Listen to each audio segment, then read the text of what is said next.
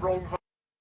I wanted to drive the car to at least one race, and given I'm least likely to bin it with only me on track in a sprint race, it seemed Kerbera, the opening race of the season, was the perfect choice. Now, with all best laid plans in a Caterham, I had planned on talking you through this journey all the way there, all 3.5 hours of it, but I just dropped my microphone down the side of the seat getting in the car. So if you think that I'm going to take all this out to find the microphone, I'm sorry, I can't do that. I've already had to psych myself up for this whole journey. So hopefully you can hear this, and I'll do something maybe a bit later, or voiceover. So voiceover it is. After a quick stop, kind of en route to Piersdow, the helmet sprayers, to pick up my new lid, it was a perfect time to remember that old phrase, all the gear and no idea. And 190 miles later, the car was well and truly warmed up and ready.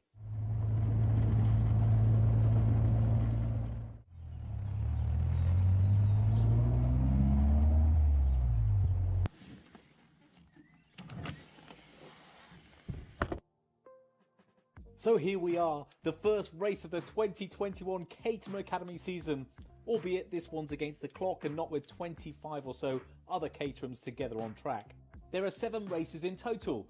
This one, the Kerbera Sprint, then May is at Mallory Park, June is at Knock Hill, July at Silverstone GP, August at Brands Hatch Indy, September at Croft, and it finishes in October at Snetterton. There was a really brilliant vibe in the pits, helped in part that it was a beautiful spring day with just perfect weather conditions. I'm not quite sure I'll be saying the same about Snetterton in October. First up was the track walk, where everyone seemed quite chilled, even though the figure of 8 needed some sort of concentration level to work out which way to go. Kerbera, by the way, is a sprint track located near Lichfield, which is in the centre of England. It's got this real charm, it's sort of small and quaint and run by passionate people who clearly love all sorts of motorsport. The track is relatively tight and most of which will be taken in second gear. The Academy car record is 65.34, set by Blair McConaughey in 2019. The only difference to this year over Blair's record-setting time was competitors can't now warm their tyres up. So I hope you noticed the racing driver excuses are coming out already. So it was time for each car to head out for a couple of practice laps, where for many people, including my pit neighbour John, it was literally the first time they'd ever set foot in their own cars. And John makes a mean cup of coffee, by the way, just in case you're wondering. Practice didn't end great for me as I had a puncture, meaning I had to swap my rear offside tyre with an old front tyre. Now this typically wouldn't matter, but given the camber on the front wheels of a Caterham, things were not looking good. Enter racing driver excuse number 2. But after a hearty lunch, it was down to business and to see who had what in the locker. I was up on the early pace in practice, but exceeded track limits on both of my runs, so I went out for a bit of a banker on my first time run and came in with a solid 67.42, putting me into 3rd place overall. The early pace was set by Jeff Newman, who's definitely going to be one of the star drivers of this series.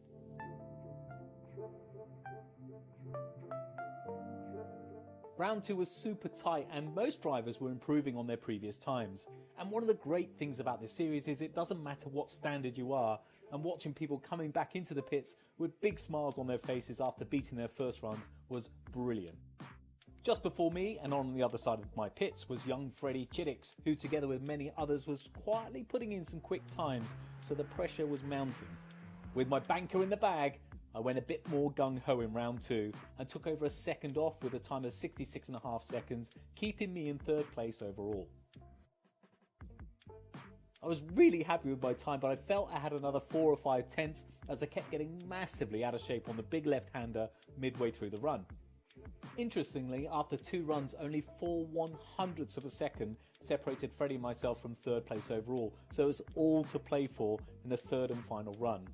My closest 3 rivals all went out before me and all improved on their previous times, with the leader in the clubhouse, Ian Harris, setting a sensational 66.14, with Jeff just 1/100th of a second behind him and Freddie smashing a 66.25.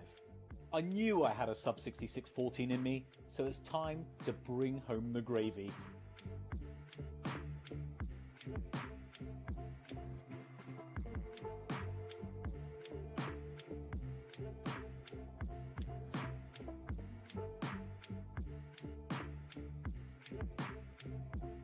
It felt brilliant. I was smooth, calculated, left foot braking, squeezing the gas. I even managed to nail my nemesis corner. Everything was going so well until the final sprint down to the line.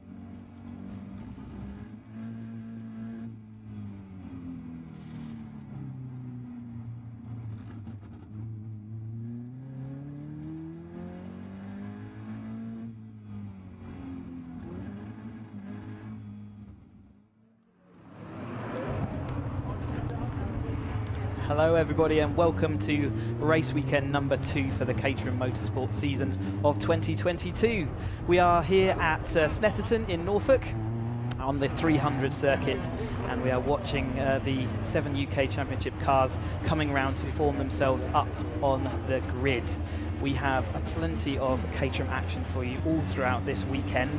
Starting today with 6 races. We've got all of the steps of the Caterham Motorsport ladder with us. We have the Academy joining us for the first time, and excitingly for them, their first ever car race on circuit will be this weekend, and we'll come along and cover those as they're coming up a little bit later today. We've also got 5 races tomorrow, so do make sure you subscribe and join up with all our socials and across YouTube and Facebook, and make sure you get your notifications active so you know when we are live and in action. So yeah, all 5 steps of the Caterham Motorsport ladder with us this week. Yep, starting with those academies for their first ever race.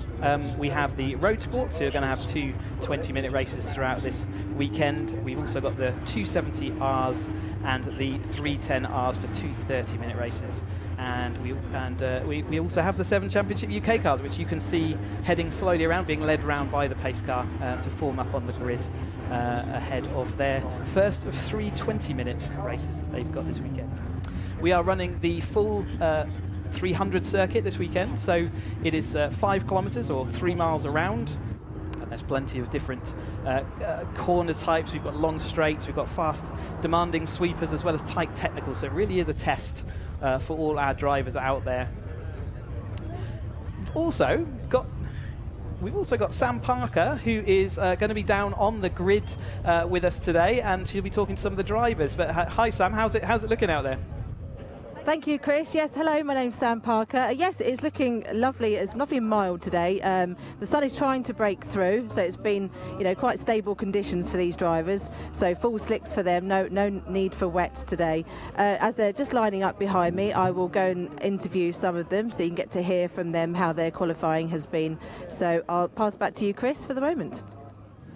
Great stuff. It does look like fabulous weather. You can see on the pictures here, you've even got heat haze coming up, so absolutely ideal conditions for racing today, and the weather forecast tomorrow is much of the same, so it doesn't look like weather's going to play a factor in the racing today. And nice for all these 7 Championship UK cars, because they have running on slicks or wet tyres, so they have no decision to make today. It is slicks all the way, and what a formidable beast they are, these cars. These are 180 horsepower machines from a 2-litre Ford Duratec engine, and they put that power down through a 6-speed sequential box. So you just pull for a gear. There's no need to press the clutch when you're changing up through the gears.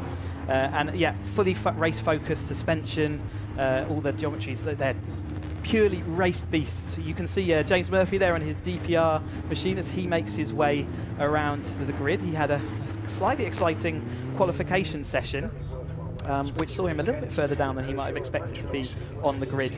But we'll touch on that in a bit. But you can see the rest of the cars feeding through, and those slick tyres, which they're being led around slowly. They're not going to be getting heat into those tyres yet, but we will, on their green flag lap, see them weaving heavily to try and get heat into those tyres. Right now, they're just trying to protect them as much as they can. They have to use the same slick tyre throughout the whole of this race weekend.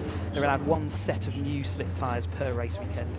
See Lee Bristow, Caterham technician there, new into the series this year and having a fantastic qualifying session, managing to put his car onto pole position. So qualifying we had for all of the championships earlier on today, and again all in nice bright sunny conditions. And all the championships sort of had a 15-minute qualifying session, but when you're in the top level here, you also get what is called Super Pole. That is for the top 6 drivers in the championship. They get to do a single shot, top 6 drivers in that qualification session, they get a single shot qualifying lap to set their top 6 position. And that's why James Murphy came out on top of that initial qualification session. But when it came to his single lap, unfortunately some coolant had been dropped by Mike Evans' machine, and he span off. So he is starting 6th on the grid today. But nevertheless, they're all experienced drivers on this grid. They've seen it all before, so I'm sure he won't be put off by that, and in fact might just get excited. He's got his chance to sort of come back through the field, and there's plenty of other drivers who've also got to come back through the field as well, because they didn't have quite the qualification session maybe they were looking for. Aaron Head leading the championship coming into this weekend. He was initially fairly high up the grid and would have been taken part in Super Pole, but 2 of his laps were disallowed for track limit infringement. We run track limits in UK Motorsport. It's been a part of Motorsport for UK Motorsport for a number of years now, and unfortunately it means if you drop a wheel off of the edge of the circuit beyond the curb, then you do lose that lap. And in qualifying he lost 2 of his laps, which could impact their starting in 10th place on the grid. As we look at the number 91 there, Lee Bristow in his orange machine. Lee coming back into motorsport. He's been on and off. He started in the academy year in 2013 alongside myself, and he has been racing relatively consistently since. Done various different championships. I think he won the 310R championship in 2000. Yes, he's okay for an interview. 17 or 16. I can't remember exactly what date it is, but he's certainly a championship contender, as are many of these drivers on this grid. This is the 5th step of the Caterham Motorsport ladder, and they've been racing Caterhams for many years, so they know all the tricks. And we can actually chat to Lee Bristow. Sam's got Lee on the grid. Yes, I have. Yes. Lee, congratulations on the pole. I think it was 3rd before the Super Pole, wasn't it? I'm guessing this track is suiting your driving style. Yeah, I've always liked Snet. It's always been a good circuit for me. Yeah, I mean, the Super Pole time, I didn't think it was going to be quite good enough, if I'm being honest. You know, it was a good, clean lap. But I was expecting some people to go slightly quicker than that, but fortunately they didn't. So we find ourselves on pole, which is great. Are you going to try and break the toe and get off in, make a bit of a gap between you and the rest of them behind you, I guess, because with these long straights? Yeah, I mean, like Caterham racing, it's all about the toe, and in reality, it's going to be really, really tough to keep these guys behind for the whole race. I'm thoroughly expecting them to be right on my tail down the back straight after lap 1. But if we can get a good start, that's the main thing in my head. Get off the line well, and then as long as I can be in the mix, we'll give our best, and we'll see where it takes us. Excellent. Well, all the best for the race. Thank you. We'll have a quick chat with Chris Moore now, I think, if starting on 2nd place alongside Lee Bristow in his lovely purple and white car. Chris, good position to start from. What are your plans for the race? Don't really have any, to be honest. It's a good place to be, so I'm just going to try and stick with Lee, and hopefully there's some fast guys coming through, so hopefully we can try and get away, maybe, we'll see. Definitely. Oh, well, all the best for the race. Thank you very much. I'll head back to you, Chris, and I'll see if I can get some more interviews for you. Yeah, Chris Moore there, also new into the championship season this year. Had a couple of years off through the sort of the lockdown period, but is right back in this and has put the testing miles in, and he's put his machine there right up on that front row of the grid. Another great performance, and he was solid at Brands Hatch as well, so I'm sure he'll be looking to do more of the same this weekend. Following up behind them, we've also got Timothy Dickens and Tom Eden. Timothy Dickens having a reasonable, I don't think it was probably as good as he wanted, but it was a reasonable Brands Hatch. He's solid in the championship, but I guess with 3rd place starting, he's going to want to look to move forward. And alongside him, I expect Tom Eden's quite surprised to be right up there on row 2. Certainly he's moved forward. He took part in this championship last year, but I think 4th place is probably his best starting position. And we've got James Murphy is talking to Sam down on the grid. Yes, he is. I'll be intrigued to see what he has to say about the qualifying today. Hi, James. Hi, obviously not the position you hoped to be in today, because you're showing good pace after the first qualifying session. Super Pole, not quite what you were expecting. Yeah, no, it was all the way exactly what I was hoping for and expecting until we went onto the bridge, and poor Mike, it's great to see him out. Brand new engine, credit to the Caterham guys who put it all back together again. in such a short period of time. But yeah, his engine went, coolant went everywhere, and I found out about it when I was going through it. So yeah, it is what it is. Racing. Literally a passenger at that point, weren't you? Yeah. But I mean that's and then the great thing is it's it's only 6th. It wasn't like a so decent quality anyway. In the mix here, particularly loads of overtaking opportunities, so all to play for. It certainly is. Well, all the best. Good luck. Cheers. We'll quickly move on to Henry Heaton now, in his lovely greeny blue chrome car. Hi Henry, are you okay for a few words? Yeah. I believe it's fresh tyres for this race. You didn't use them in qualifying, is that right? Yeah, I think so. No, looking forward to it. Oh, it looks like I better get my lid on, but no, can't wait. So yeah, I'll be giving it a go. Well, all the best for the race. Thank you. Okay, Chris, I think we all have to get off the grid now, so I shall hand back to you. Thanks, Sam. Yeah, go and save yourself. These cars will be moving off in a hurry, I'm sure, very, very shortly. So yeah, Henry may be doing a strategy call there to not use the best of his tyres in that qualification session, thinking he could do as well as he needed to. He finds himself in 7th place alongside Dale Head. And yeah, as we heard, James Murphy was looking good for that pole position after initial qualifying, but he did slip on some coolant, and that's an extremely fast corner going underneath the bridge into Brundle, and yeah, I'm sure that would have caught his attention as that happened. You can see the grid slowly getting cleared as these cars make a fantastic sight on the 300 circuit as they're all lined up there ready to take their green flag lap and try and get some heat into these tyres. You can see the 30-second board has been shown to the drivers, and then they'll get released with the green flag onto their green flag lap. Yeah, so we've heard from a number of the drivers to say qualifying this morning wasn't as straightforward as potentially it could be. There's certainly some stories, and Aaron Head having to start back in 10th place there. He's got a long way to come back through that field, but yeah, he'll certainly be there. He stalled off the line at Brands Hatch, didn't he? So, and proved that he could come back through to about 4th place, I think it was, in that first race, before then taking the following 2 wins. So he had a great Brands Hatch, even though it looked like it was going to start particularly poorly. So 10th place is actually better than the start he had at Brands Hatch. But yeah, Lee Bristow and Chris Moore, they're kind of not new to the front row of the grid, but certainly new to the front row of the grid in this championship car, and they will be looking to see how they can get that power down. They certainly need to work to get that heat in the tyres on this longer lap. Brands Hatch, such a short track. This one is so diametrically opposed. If we get the green flag there, as they go away onto that green flag lap. So let's run through the grid then and give you the full rundown of where everyone starts. So we've got Lee Bristow in his orange machine there on pole position. Lining up alongside him, we've got Chris Moore in the white and purple machine. Tim Dickens comes up next in the number 44, the blue car, dark car, with Tom Eden in the bright yellow machine. Following on there is Mike Evans, who had that engine problem in Super Pole, but sounds like he's back out and up and running. James Murphy in 6th place, we've been speaking to him, and then behind him starts Henry Heaton on his brand new slick tyres. And then we've got Dale Head alongside him on the 8th position on the grid, the 4th row. Making up the 5th row is Gary Lapidus, and we've got Aaron Head lining up there in that 10th place position. Behind them we've got Andy Lees in 11th, and Ian Sparshot rounds out 12th. Behind him we've got Barry Benham, new into the championship this weekend. He didn't join us at Brands Hatch. He's been getting slowly up to speed and getting to grips with his new 420R machine, a car I know very well, as it's the one that I was driving in last year's championship. So really good to see that car out there, and he starts in 13th place. 14th is Johnny Jarrett, and he is he's the team owner of Oakmere Motorsport, and he is out there. He competed again last year, and he is back for some more fun and games on the Snetterton track this weekend.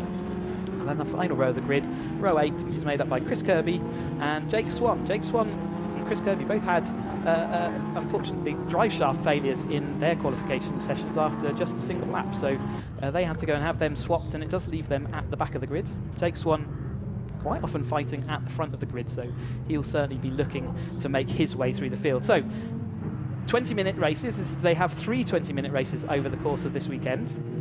So such is the physicality of these top-flight Caterhams that it really does take it out of the drivers. So the decision was made last year to make it into 3 20-minute races, and it saves the drivers, but it also makes for an exciting proposition for the viewers as well. So if you've not joined us for Caterham Motorsport before, then strap in, because it really does get exciting. This is about as spread out, I think, as we're going to ever see them today. Weaving down the long back Bentley straight. This is the area where James had or came across that coolant, and it's a very fast sweeper into Brundles here. But yeah, so lots of stories, lots to get going. It's still the beginning of the season, so nice and fresh, and whilst some people probably had better weekends than others at Brands Hatch, it's certainly nice and close in that championship fight. So in that championship, Aaron Head does currently lead with 76 points over Henry Heaton, but only 3 points in it so far, and there's plenty more points obviously on offer throughout the rest of the season. Henry Heaton in second, so James Murphy is in third place in the championship, followed by Chris Moore. So Chris Moore having an excellent Brands and following up with a good start to qualifying today, so he must be pretty pleased, and then he's followed on by Lee Bristow and Tim Dickens. Dale Head was also the brother of Aaron Head, so was actually out-qualified him this weekend, and he will be looking to make a solid performance after he and Brands Hatch. He started in qualifying a little bit further back down the field, but each race he sort of made the step forward, so he's clearly got the racecraft to move himself and his car up through this field. And around Snetterton, where the drafting is strong, you can make overtakes actually easier than Brands Hatch, so we're going to have to pace ourselves today. There's going to be lots and lots of overtaking, lots and lots of action. And so it's easy to get overexcited early, but we should maintain that pacing, and we shall keep watching for all that action as it unfolds. You can see all the drivers now refinding their grid spots as we get ready to get this racing weekend underway. You see the yellow flags all getting removed as the cars come and take their position on the grid. They've got to find their grid position and then not move from it. The marshals do keep an eye to check you're not creeping on the grid. And it's easy to do in these cars with their racing clutch that's quite bitey. So yeah, you really do have to be careful not to creep. It looks like we've got everyone on the grid lined up, so looking for a green flag. We can see it. You see the... Looks like they are now getting the 5-second board, so we are ready to go. Oh no, we've got a delay. We've got marshals on the grid. It looks like Tim Dickens has had an issue with his car and is being pushed off. That's a real shame for Tim.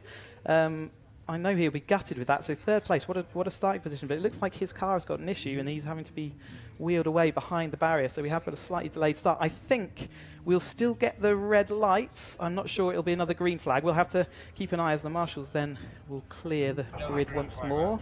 Who gets pushed off the second row before the race even begins. Yeah, so you can see the wind coming across the track slightly there, not too breezy, but it looks like we are going to get a race start. So again, looking for the signal, the 5-second signal. I think we're all set. I can see various people looking around on the circuit, sort of working out what's going on. Another green flag lap. Kind of a nervous time for all our drivers out there. I'm sure they're ready to go and have been for the last 10 seconds, but unfortunately they had to sort of delay their adrenaline. Still not got the signal yet with the green flag or the 5-second board, so we're still looking for that. Looks like a board's going out now. It's saying a minute board there. So we might be having a second green flag lap. Normally the minute board signals that. Yeah, I think we might be going for a second green flag lap to reset everything. And whether the drivers, yeah, it is a green flag lap. So the drivers will pick up on the fact that that is another green flag lap and not the race start. So okay, a slightly stalled start for the opening rounds. Unfortunately, Tim won't be there taking up that third place on the grid, but they get another single lap to go and get more heat into their tyres. So we were going down through the field, and as far as their championship standings, we got to Dale Head, and we were talking about how he, brother of Aaron Head, and actually made a really good start and moved forward all the way through the field at Brands Hatch, and he will no doubt look to solidify that. So he starts in 8th place today. So if he can make up the same kind of places, he will be looking for champion or the race wins today. And then we had Andy Lees was next. Andy's come up from the 310R Championship last year. He's decided to take on the challenge of the 420R machine, and he is enjoying that challenge. I've been speaking to him over the course of the weekend, and he's loving the driving. He's bit curtailed on his testing. He was here yesterday for the Friday testing, but unfortunately we had quite a lot of rain yesterday, so there's a number of drivers throughout this whole weekend. If they only tested on the Friday, they will have been compromised slightly, and Andy Lees is one of those drivers who he didn't get as much running as he would normally have wanted, and every lap therefore is a bit of an adventure, and I know he was going out with qualifying with a view to that. Okay, that's Ian Sparshot making his way through. Then there is Barry Benham in the now black car. This was the green car that I was running last year, so good to have Barry there. He's a returnee to the motorsport grid. He's owned Caterhams before, never raced them, but he has had past experience in many race categories, so it's good to see him up here and getting stuck into the fight. He's certainly coming in here with realistic expectations. The standard of the front of this field is very, very high. There's plenty of past Caterham action, and he'll be just looking to see how far through this field he can make it up through. Behind Barry Benham, we also have Johnny Jarrett, said the Oakmere team boss, out there deciding he would put his car out on track and get stuck in. So he's out there for the first time this season, and I spoke to him again yesterday, and he's looking forward to the challenge. Again, realistic expectations, he wants to go out there and have fun this year. And then we have the Chris Kirby and Jake Swan right at the back of the field. Jake Swan having a good Brands hatch, and he's a regular front runner on this grid. He was raced last year, came I think 5th in the championship last year, and so he, with that breakage, he unfortunately will drop to the back of the field, but we will definitely be coming back through. And I know he's keen to show what he can do. He had a bit of collision with in race 2, I think it was, at Brands Hatch, so he then had to start from the back of the field, and that cost obviously delays your momentum through the field. So he did fight his way back up to near the front group, but he was never able to show what he was actually truly capable of.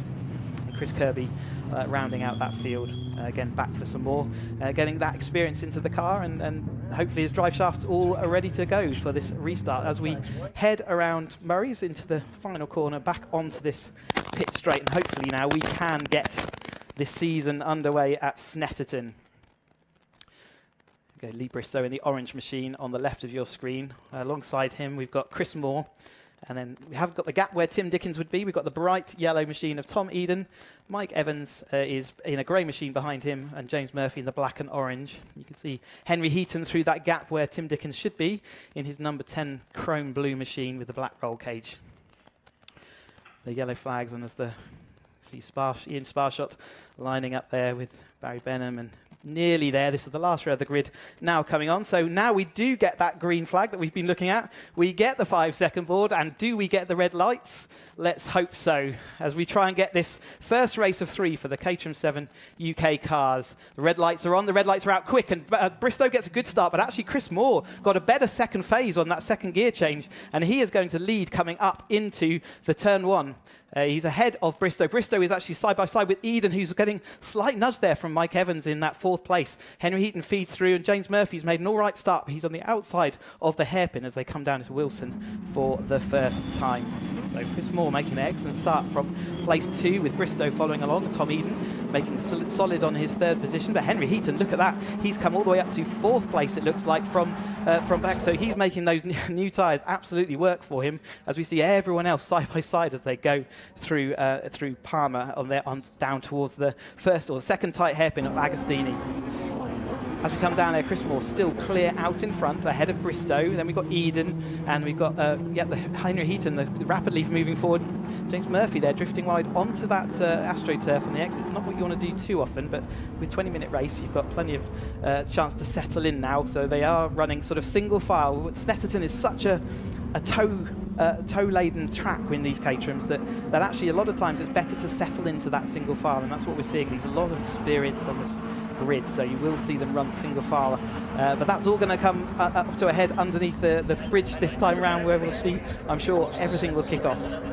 So Moore still making solid on that on the long run down the Bentley Straight. Bristow though is looking up the inside, not got it done that time. Eden's still there in that 3rd place, proving that pace is genuine, and he's really he's made that step up.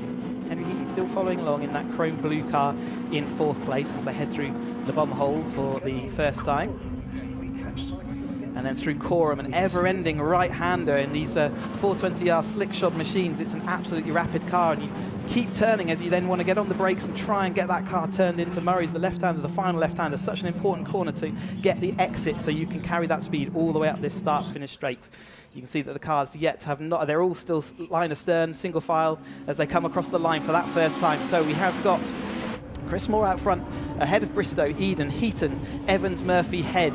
They're still trying to go side by side. So Eden has now overtaken for second place. Eden in the bright yellow machine. He's easy to spot out there, isn't he? Does make his move up. Henry Heaton now looking up the inside of Bristow as well. So as one car got shuffled slightly out of line, and you can see that they're all now willing to pounce. And as Henry Heaton now does go side by side with Bristow, but he looks like he will have the momentum going into Palmer's. He'll compromise him slightly, and you can see the rest of the cars queued up there. And it was Aaron Head trying to make his way up the inside of James Murphy as they went through Palmer's. There's not normally room for two cars through there. They're still going side by side for about 6th place there.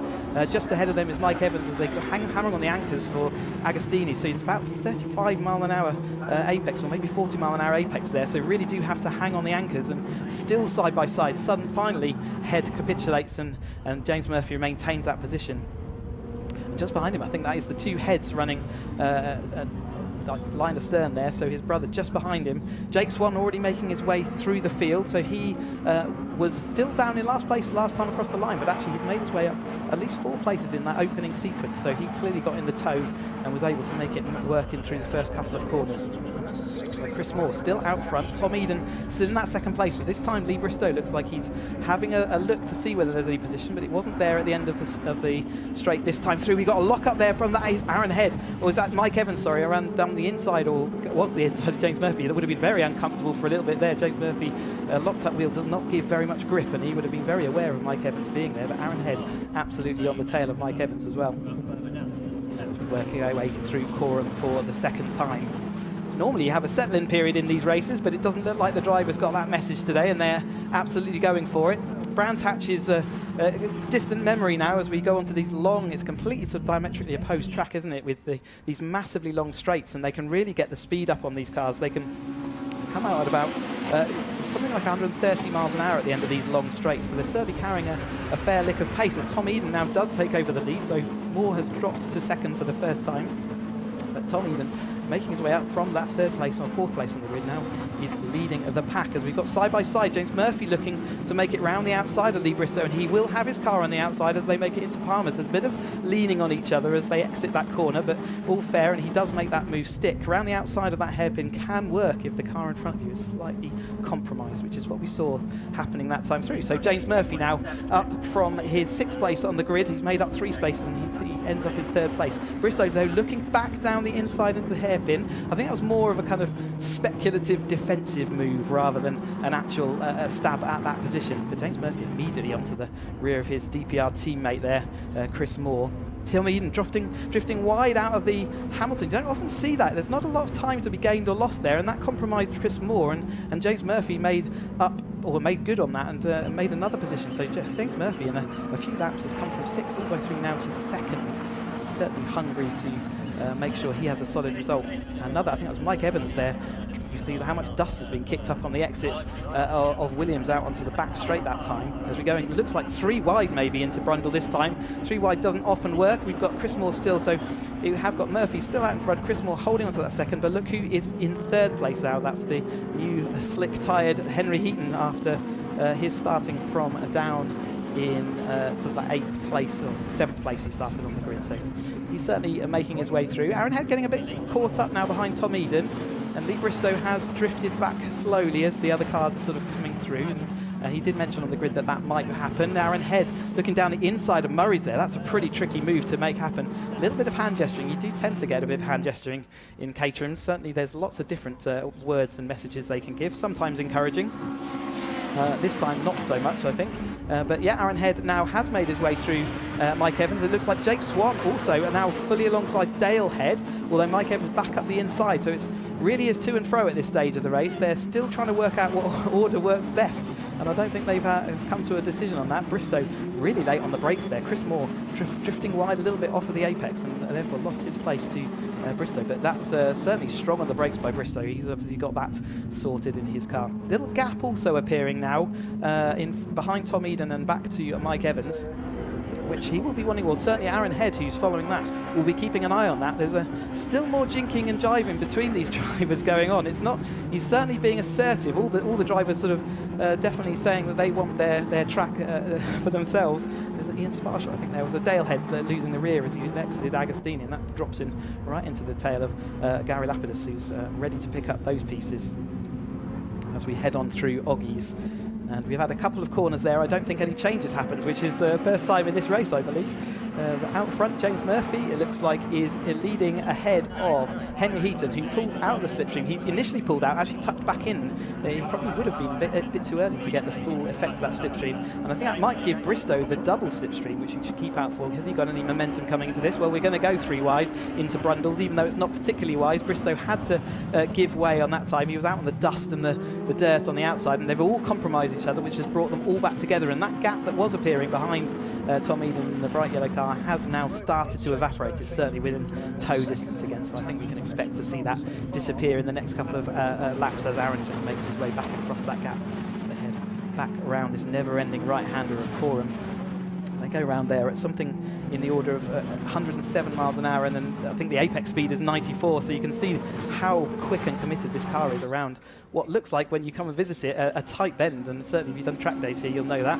Side by side across the line that time through, so Murphy still heads Heaton. They certainly look like they may be even trying to work together a little bit. I think I might have spoken too soon there. There's Bristow in 3rd place. Chris Moore still remaining absolutely in attacking distance in that 4th place, but he is down to 4th place from leading that opening section of the lap. Jake Swan up from the rear of the field now takes his position behind Chris Moore, so he is going to be in about that 5th place. So what a great recovery drive by Jake Swan already after what was, say, a disappointing Brands Hatch for him, and also now with the qualifying today he was also disappointed, so but showing that he's lost none of that speed, and as long as you can have the racecraft, you can certainly come back through this field. We've got side by side, so Aaron Head has closed that gap to Tom Eden, and not only has he closed it, he's now made his way through. Tom Eden compromised on the exit, and that might give a chance for Mike Evans to come back at him, but Hamilton's not often a race corner that you can actually make that work, so he has had to drop back. As we go single file once more, it's settled a little, hasn't it? It's that initial jostling where all the faster cars that maybe had compromised qualifying sort of came through the field. It does now, has finally, with half the race gone, settled down. So we will now see what happens. The car out there, a bit wide out of Oggies.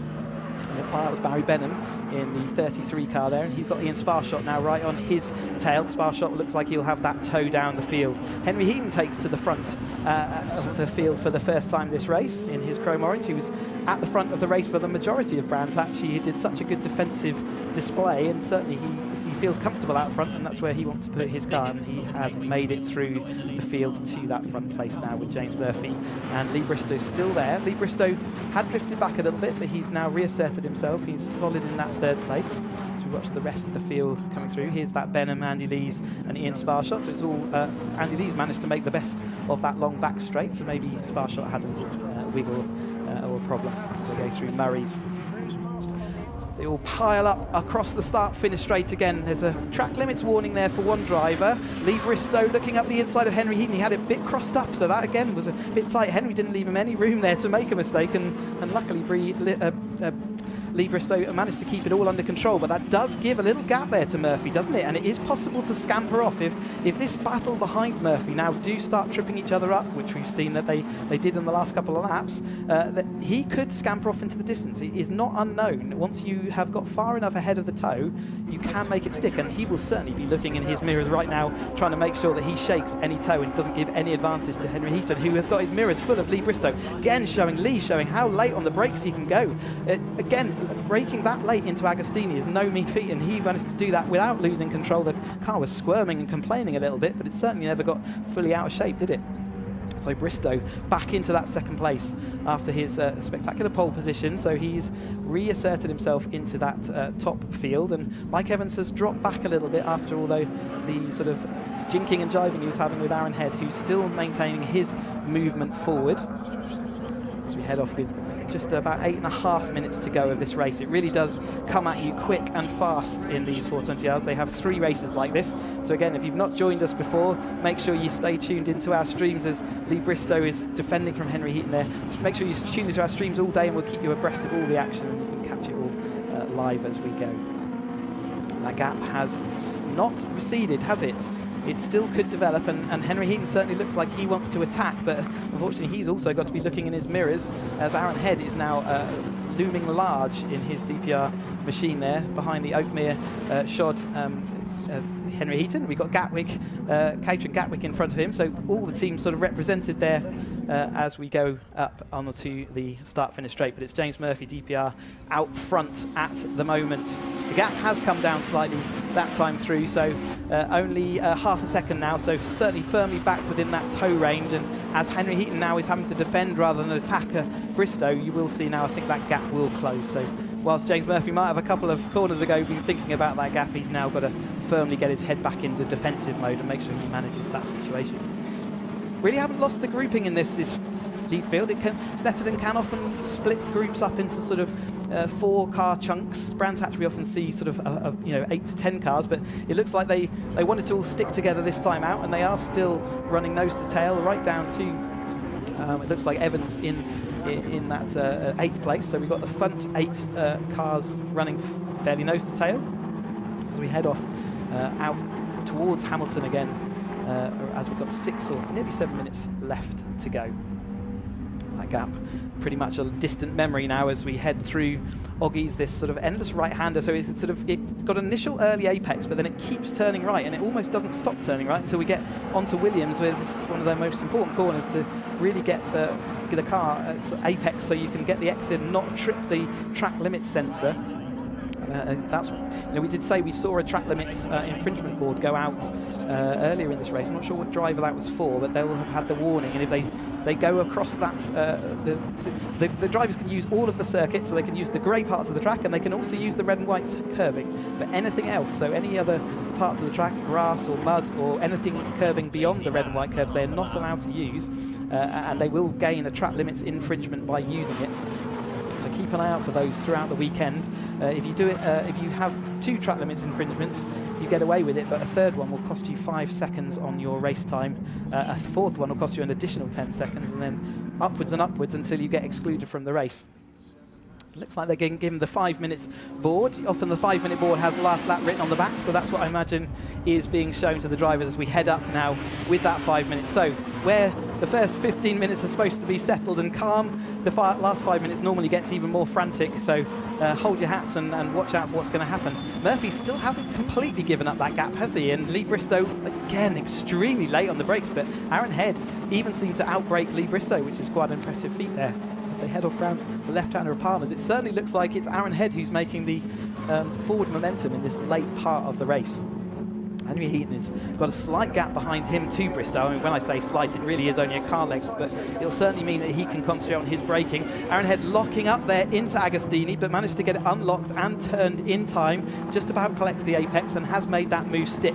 So he is, like I say, he's making that little momentum towards the end of this race, and he's got Henry Heaton now is next in the firing line, but we've seen Bristow late on the brakes, and whether he can actually come straight back at him as we go down this Bentley straight. Jake Swan, I think he'll be satisfied with his progress so far, but you're always happy until you can see the next step that is just in front of you, and tantalisingly that is there for the taking as we come down the Bentley straight now with 4.5 minutes of this race to go. See, even in the background, Tom Eden's still having to defend from Mike Evans, so they've dropped off this front group a little bit. But there's still Chris Moore is still firmly in the fight, and there is Jake Swan trying to look around the outside of Bristow into Brundles and now into the right-hander of Nelson. Another track sensor on the outside of that corner there. Chris Moore currently with the fastest lap of the race. The drivers get an extra point for that fastest lap, and just not quite dipping under the 2-minute barrier just in this race. We saw in qualifying it was a 1 minute 58 second lap, so we're firmly underneath that 2-minute barrier, which is very impressive indeed. With the race and having to manage cars around you, it's not always easy to put in a fantastically quick lap. So we'll see. I think that lap get improved over the race weekend, depending on conditions. Wind can have a big effect on lap time as we go around the Snetterton circuit, but at the moment we've only got a light breeze, so it won't be on anyone's mind. Aaron Head in 2nd place now as Bristow goes side by side with Heaton for that 3rd place and the final step on the podium, and now that's also let Jake Swan come into this battle. James Murphy, that gap that I said had disappeared, it never quite did it? It was always that car length, and it does look like that has released him a little bit, but with 3 minutes to go and an angry Aaron Head there looking ready to take this win. I don't think they can consider that be safe at this point, but he'll certainly be looking to match or get every single one of his braking points and apex points to see what he can do to defend. Problem is Aaron isn't under attack from Henry at the moment, and therefore he will have the toe and therefore the slight advantage as we head on around these latter laps of the Snetterton circuit. Looks like so we could probably get this is probably the penultimate lap at the moment, as we've got to just over 3 or just under 3 minutes to go, 2-minute lap time. So I think by the time we get back to the line, it might well be coming for the last lap. So not too many more overtaking opportunities. Where the Brands Hatch circuit brings lap after lap at you really quickly, the Snetterton, with it being 3 miles long, 5 kilometres, it really you've got to make your opportunities count. You've got less opportunities at the overtaking corners, although there are plenty of overtaking corners here. As we see Henry Heaton again side by side. Henry Heaton sits very low in that car, doesn't he? You can see how low his helmet is compared to Aaron as he drops it into second place. He does slot down that, and that may well, depending, if I'm James Murphy, I'm pretty happy to see that gap develop. Henry Heaton's certainly done me a favour at that point. All three of these sort of in the top 3 positions of the championship, so really the drivers we expect to see coming to the top there, and they have made it. So in this extremely high quality field, they have made it into those top 3 positions, but we still have a complete lap of the Snettertons. Aaron clobbers the curb there. That's not going to do his suspension too much favours, but the Caterhams are built strong, and they do ride those bumps quite well. As we're going side by side for second and third, it looks like 3 wide potentially into the first turn, and we are Aaron Head on the outside, but Henry Heaton hits that curb on the inside, just manages to hold on, and it does look like he's going to have the inside coming down into the hairpin. Is he going to be able to outbrake Aaron though? We saw how late Aaron was willing to go on the brakes. He's around the outside. Can he get the overlap? No, he can't. So Henry Heaton does advantage Henry Heaton into this early part of the lap, but we've still got 2 long straights to go. As actually Aaron Head looks down the inside of Palmer's there, makes the decision not to sort of persevere with that, probably wisely, because with these straights coming up, it only put him in that awkward position. But James Murphy is going to be smiling from ear to ear at the moment with that gap that he's got back. With only this lap is definitely our last one. Jake Swan very late on the brakes, but wasn't able to make a big stick. They're really not leaving anything on the table as far as on that braking zone at the moment. James Murphy disappears off not too long before the long back straight, and that certainly will be the deciding factor, I think, in this battle. As we look for this is all the cars heading for that second to 6th place, I think there is in that battle. So anything goes wrong now, and you are going to lose a lot of positions, or potentially gain them if you're sitting behind, as we head out onto that long back straight.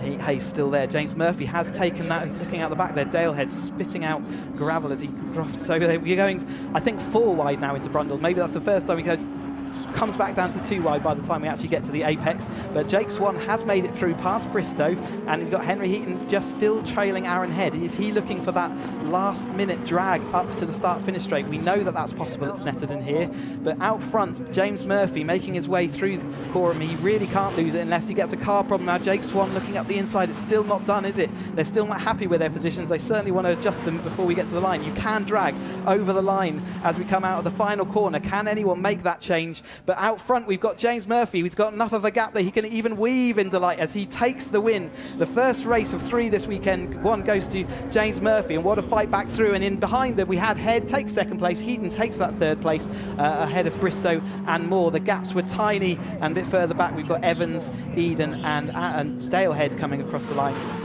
there as well. What a great start to this race.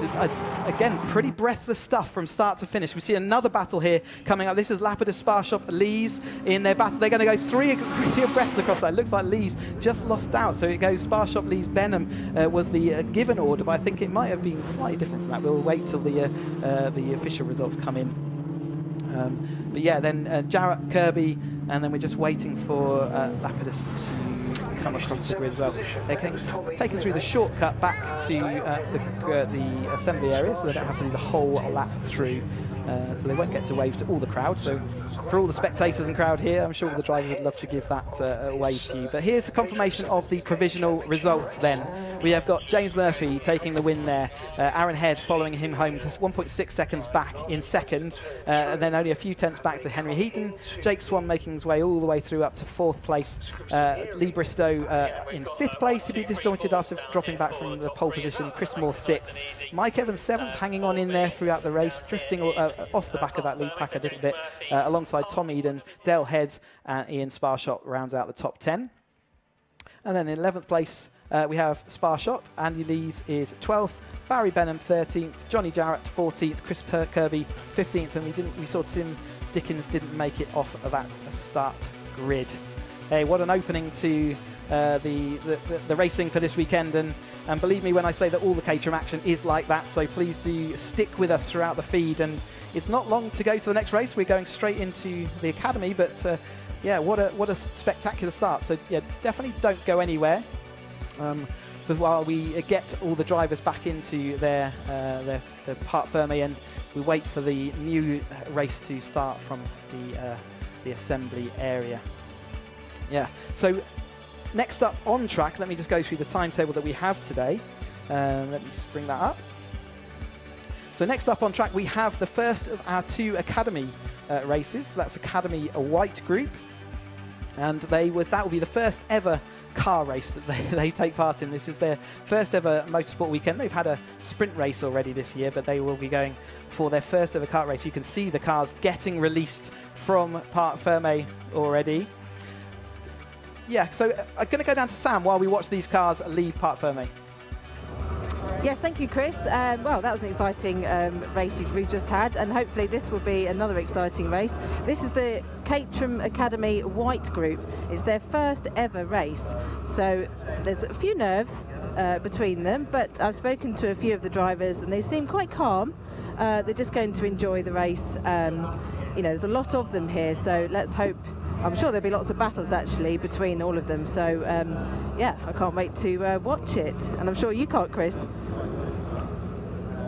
Really well, and it's such an exciting time for a driver. You know, the first time you get to do this competitive, all the kind of things you've seen and watched on TV growing up, or you know, dreamed of doing it yourself. Well, this is the first time they get to do it for real. They'll have all had practice starts. They were here testing not too long ago. One of the official parts of the Academy package. So when you buy the Academy car, you get given a package of all your race entries are paid for. You get your race license paid for. Yeah, look at all this crowd out on the. Not only old drivers like myself will get excited for the Academy, but there's plenty of crowd and friends and family all here watching and supporting their particular drivers. So it's always good to see that. Nice to see the crowds back as well after a couple of years where it's been awkward to get crowds into circuits. We're back to full strength. Yeah, and yeah, they will have had a practice start, and like I was saying, the Caterham give you a package of race entries and race license. They literally give you everything you need to become a racing driver if you go and buy the Caterham Academy car. I think it's a little over 30 grand to go and buy a Caterham Academy car, and then you get all this added in. You can drive this car on the road. It's fully road legal. You see by the number plates, the headlights, all the things you need to make that a road legal car. So we often do get drivers who drive their cars to the circuit, have their race weekend, and then drive them home again. Real sort of traditional old club motorsport, and it's fantastic to see that carried on in the Caterham Academy. Such as the popularity of the Academy, we have 2 grids. Looks like they're going to get released onto their the green flag formation lap. 2 grids. This is the white grid, and we will follow on with the green grid in just a short while after this race finishes. We'll give you that timing once we get to the end of this race. But as they look to pull away onto their green flag lap, we see the green flag waving. Let's just go and run you through the grid for this race. So we have out front Matt Larby.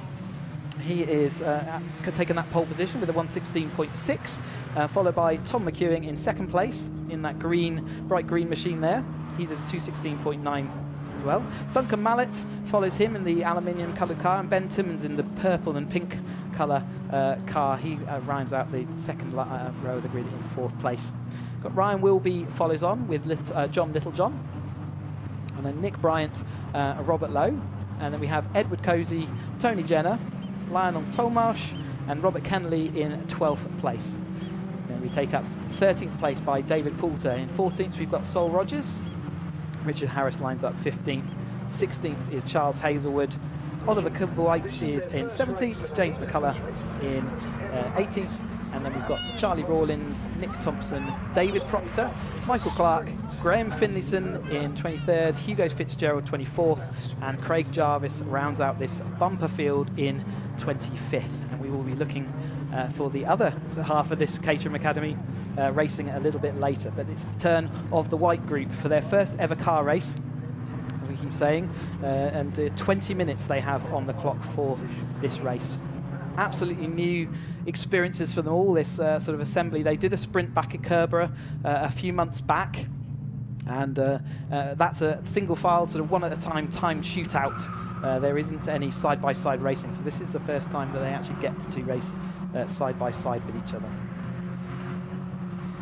In the so obviously after they've had that the first competitive event and that sprint, they do have a championship order already, and Tom McEwing actually came out on top in you see the green machine there in second place. So Tom McEwing and Matt Larby were first and second in that sprint, and they are first and second here on the grid. So again, great result for them too. They certainly look like they are the two to beat in this championship. Ben Timmins was third place in the sprint, and he is in fourth place on this grid. So again, following a fairly similar sort of pattern there, with certainly the same protagonist. With in fourth place it was Duncan Mallett, and he's in third. So both the first and second and third and fourth, exactly the same ordering as, except for they've just sort of reversed their pairings. So they're all sat alongside each other, and they look like the drivers that have made up the most speed early in this season. Being a learning season, everyone who comes into the Caterham Academy series is a complete beginner. They can't have held a race license or a kart license before, so they really are beginners. They're complete novices. They've not done this before. It's an absolute level playing field, and obviously when people are learning, some people pick things up quicker than others, and we certainly see the front couple of rows of this grid look like they have got everything under control. Ryan Wilby in fifth, and John Littlejohn in sixth. Can they make up some of that time? I can see from the sort of qualifying times that I've got here, quite a number of them losing time to track limits infringements, as we saw Aaron Head in the previous race. He dropped places on the grid, didn't he? And the other drivers in the academy certainly have been susceptible to that. It's all automated systems here at Snetterton, so there's no hiding. You don't get given a dispensation just because you are the academy. You are susceptible to all the rules and regulations just as everyone else is. So it looks like we are nearly lined up after their green flag lap. Just the final few rows inserting themselves. And we will try and work out who is going to come out on top. We often see in these Caterham Academy drives things and positions change around relatively rapidly, so we'll do our best to keep up with what's going on, and certainly looking to see whether Tom McEwing and Matt Larby can make a clean break. So blue car of McEwing. Blue car of Larby on the left, and the green car of McEwing on the right of our screen. See that breeze still there, but nothing to write home about. Conditions absolutely the same. Red lights on, red lights out. A little bit of delayed start. We've got a couple of drivers didn't spot the lights going out, and it's taken a little while for them to get going, but everyone's avoided any contact, and it looks like it's Ben Timmins who's actually made the best start from quite a bit back. McEwing looks like he's dropped back through to fourth place, so Ben Timmins from that fourth place on the grid, or third place on the grid, looks like he has made it through. As they a bit further down, they go side by side, and coming down into the hairpin for the first time. So it's Ben Timmins out front, a little bit jinking there from fourth place driver. It's like Ed Cozy in there somewhere coming back through. Duncan Mallett did initially drop a little bit off the line, but has come back through in his aluminium car. He's got an orange helmet on, which is easier to spot him in that car. As we get a little more side by side, there's Ed Cozy going side by side with the number 44 Robert Lowe. Down there in relatively single file at the moment, sort of everything looking quite under control. Duncan Mallett looking down the inside, see whether he can go down the inside of Tom McEwing, and not quite making it sticky. Looked like he might do. Got a bit of tyre smoke, bit of locking up behind, but everyone looks like they have made it round Agostini for this first time. A few cars drifting a little wide, but no harm, no foul at this point. Ben Timmins still making good out front in that purple machine. And he has got Matt Larby, who has definitely had a good set of testing and certainly set the pace in everywhere he's been going. A little bit of grass tracking further back there. I couldn't see what car number that was as they make their way around Williams and out onto the back straight. I've watched a number of Academy races over my time as a commentator, but also as a racer when I come to watch them, and this one certainly looks like it started off well. We haven't had a spinner just yet. I hope I haven't put the commentary curse on that, but certainly everyone looks to be coming down here. Nice single file. Matt Larby now takes that lead. We've got a bit of 3 wide action as we head underneath the bridge and into Brundle. There looks like it's the number 3 of Ed Cozy there, taking in that little bit of sort of uncertainty about where the cars were going at that point, but they've all made it through as they head now, lining themselves back up into bomb hole. I joined them for their drivers briefing this morning, and the clerk, of course, certainly reminding them that everyone wants to come in smiling and happy rather than upset, and I think they've taken that news on board and really are taking it easy and remembering that they are beginners and learning their craft as they go. We watch the whole field coming through there, and that's the number 71 car of David Proctor, his black and white machine, the Magpie. Side by side though for the lead coming across the line. Tom McEwing in that 3rd place, also getting back past Duncan Mallet in that 4th place car. So it is this front 4 that were on the top 4 of the grid who are still got a little bit of a gap there back down to 5th place, and that's Wilby. Wilby doing well. He was sort of in I think 6th place after the round 1, so doing well. And again, sort of the speed in the sprints does seem to have dictated the cars that were going to be out front in this racing. It doesn't always hold true. In a few years past, we had a number of different sprints. We had up to 3 in my day, to 3 sprints, but it's come down over the years to be a single sprint. But it does seem to be now a good indicator of who's got the early speed.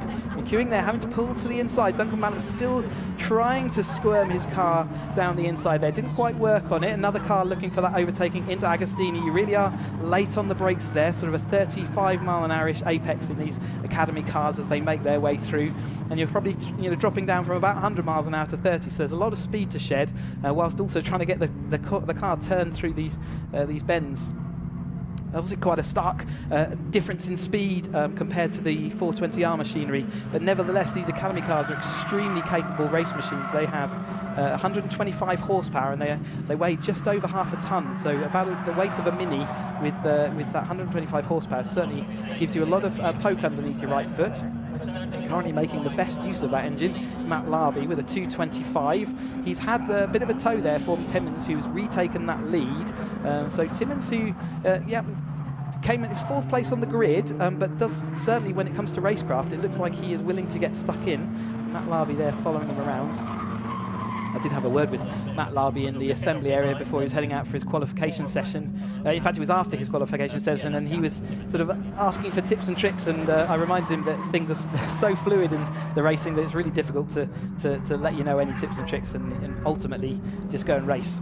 And that's what he's doing by the looks of things right now. He's just making the best of it. We've got still 15 minutes of this race to go.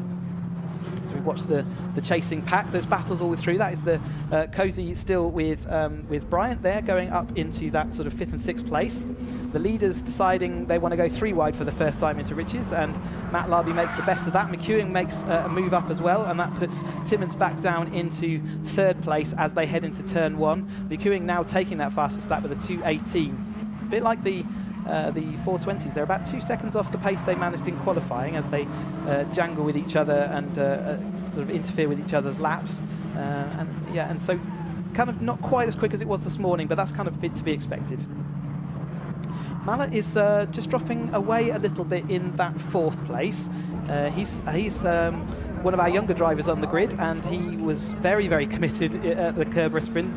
Certainly spectacular to watch him fling the car around. He's got an awful lot of car control there, and certainly he will be wanting to then come back into this battle for the podium. He certainly doesn't want to see it disappearing up the road.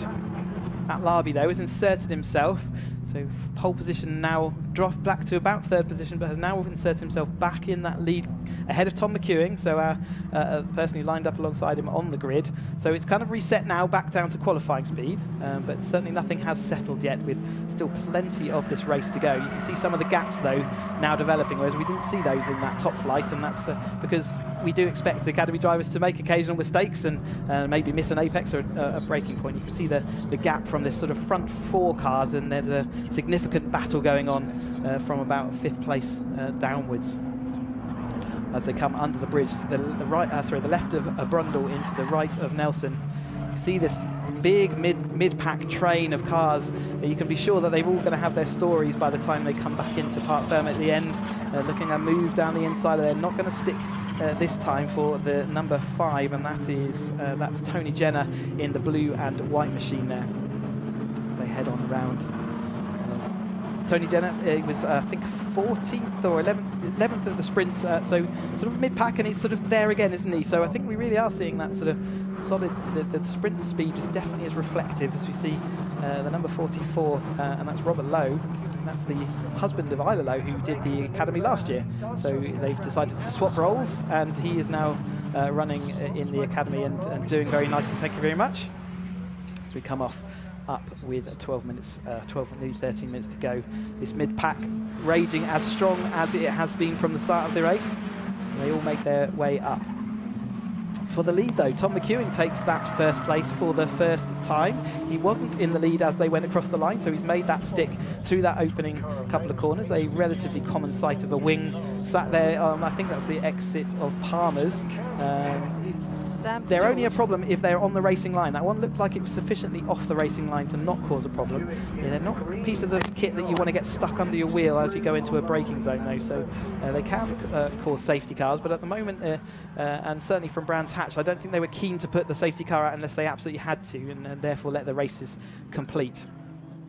Tom McEwen, as he takes that lead, also takes that fastest lap point. They've come underneath the 2 minutes 18 bracket into 2:17.909. So now they're starting to find that pace.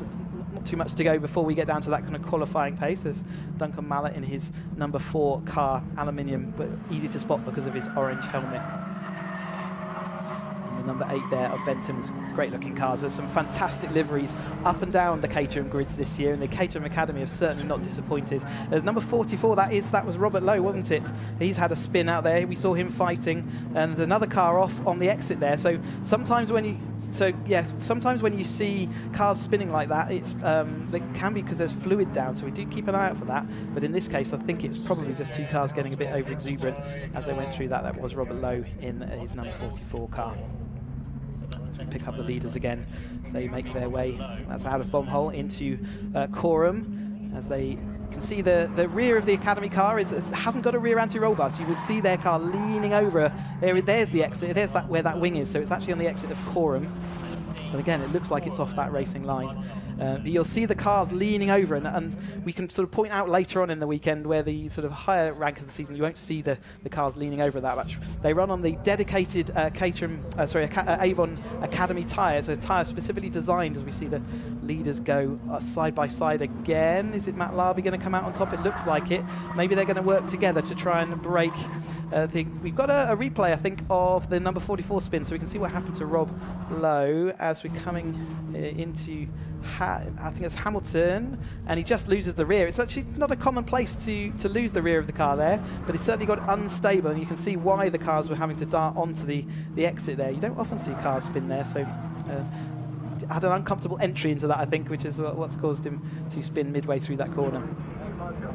Duncan Mallett has certainly not lost his will to get to this front battle, but he's still got that distance, he's got that gap in front of him.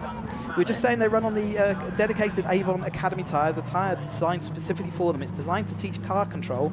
It's got a really nice wide operating envelope and slides quite a lot, which teaches you how to balance this car when it's on the absolute edge, whilst still remaining able to catch quite extreme angles, and you'll see them flinging these cars around.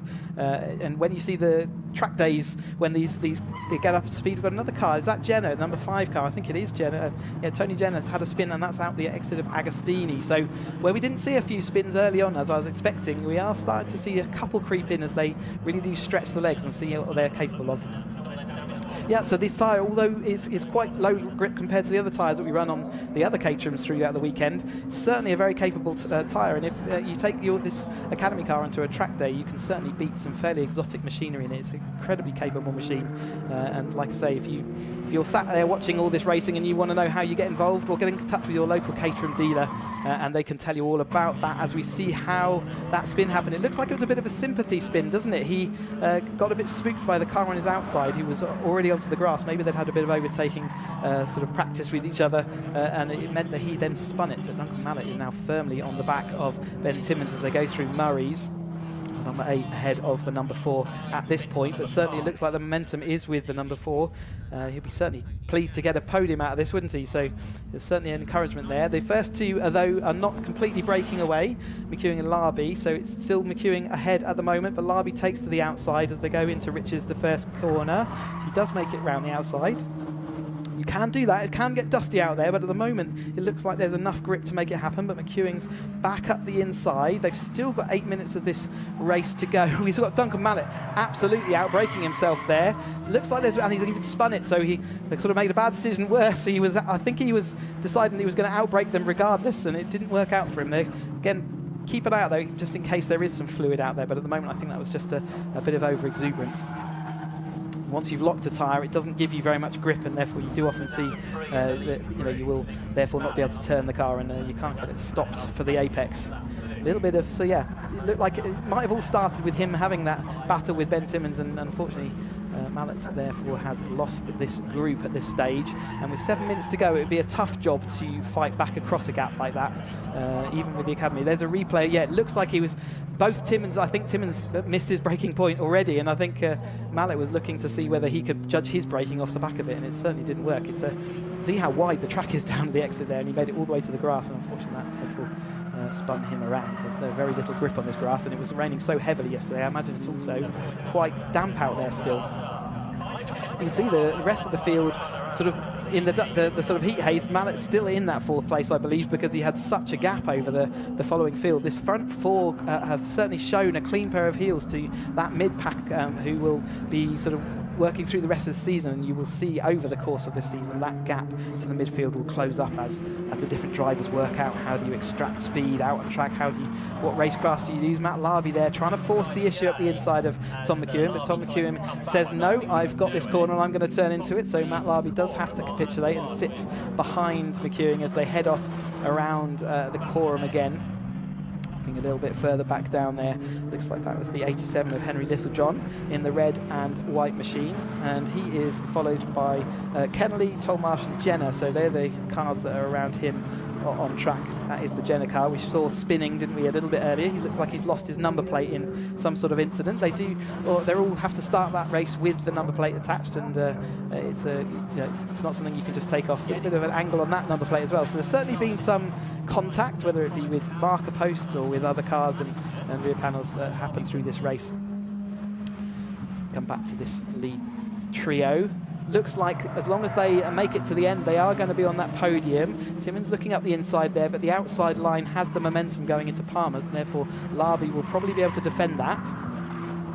Quite a number of these drivers, certainly Matt Larby and McEwing, have been running in the virtual Caterham race series that we have going on CaterhamRacer.com, and so they'll be learned some of their racecraft from racing against other drivers in other series, Caterham series. So it certainly looks like the online practice has helped them out here as they head off in that 1st and 2nd position so far.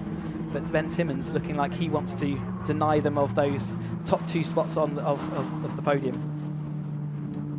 And just to remind you that Tom McEwing did win the sprint race just ahead of Matt Larby. It was a battle between the two of them all day.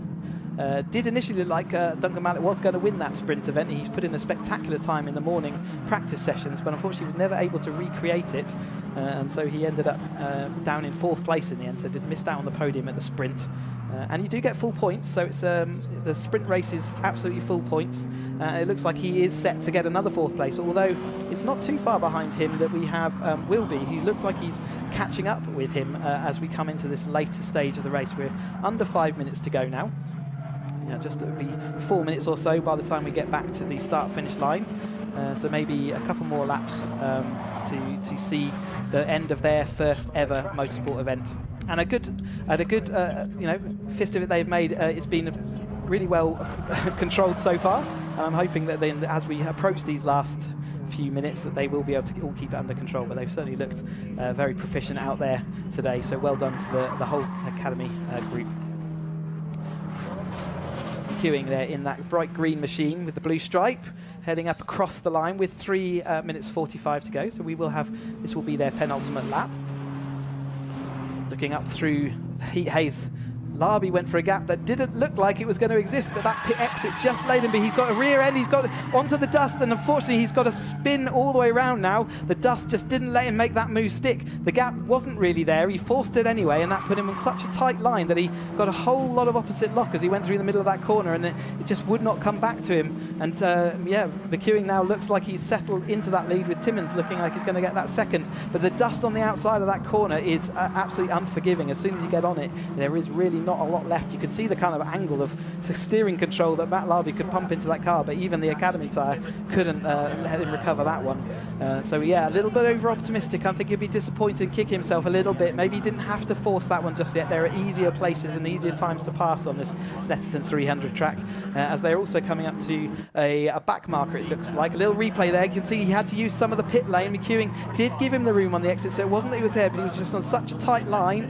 that he had to throw it in. The rear end said, enough, I can't deal with that. He got on the dust and there was absolutely no recovering.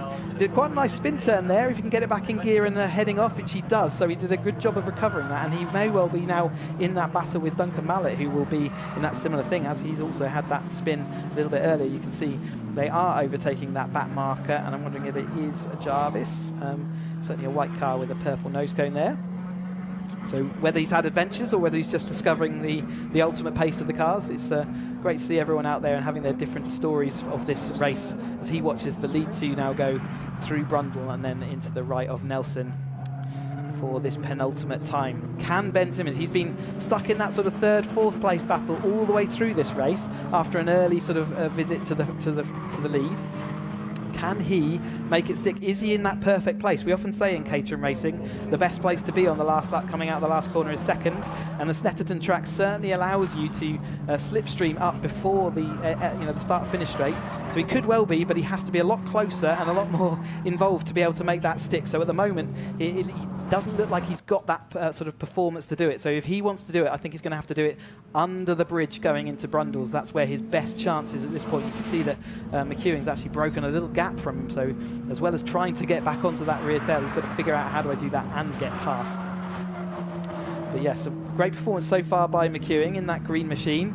He's sort of been patient, hasn't he? He's not been always up at the front, but he's been there when it counted.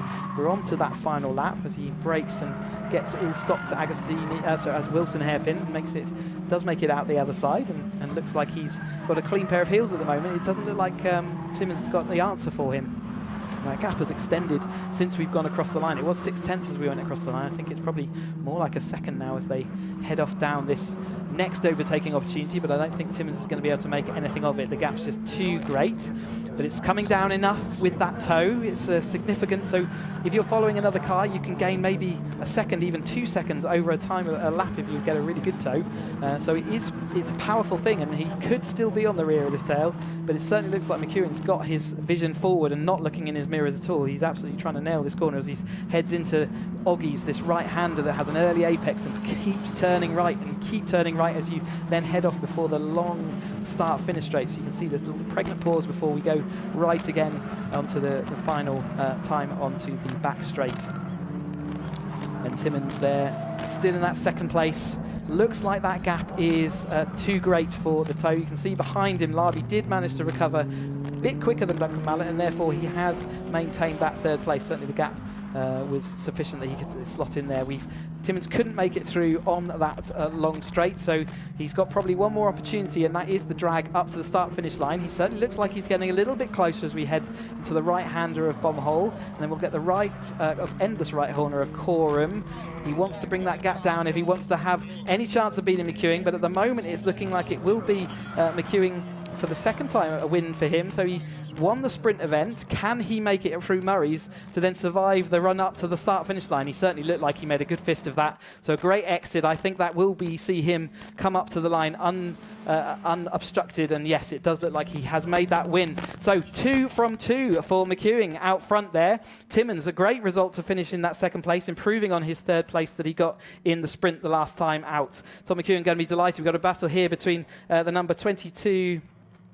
excuse me, for the number 22 of Tollmarsh, and that's versus Jenna as they come through Coram and heading round to see whether they can do the tow across the line. Currently Tollmarsh is ahead of Jenna, and that was the positions as they went through last time. We saw Jenna have that spin, so he's looking to recover, clips the curb a little bit, which is going to upset his exit, but can he make that tow work for him? He's coming closer, but I think the line might just quickly for him, pulls out of the slipstream, pulls side by side, perfect example of what we mean, and he does make it across the line in front, so it looked like Jenna did make that stick, so there was enough time for him to get through. He must have made an excellent exit of that as they went across the line. It looks like he did deny him. We will look for the confirmation of that on the timing screens as we watch the rest of this field coming through. That is the 6 of McCullough, and he's got Thompson just ahead of him, so all the drivers, whilst we've had a fairly spread out field in this race in the Academy, they've all had their own little battles, such as the size of the field. 25 racers joining us today on the Caterham Academy White Group, that they've had plenty of action, and it was McCullough that finished, Thompson finished ahead of McCullough as they the leaders get pulled through the cut through back into Parc Ferme as the final few drivers are crossing the line. Still waiting for Rawlins, Proctor, Clark and Fitzgerald to go through. But let's have a confirmation then of that finishing order. Thomas securing 2 from 2, taking that win with 9 laps under his belt. Ben Timmons hounding him till the end, but couldn't quite make it. Half a second down, or 4/10 down at the end. Matt Larby, little mistake, but for that, what could he have done? 3rd place. I think he can still be happy to get some silverware. Duncan Mallett, after his spin that we saw earlier, drifted to that 4th place. Missed out a few there. I'll come back to those, but Tollmarsh, Richard Harris, Sol Rogers, Charles Hazelwood, David Poulter, Oliver Kimblewait, Nicholas Thompson, James McCullough, Graham Finlayson and Michael Clark round out the top 20. And then it's 21st Michael Clark, David Proctor 22nd, Hugo Fitzgerald 23rd, 24th Craig Jarvis, and Rob Lowe, who we saw having that spin earlier, was 25th.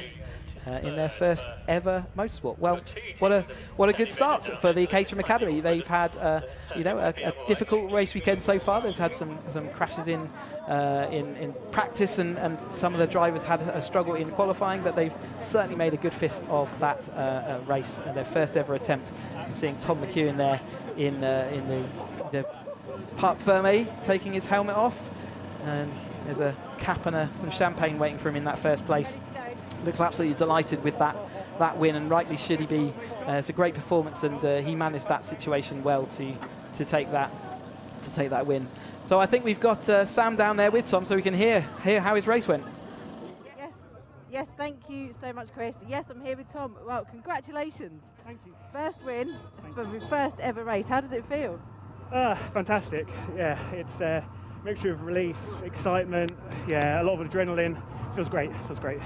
Oh, absolutely brilliant. You must be so pleased. So, I bet you're absolutely buzzing. And it's like everybody's so relieved that they've almost completed their first race. Yeah, it's been a long journey for me. I signed up before COVID, so it's just been quite a long journey for me. And it's to finish the first race to Avon, it's amazing. The whole everyone's so lovely. The camaraderie is amazing. It feels good to be racing with these guys.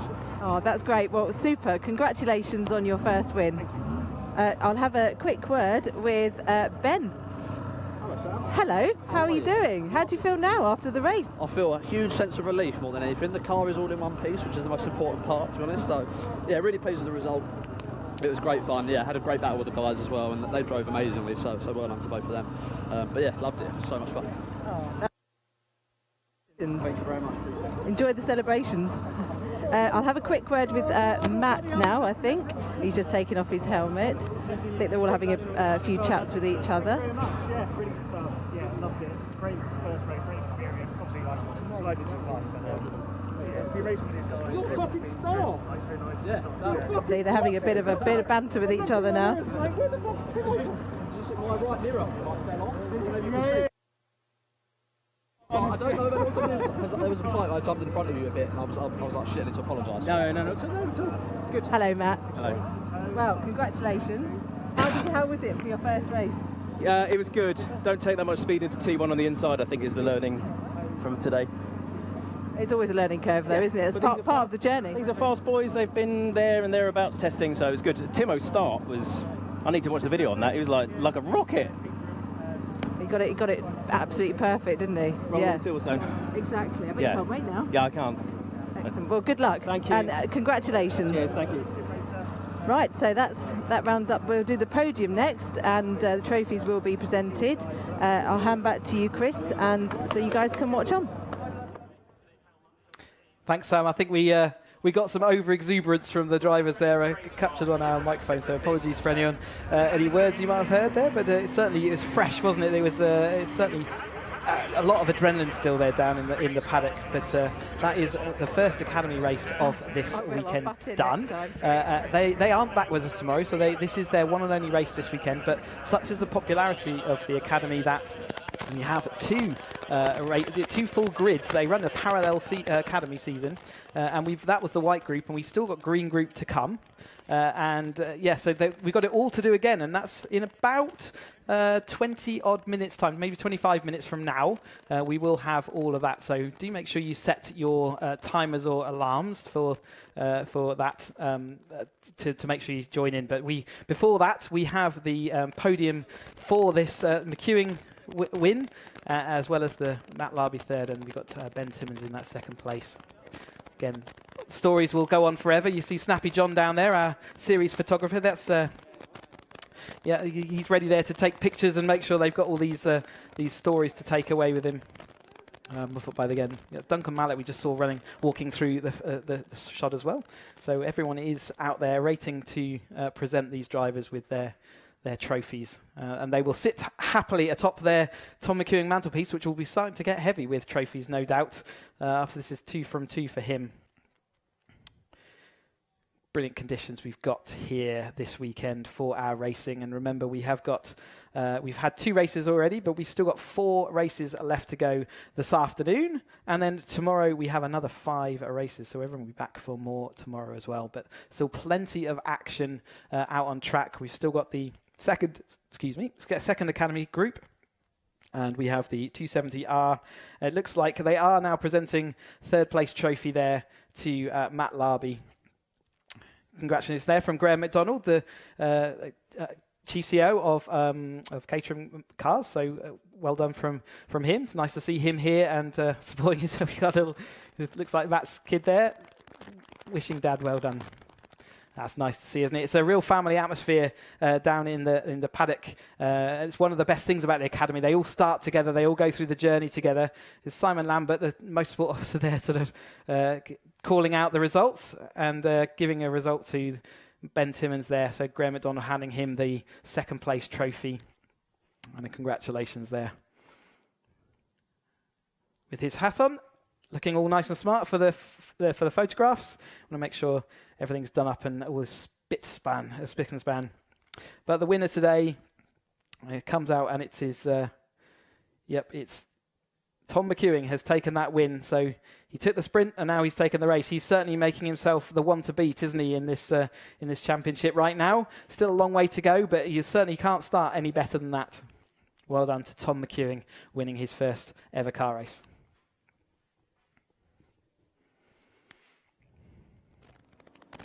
And here we go. Let's have a look at some of the highlights of that race then, as we got a relatively good start. A couple of drivers struggling a little bit. Ben Timmins made that rocket ship start, and he was off the line and into the lead straight away, wasn't he? But the Matt Larby and McEwing with his eternally there following him. We had Robert Lowe, Isla's from last year's Academy husband, spinning off there and costing himself a bit of time. He also had that Jenner spin as he got a bit spooked by the 87 car there, and that was 87 the Little John going wide. And he had to fight back through the field to try and get back. He's going on the inside of Sol Rogers as they go through Coram, so he managed to do that. You can see him hanging onto the car as he makes his way through. That's Sol a little bit later on. Looks like he lost it out of turn 1 and drifted onto the grass on the exit. There we saw Duncan Mallet losing it all the way to the outside. Now we get to the outside of the corner. Unfortunately, we had that late move by Matt Larby down the inside of Tom McEwing that just never worked. Unfortunately, dropped him back down to third. Lucky to recover that third place with the sufficient gap behind them. And there we go. We saw them taking that win. And congratulations. Welcome, Ben. Congratulations to all our drivers for making it through. So I think that sort of rounds out the action from the 2 races, but we've got another 4 to go. Like I say, about 20 odd minutes I would come back, go make a cup of tea, but keep the stream on in the background, and once you hear me again, you'll know that the action's about to start, and we're going to have our second Academy race of the weekend with the Academy Green Group. We look forward to seeing you then.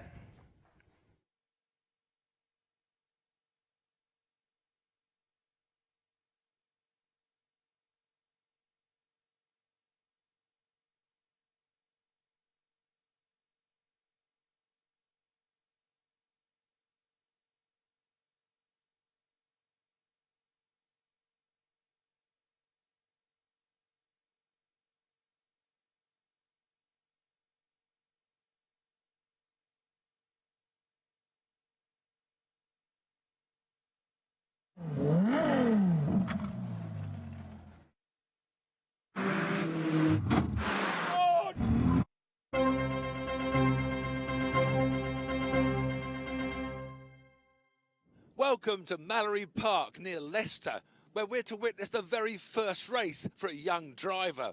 Perhaps not a driver dreaming of being a Grand Prix star, and not that young either, because we're here to see the very first race start for Lovecars' very own Paul Woodman.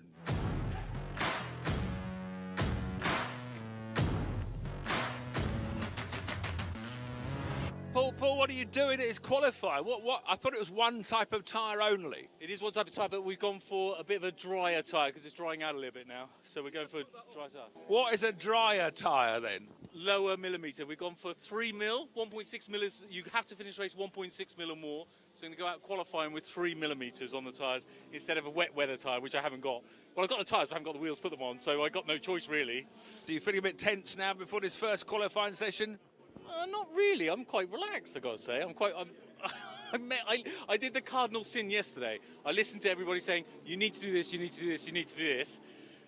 So I've got a bit of a mishmash of wheels and tyres and brakes, but I'm all right. I'm quite relaxed. Yeah. As long as it's right. Sounds perfect to me. I'm not quite so sure. Well, best of luck in qualifying then, Paul.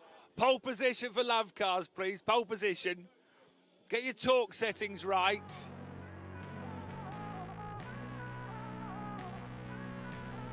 Mind you, Paul's not the only one making his debut today, because he's one of just 50 drivers contesting the Caterham Academy, exclusively for drivers who have never raced before. So they're all making their race debuts. The Academy is for drivers all driving the same road-legal 125 horsepower Caterhams on low-grip tyres. All for 30 grand. At the end of the season, you get to keep the car. The opening round was the Kerberos Sprint, one at a time against the clock over less than a minute. And our man Woodman, driving this year's media entry, was an impressive 4th overall. But today, they are split into 2 25-car groups, the greens and the whites, for the 2 races, each group having their own championship. So the 25 cars of the green group head out for their 15-minute qualifying session, where getting a clear lap would be critical. Now, when I first started racing, all the timing was done manually. We had to wait till the end of the practice session till the list was posted on the board and we found out where we'd qualified. And the closest was like 0.2 of a second was the nearest they could time us to. So sometimes there were 6 of us on the same time, and it was the first that got the time that got the grid position. Nowadays, it's instant. We can find out how Paul's doing lap after lap. Well, it was a promising start with Paul getting up to P4 early on, but with heavy traffic and Paul waiting around for a tow, he dropped back to 10th. And then things got even worse. Rather frustrated, just it looked like Paul was on a clear lap. Red flags have come out. They're all coming into the pit lane. There's 7 minutes of the session left, but whether they restart or not, we'll have to wait and see. Well, luckily the flags went green. They got 7 more minutes. And on his first lap out, Paul leapt up to 4th. And it's getting so close. And in the blink of an eye, qualifying was over. Paul, you've qualified for a motor race for the first time of your life, but not on pole position. What's the matter? They're fast. They're quick, aren't they? I blew it the first time out. I couldn't get a tow, and of course it's so important to get a tow here, but second time out I got a little bit of a tow, so scraped in 4th place, I think. 4th place, yeah, brilliant. Fraser 54.5, Newman 54.7, Kendall 54.7, and you were 54.8. So a tenth of a second would have been in the front row. Very close. You know, fourth is the best place to start on Mallory Park, don't you? Obviously, yeah. But what happened? What happened mid-session? You suddenly slowed right down. I couldn't get a toe. I was on my own, and it's so important on qualifying to get a toe. So I slowed right down to try and have somebody fast go past, and it just doesn't work like that. If you try and orchestrate it, it's so difficult. So your first lesson was, it wasn't quicker with the toe because you didn't have a toe. So if you just kept going, you might have got pole. Well, I don't think so. I mean, that's fast. That's quick. There's some quick guys out there. It's going to be so fun this afternoon. Well done. So far, so good. Chris Fraser, pole position at the first Academy. I mean, only 9th at Kerborough. Where's all the speed suddenly come from? You know, the car. No, just, I don't know. Kerborough had a bad day. This place, I like the high-speed stuff. It's good fun. Did you get a slipstream required to get the time just on your own? On my own, just clear track. I've told Paul. Paul's obsessed with it. He's watched too much Formula One. We get a toe, you know, but, you know, just on your own. That's the way to go. Ben Klukas told me basically just sort of the toe's good for one thing, but then they get in your way. So balance them out. Well done. Congratulations. Pole it is. Jeff. Hello there, Tiff. How you doing? You got pipped at the end. You were like on pole for half the session, and then you couldn't go any quicker. Yeah, what it was, I just couldn't get the front end into Gerrard's. I was overdriving, which meant by the time I came out of Gerrard's, I was around about half a second down. I was able to make up the time, find later braking into the hairpin, but it just wasn't enough. So a tenth of a second. It's not quite as bad, though, as I lost out to first place by 100th of a second at the sprint. So, you know, a tenth of a second. I mean, you are the pre-season favourite. You're aware of that, because you were going to do last year with this very car, but because of COVID, you didn't race. But you've been testing. You're doing track days with this car all last year. Is this true?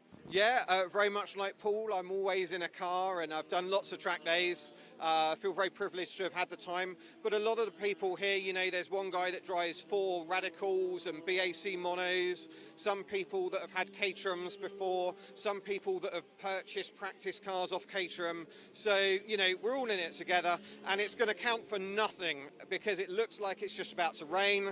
And, of course, let's see what happens when the red mist comes over and we're racing. We look forward to red mist. Anyway, well done for the front row anyway. Cheers. Mark, third on the grid for your very first motor race. You're fairly pleased with that? Yeah, very pleased. Yeah, totally unexpected, but had some good toes. So there you go. Lost a wing, caused the red flag, but there you go. Oh, I think people that cause red flags get disqualified, don't they? Yeah, I hope not. I hate to tell you this, but if you look over your shoulder, that is the human being that is alongside you on the grid. Does that cause you any concern? The only concern it gives me is all the knowledge that you have given him. Yeah, that's actually quite concerning. He has very good reason. Anyway, the very best of luck in the race. All right, thanks very much, Tiff. Thank you. But it's fair to say not everyone was quite as happy with their qualifying. Joe, a couple of instances in qualifying. We're just looking at Paul's number plate, and he's thinking that you perhaps ought to be wearing that plate. Yeah, he's borrowed mine. Yeah, not a fantastic demonstration, but it looked good. It looked good. And something for us to talk about. Yeah, so, I mean, are you keen on the race? You can move up through the field. Where did you end up on the grid? Oh, I don't know. I actually don't know. That's what you do. When you have a bad practice, you quickly don't know. I don't know. That's what you told me to do last night. That's great. Yeah. So, yeah, we're all good. Wherever you're on the grid, there's only one way to move, and that's forwards. Exactly. And don't... I'm not very happy. I'll leave you then, Joe. Leave you because it was lunchtime. And then, with the race only moments away, we had time to catch up one final time with a quite relaxed-looking Paul. So, Paul, the clock is ticking. How have you been feeling since the end of qualifying and waiting for your first race? Pretty chilled, actually. A bit full from the lasagna. But other than that... I told him not to eat anything before the race. I tell him all these things. That will be working against you now. The good thing is there's a lot of grumpy people around that thought they were going to be a bit higher, that are walking around in strop, so it's easy to relax and look at them and just smile. Be happy. So what have you got any sort of plan for the start? Or are you just going to go with the flow? Well, my plan is to tuck in behind Jeff, who is one of the favourites. He's right in front of me in second position, but I've got a strong field behind me. It's just going to be trying to get around the first corner in one piece and then put some pressure on. You know, I want to win this. I want to win this. Highly unlikely. You're not wrong there as well. My plan was, if you could just put my helmet and overalls on, no one will notice, hopefully, and then you could do this for me. How about that? Highly unlikely. Paul, just enjoy. You're a racing driver. In about half an hour's time, just enjoy being a racing driver instead of a TV presenter. Oh, thank you. I will. I'm going to enjoy every moment. Cheers, Tim. Your first race is something you never, ever forget. And mine was just 50 years ago this month. Lining up in the middle of a pack of Formula Fords. I remember the second corner was a car cartwheeling alongside me, and I thought, this is it. I'm alive. I'm racing. And it's just so exciting. And I know all these 25 on the grid are going to be pulses coming out to 150, 200 beats per minute. And it's that thing about motorsport, when you enter that first corner for the first time, you just know you want to do this for the rest of your life.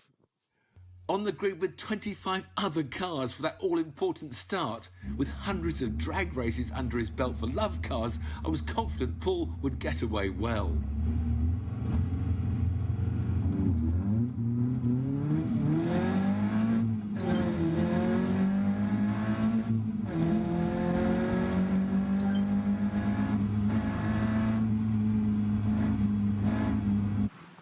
And it's Woodman into second place. What a start!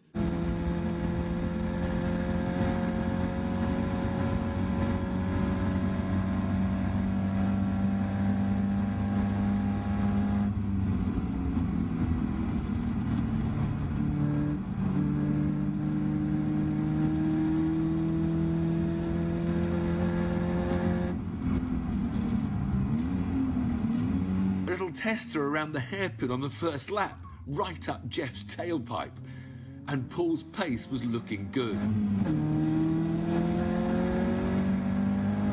These cars are flat through Devil's Elbow, and that exit speed is all important to keep your nose in front all the way down the straight into Gerrard's, a never-ending 156-metre long corner.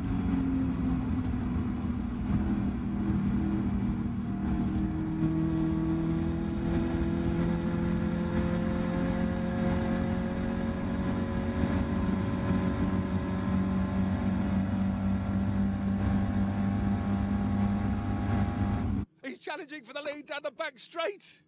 Go on, Paul. Come on. He's in the slipstream.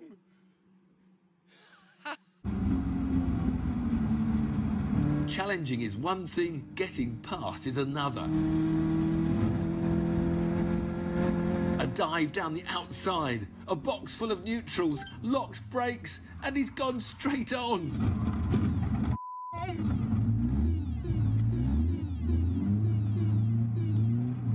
A brilliant recovery and he's back on, giving Ollie Hardick in car number 3 a bit of a surprise as he did so. He was trying for the lead, and whatever he did obviously didn't work, and he's now about 15th. It was now time for damage limitation.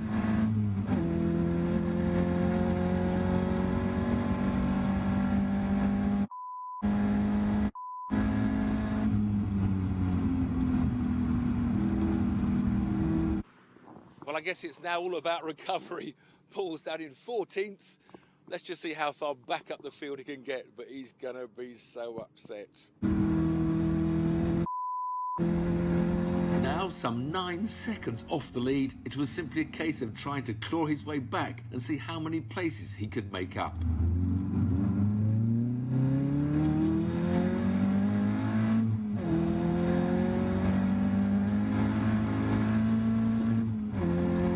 The standard was so good it was hard to make quick progress, but he was now hot on the heels of Rob Bain, who was probably watching his mirrors a little bit too much and ended up on the dreaded grass on the outside of Gerrard's.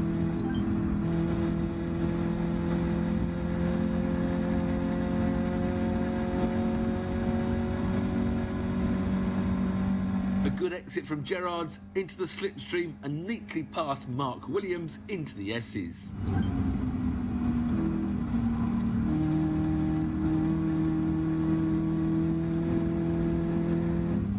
By this time, Paul had gained another place when Kerbera sprint winner Ian Harris, running in 3rd, spun off. So now it was all about reeling in the next group, who, luckily for Paul, seemed preoccupied fighting each other. Isla Low, a lap down, did exactly the right thing and left plenty of room to pass. But the pack of 4 now ahead of him were a different matter. John Vincent in 28 was another being lapped, and he dutifully stayed out of the way.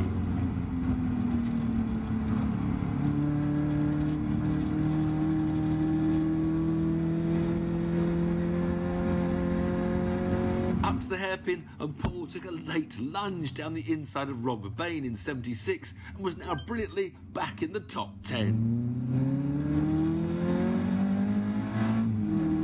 A lap later and he went for an even more audacious move. Luckily, Philip Clark saw him coming and took evading action, but contact was made. Sorry, Philip, but Paul was now 9th. He's up to 9th. His little pack ahead of him. If he can get them and finish 6th, I think he should be dead chuffed, but he's got to get them first.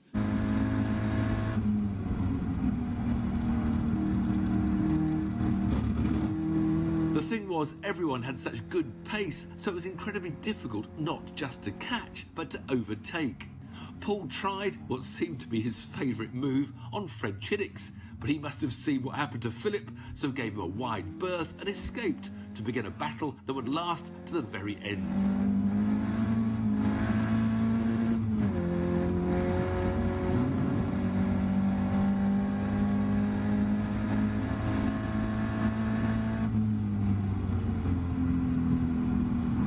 Time was running out fast. Paul needed to get in front of this tough group if he wanted any chance of catching the race leaders, and having closed the gap from 9 seconds to just under 4, they were tantalisingly close.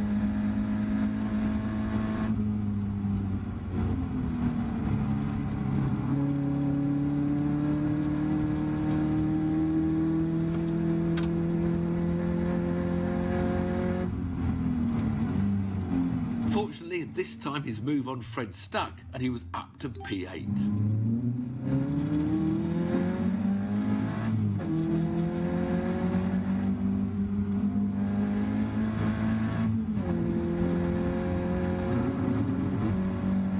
Theato in 72 was another who wasn't going to make life easy for Paul, but with all of them now pushing right to the limit, he became another to go grass cutting at Gerrard's.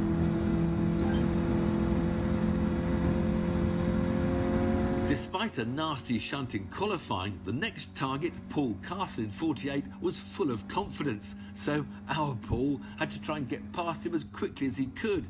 However, for the first time since the opening laps, he had to now think about defending as he had Fred right on his tail. The lunge at the hairpin had been working all race, so Paul went for his favourite move once more, only this time, with no other car in his path to help slow him down, he simply outbraked himself and instead of gaining a place, almost lost one.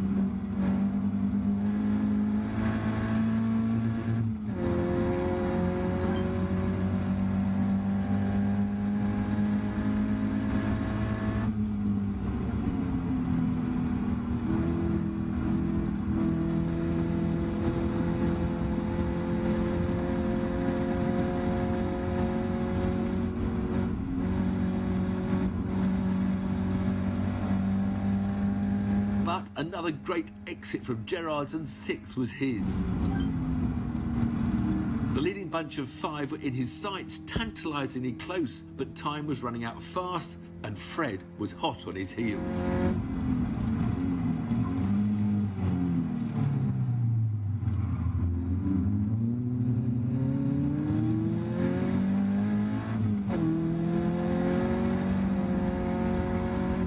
Losing time scrapping it out, Paul was getting oh so close, but got too carried away and properly outbraked himself at the hairpin, and Fred was past in a flash.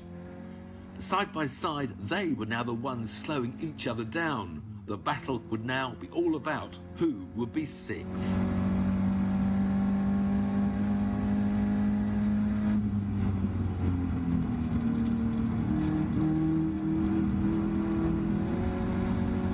The youngest competitor in the green group knows how to drive and was making his little Caterham as wide as possible.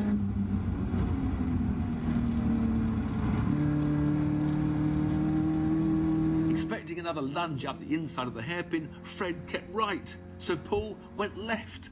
Braked impossibly late, but somehow made it to the apex and almost into the back of another lapped car, who didn't appear to see him as they went into Devil's Elbow.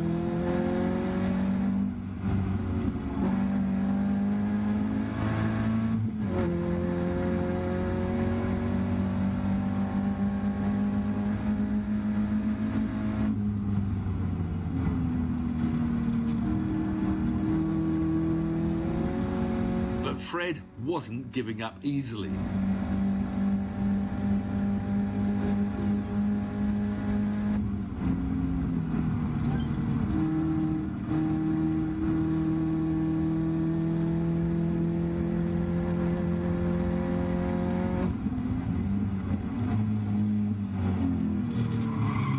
Outbraking himself yet again at the hairpin, it looked like Paul had given the place away.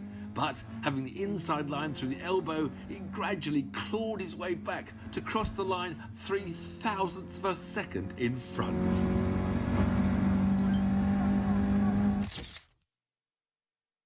So after 20 minutes of simply brilliant classic Caterham racing, it was Jeff Newman who took that win by a fraction from Chris Fraser, with our Caterham lottery winner Mark Jones in third. A hell of a battle for 6th place between you and Paul at the end. It looked quite tight at times. Was it all fair and square? That was, yeah, that was good fun, pretty close, maybe a few small touches, but coming over the line next to each other like that was brilliant. Brilliant first race, yeah. So you'll never forget your first race? No, I won't. I think I'll remember that one.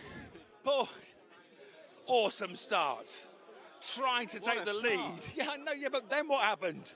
I span at the hairpin. The dreaded hairpin I span. Giving it a bit too much beans. Trying to go for first place too early on the second lap.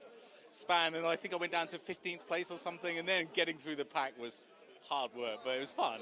You'll never forget that. It wasn't fun, it was a tremendous drive. I mean, you actually had that amazing... I thought you finished 7th, but about you just got 6th, did you, at the post? 6 by 0.0003 of a second to Freddie, who is a brilliant competitor as well. Yeah, I think it was so hard to get through because everyone's a very similar standard and everybody's making themselves so big on that track. I thought if you and Freddie had slightly worked together, you might actually have caught the front 5. You got so close to the back. Yeah, we ran out of laps, so I think, Tiff, but it was brilliant. What a buzz, what adrenaline. Big respect to these people that race every week, because it's not quite as easy as it looks on the TV, is it? Well, you might. Paul Woodman, racing driver. And although they are in a completely different championship, there was of course the white group race. Unfortunately for them, the heavens opened and they had the most atrocious weather conditions. But congratulations to William James on a brilliant drive, with the white group championship leader Charlie Lower in 2nd and Benja Headley in 3rd. Huge congratulations to each and every Caterham competitor. You're now all officially racing drivers.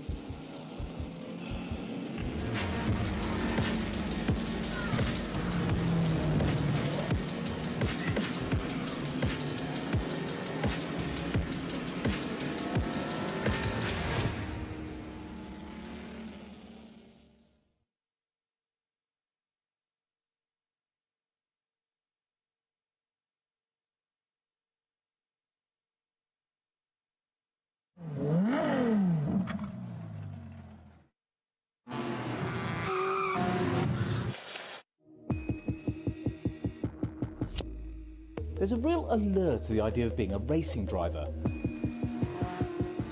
On the what do I want to be when I grow up list, it's right up there with astronaut.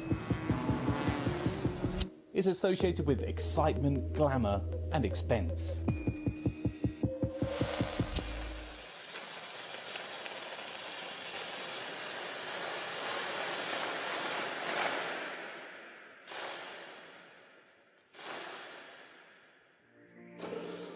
The thing is, you don't need all this fancy stuff to show off the Academy car. It's proper grassroots racing, but it's also probably the most affordable, cost-effective racing that money can buy for a proper racing series. And believe it or not, we've had this for 2 months now. Before we go any further, I wanted to have a deeper dive into the car and tell you what you need to participate in the Caterham Academy series. But first up, a quick history lesson. In 1957, English automotive design engineer and inventor Colin Chapman built a lively little two-seater sports car. He wanted owners to be able to experience the pride of building their own cars and then take it on track, and came up with the mantra, simplify, then add lightness. And the 7 was born.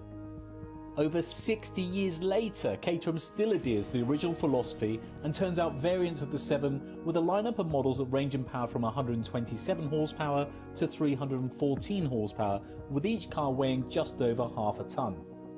The Academy is in its 26th year now, and with over 1,000 drivers taking part, it's considered one of Europe's most successful novice driver series. And in terms of your car, for £30,000, which you can spread over finance for a couple of £100 a month, you get your very own road legal race car, which is yours to keep at the end of the series. And on paper, it doesn't sound like it packs the biggest of punches, but this is a Caterham. The Academy car has a tuned 4 Sigma 1600 4-cylinder naturally aspirated engine.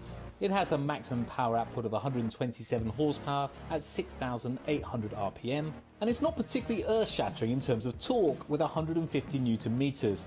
However, its secret weapon is its weight, or lack of, topping the scales at around 550 kilograms. All this means a power-to-weight ratio of 230 horsepower per tonne. Now here's where it gets a little bit confusing, because this car, when it's fully loaded with the roll bar and everything that you see here, weighs about 550 kilograms. The minimum weight that you can race in, that you must finish a race in, is 635 kilograms. So if, like me, you've got a paunch after the lockdown, you need to really consider your weight, because if you want to be super competitive and be at the top, weight, as we know in racing, means everything. And you have to finish your race 635 kilograms minimum, otherwise that's it. You don't get any points. And what that means with your power-to-weight ratio, 230 horsepower per tonne, is you've got a car that will take you from 0 to 60 in 5.3 seconds and have a top speed of 116 miles an hour. And believe me, in that thing, anything over 100 miles an hour, you certainly know you're doing it. Caterham fits special Academy tyres which are designed by Avon with low grip in mind. This is done to help teach car control. We all know it's easy to go in a straight line, however, corners are where most people tend to lose their speed. By having less power, less grip and a weighty roll cage, you'll learn the art of carrying speed through a corner without losing control. It also makes for some pretty dramatic racing. You see, less power doesn't necessarily mean less speed. So for your £30,000, you get pretty much everything you need to race your car. You've got your roll bar, your harnesses, your fire extinguisher, you've got your rear rain light, which sadly we're going to need that in the UK. And everything is ready to race under the compliance of the BRSCC series. But like all manufacturers, there are optional extras such as tonneau covers, half doors, paint options. But the option I would tick before any other will be some sort of V-box, which essentially gives you racing data analysis on where you're going right, or sadly, more often than not, in my case, where I'm going wrong. So you can at least analyze it and study your data to try and get a little bit better. Now don't forget, this is a Caterham and you can choose to build your car yourself.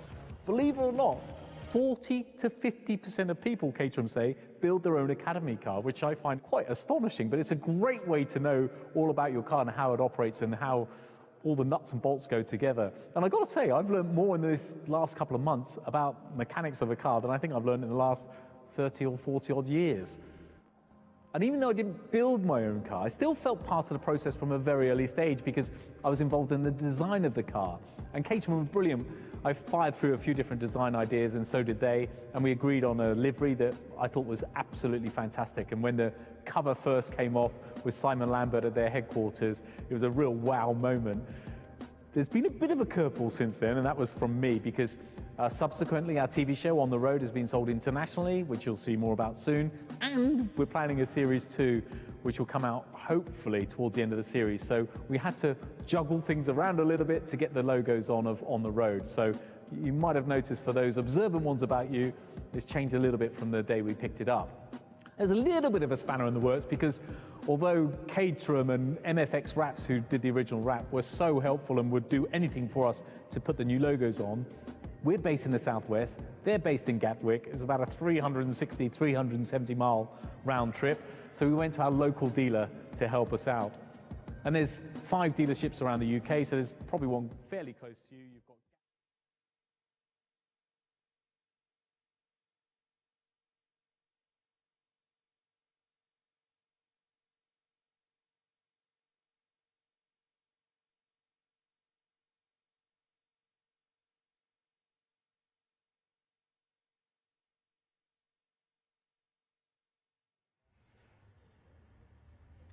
Hello everybody, welcome back to Snetterton for our ongoing coverage of this second race weekend of the 2022 Caterham Motorsport season. We've already had 2 exciting races in the bag, and now we are coming on to our third race of today, which is going to be the Caterham Academy Green Group. They're one race of one this weekend. They only get their single race. The Academy is a package specifically made by Caterham for complete beginners who want to become racing drivers. You buy a car from Caterham for just a little over 30,000, and you get a whole package. And one of the people that's been through and started their Academy journey this year is Patel, who is with Sam down in the assembly area. Yes, thank you, Chris. Yes, I've got Ravi Patel here, his first pole position of his first race. Ravi, you must be delighted with how you've qualified. Yeah, pretty delighted. Testing wasn't that fantastic on the Friday, so pleased with today's result. Yeah. So. Excellent. Well, all the best for the race. I won't keep you. I'll let you get focused. Let's have a quick. Oh no, they're opening the gate for them to head out onto track. So we'll just get a nice look at all the cars now. Some great liveries for this green group. Lots of bright colours, lots of very distinctive designs. So hopefully we should be in for a good race. And it's warmed up quite a bit now. The sun's shining, lovely warm afternoon. So I'll head back over to you, Chris. Thanks, Sam. Yeah, the weather certainly looks like a lot of the cloud cover's broken up, hasn't it? And it's got the blue sky showing through, and definitely got lots of shadows on the ground. Great to hear from Ravi there. But yeah, shame we couldn't hear from more of our drivers in that Parc Fermé. Certainly the nerves we're getting them, though. They're not so used to that kind of feeling as some of the other drivers that will be on this Caterham Motorsport season. But yeah, it looks like 30 degrees track temperature out there, air temperature of 20 degrees, and quite a low humidity as well, so perfect weather for Caterham racing. We were covering on the Caterham Academy package, and yeah, you really do, once you buy the car, you get all your race entry fees, your race license fees, you get test days given to you, you have seminars and setup days, all designed to help you get into motorsport. And no one can enter this championship who has held a race license before or a kart license, so everyone is truly a novice and an amateur. We've already seen the white group today. We have 2 Caterham Academy grids. They're completely independent championships. Such is the popularity of the Academy that we cannot fit them physically all onto one grid. Circuits are not big enough for us to do that, so we split them into 2 grids, and this is the Caterham Academy green group. Can they put on as good a performance as the white group that we saw earlier? There's often a bit of inter-group rivalry there about who can set the fastest times and all that kind of stuff. But certainly Ravi Patel there making a good qualifying performance, and he's taken that pole position. We just heard from him briefly before. You can see that glorious sunshine as we look over this Snetterton circuit, which is in brilliant condition as ever for our race weekend. Still races to come as well beyond, so again, don't ever leave your seats. We're going to cover all the Caterham action from Snetterton this weekend, but as we say, onwards with our Caterham Academy green group. Looks like they're just about to get set off on their green flag, which is their formation lap. Remember, this is every single driver you see in front of you. It's their first ever car race. As we see that green flag get waved and the cars pull away off onto that green flag. So they're trying to get a bit of temperature into the tyres, get themselves ready, make sure everything's comfortable so they know the track conditions out there. But whilst they do go through that, let's go through then the grid that got set in this morning's 15-minute qualifying. One car there looks like it's slow away, struggling to pull away, but is getting up to speed, so I think they'll be all right and we'll be able to catch up. Anyway, Ravi Patel put it on pole position, so he is on that pole position, followed by Darren Butler in second place. Third is Craig Boyle, followed by James Empson in fourth place. Fifth place on the grid was Toby Ballard. Ian Hibbert coming sixth. Seventh is Richard Key, and then we have eighth for Harvey Lawrence. Neil Warnock was ninth, and Daniel Hope is 10th. Then into the 11th was Simon Sabin. Rob Gregor was 12th. 13th with Andy Denny. 14th for Mark Soden. 15th Guy Crossman. 16th was Mark Waitman. Stephen Trinder was 17th with Gary Cross 18th. William Jarvis 19th and Jeff Sullivan 20th. And rounding out the grid that we see before us. Plenty of new liveries, as Sam mentioned. Loads of colourful cars this year, and like the Academy White group, the green group cars are looking resplendent in the Snetterton sunshine here. See there, the number 40, and that is Rob Gregor as he makes his way on his green flag lap to take back onto the form back up onto the grid. It is a chance for the drivers to check that the track conditions. We've had a bit of racing now, as you've seen, so conditions can change, fluid can get dropped, dust can get dragged onto the circuit, so it's a good opportunity to do that. Make sure you know where all the flag positions are as we watch Ratuj Putki as he goes round and onto the Bentley Straight for their green flag. Avi there sort of slightly ahead of the rest of the field. Sometimes you see a little bit higher up the grid, or the 310s or the 270s. I don't like to see these big gaps because it means you have to wait quite a long time at the start lights before everyone forms up. But everyone's quite spread out on this formation as they go round. Exciting times for all these drivers. You can imagine the nerves building. If you're sat at home thinking you would like to get involved, do contact your local Caterham dealer who will be able to talk you through all the options around the Caterham Academy and all the other steps of the Caterham Motorsport ladder as well, which we'll see throughout the course of this weekend. This car, the Caterham Academy car that you purchase, is good for 4 years of racing. You can upgrade this car. So the Road Sports that we'll see a little bit later on, and the 270 and the 310, they're all the same car with various upgrades added each year to increase the speed, make them more racy, and this is their kind of basic format, and their ultimate incarnation of this car is the 310R machine, which we'll come across a little bit later today, and it's an awesome machine. So not only do you get your car for the first year's racing, it is good for the next 4 years should you like the challenge and want to carry on and keep challenging yourself with more performance and speed. We've seen Ravi Patel there in the white car, just trying to re-find his starting position. It's not easy always to find it. It's another skill for a driver, and they're all learning that as they go. It's quite hard to remember where you were when you left the grid the first time. But Ravi pulls up in the white car there on the inside, and he's got Darren Butler on his outside, so that's the number 68 in the green-coloured car there on the outside of the grid. And we've got Craig Boyle and James Ensign following up a little bit behind. Again, looking at my qualification sheet, a few drivers suffering from track limits, so worth having a look to see if that's going to cause a problem in the race. I don't think it really was a problem in the first race, so everyone well behaved in the white group. So how are the green group going to get along? We're looking for those signals. It looks like the final few cars are just refining their spots. The green flag is flying at the back of the field. Who is going to make the best of this turn one? We've got the signals going up, waiting for the red lights. So the signal is out. The red lights come on, and we're going to be looking for them to go out now, and off they go. Slightly more, better start for this group than the last one. Nobody stalled, which is always a good sign. It's a little bit of wheel spin every now and again, but it does look like Ravi has got the best start off there, with Darren Butler still on his tail as they turn into Riches for the first time. Harvey Lawrence there in the blue and the yellow machine. He actually won the sprint event, so he's a little bit further back than he might expect. So we'll watch for that sort of bright turquoisey blue, cyan blue to come through the field. But at the moment, it's still Ravi out front with Darren Butler behind him. And I think it's Craig Boyle. So the positions off the start line still pretty much as they were when they, through the first turner is pretty much where they were through that start line. And that is Emson in the blue and the yellow machine. And they are followed down by Ian Hibbert and Toby Ballard as well. They make their way around and out onto the straight down into the Agostini hairpin for the first time. So Patel is still in front and is still looking good. We've got side-by-side action a little bit further down the field as they all try and work out where the braking limits are. They've all certainly heeded the clerk of the course's cautionary tales from the briefings this morning, and they certainly look all under control, and it's great to see them heading off on their first lap around this Snetterton 300 circuit, turning right through Oggies in that glorious side-by-side there, going through on the inside there. That's the number 99 of Daniel Hope, making up a position there as they went into Oggies. Oggies is not a necessarily traditional place, and it looks like he might have lost it again on the exit. So he had a bit more speed coming in, but it looks like he dropped back behind the number 42 of Neil Warnock as they came out of Oggies.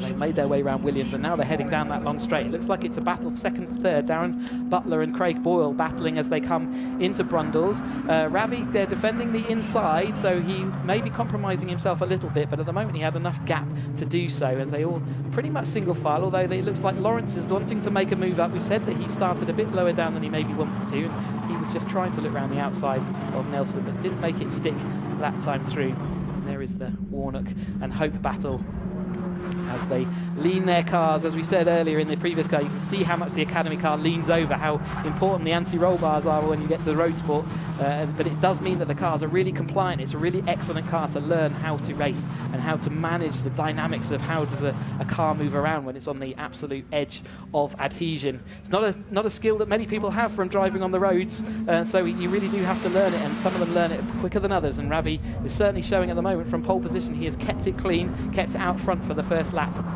As we go around, looks like that is Boyle and Butler still fighting for that second place position, and behind them James Hempson has certainly not lost contact, and Raj Patki has also kept in contact in his pink machine.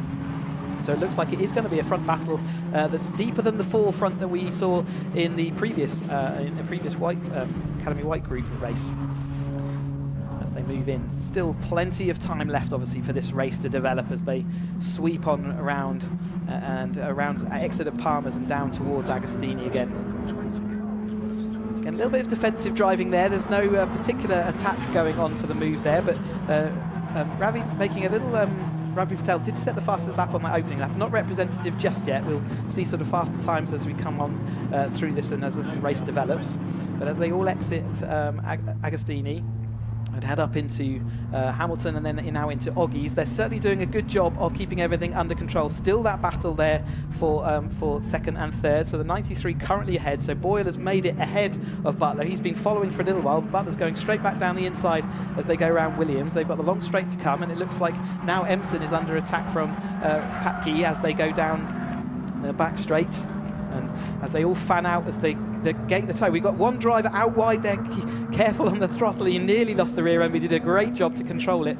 That would look like someone around the sort of Lawrence, sort of, in fact, a bit further back than that. It's so one of the drivers. We'll try and pick up later on who that was, but they certainly had an expedition out on the grass there, as Ravi Patel has really solidified that lead with the battle going between Butler and Boyle. They've actually let Ravi disappear off the road, so they need to be careful that their battles don't scupper their chances of getting a win today. You can see his front wing there of Craig Boyle flapping around in the wind. Quite a common sight in Caterhams. They're not particularly they're on the extremities of the car, so any contact that is made, as we see Lawrence there locking up as he went into Murray's, any contact that is made normally knocks those wings slightly, and we do regularly see wings flapping, and it's never generally a problem. If they start rubbing on tyres, it can become a little bit of a problem. It looks like we've got a battle on where and Patke has actually made it all the way through that little gap behind, has made it to that lead group and has overtaken Butler into that third place position there. So really good progress being made off the start line. So he started in 7th place, so really good progress up the field. A little bit late on the brakes there by Ravi Patel. Went it right out wide, and he's lost all of that lead that he had. Just that one mistake, slight loss of concentration on the braking point, has meant that he's now lost all of the advantages he has, and he's got it all to do again, especially now as we've got the 93 of Boyle and Patke following him right on his tail. So there really is, this race is starting to come alive as we move into this sort of, after the first 5 minutes of action. Had a fastest lap there was, I think it was Sabin actually there, so a little bit further back through the field, benefiting from the tow of the faster cars in front at the moment, and so making good use of that to come on and join into this battle. So Ravi, after that little scare down the Wilson hairpin, he's sort of got himself back in alignment. He's taking the normal racing lines again, and looks like he had enough speed in that first section to pull away. So I wonder whether he's going to be aiming to do that again, or whether he'll be able to, now that he's given the tow firmly back to Patke, who is now up into second place in this race.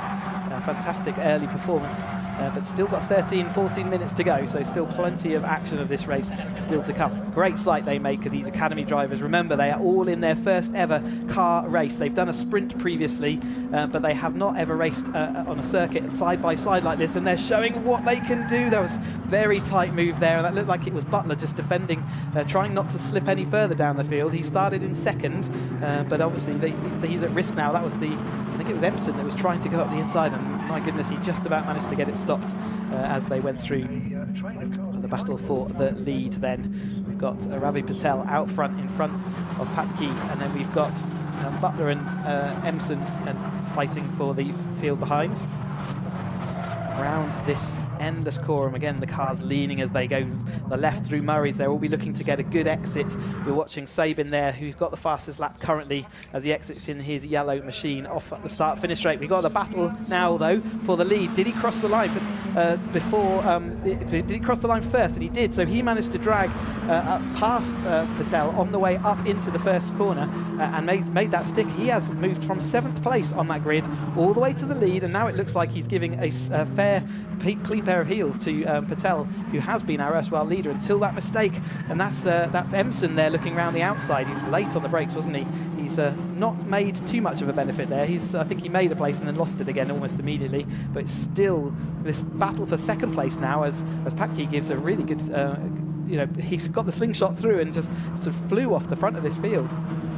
The top two, if they work a little bit together, are threatening to pull away and break this group up. Certainly we've got a gap after the 4th place, 5th place car there, so back to the following group. So it does look like we might have a split in this opening pack, and maybe even a split there between the top 2 and then the following 3, and that is Empson again off a little bit wide. Got a little bit wide as he dropped out of Agostini there. There is a sensor out there, so again, you want to be careful of track limits, and certainly the grass today will be a bit wet after all the rain yesterday. Many of these drivers having many compromised sessions yesterday because of the rain, and obviously we've had sun all day today, so it's been a little bit irrelevant. So some of them will be learning this track as they head off round for these races in this qualifying session this morning. So they're all doing a brilliant job. You see the cars just drifting all the way to the edge of the curb as they come on down this long Bentley back straight. There's plenty of time to check your car and get in the tow, as we see Empson now up the inside of, looks like that's Butler, up the inside, so he's into that 4th place. So the current order: Patke, Patel, Boyle, and then it's Empson, and then followed by Butler. Patke now does have that fastest lap, so not only did he get the fastest lap, he's done it in relatively clean air, which shows an incredibly speedy car underneath him. So he's definitely dealing very well with this battle so far. Lawrence is still down in that 9th place, so he was leading the championship after the sprint event. He won the sprint event, therefore he was in the lead of the championship, but he's still finding himself in 9th place, not able quite to make the move forward that obviously he'd be keen to do. Again, I don't know whether he was compromised slightly with during testing on sort of the wet testing, and some drivers were here for 2 days, so it kind of makes a big difference at this stage. They're so limited in their experience that all of the miles they put on track really counts. You see some of the battles a bit further back, coming round Coram here. That's the number 23 of Cross, as Gary Cross as he makes his way through. We've got this lead again, so just we're watching a little bit further down the field, the lead coming through the first hairpin. That's Patel back in front of Patke, who's dropped away. So that all happened in that first and second corners. I think the toe must have been enough to bring Patel back into it, and Emson is now up into that third place. He was fourth place as he went over the line, so he's also got past Boyle as they headed into that first one. He's got Boyle in the sort of lime green car there, and it's Butler in the slightly darker. We got a little lock up. He's actually managed to hit I completely missed the start of that, but you could see he'd locked up. He was heading down the inside. He had nowhere to go, and that's caused all sorts of havoc. Emson's also spun, so we've got Patke from, I think it was in second place. He got clobbered by the front of the car, and unfortunately it looks like the radiator's probably gone, and that is the end of Patke's, and he was an absolute passenger that couldn't do anything, and he's left stranded on the outside and will feel incredibly gutted. I didn't see the start of that, but locking up, once you've committed to that overtake, if the wheels lock up, then they do not offer any slowdown at all, and unfortunately it took him all the way to the scene of the accident. A real shame, because that lead battle was going so well. Remember, they are all novices, and mistakes happen, and you learn lessons all the time. You can see that so in fact 2 cars locked up, but it was the 93 of Craig Boyle that hit the rear. The front of his car hit the rear of Patke's car, and the radiator's right at the front, and then Emson sort of fell off in sympathy there. He's got his wheels onto the gravel and the dust, or the grasscrete on the exit, and that's what caused that accident. So a real shame for all those drivers who were at the front.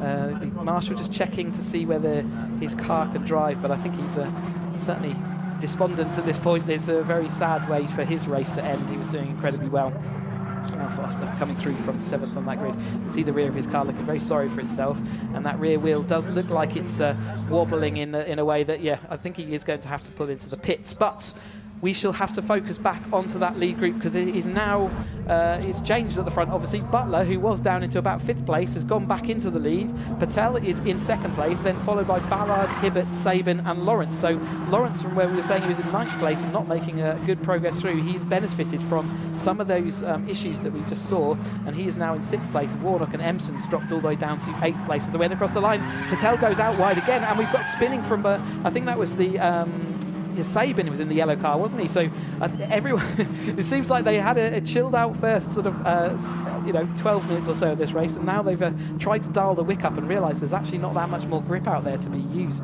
Seeing a lot of outbreaks. You can see the slippery surface flags out there. That can be because there's coolant down, so it could be there's coolant from that incident we saw. As we see another lock-up, that's Butler again, isn't it, in that lime green. He is the leader locking up into that corner, so maybe there is some fluid or other things down that have also caused problems, but they're making their way through. Lawrence, I think, is now up into about 4th place, so he's also dispatched with Emson and Warnock as well. So, and that is Emson, I think, up the inside of Warnock as they go through Hamilton.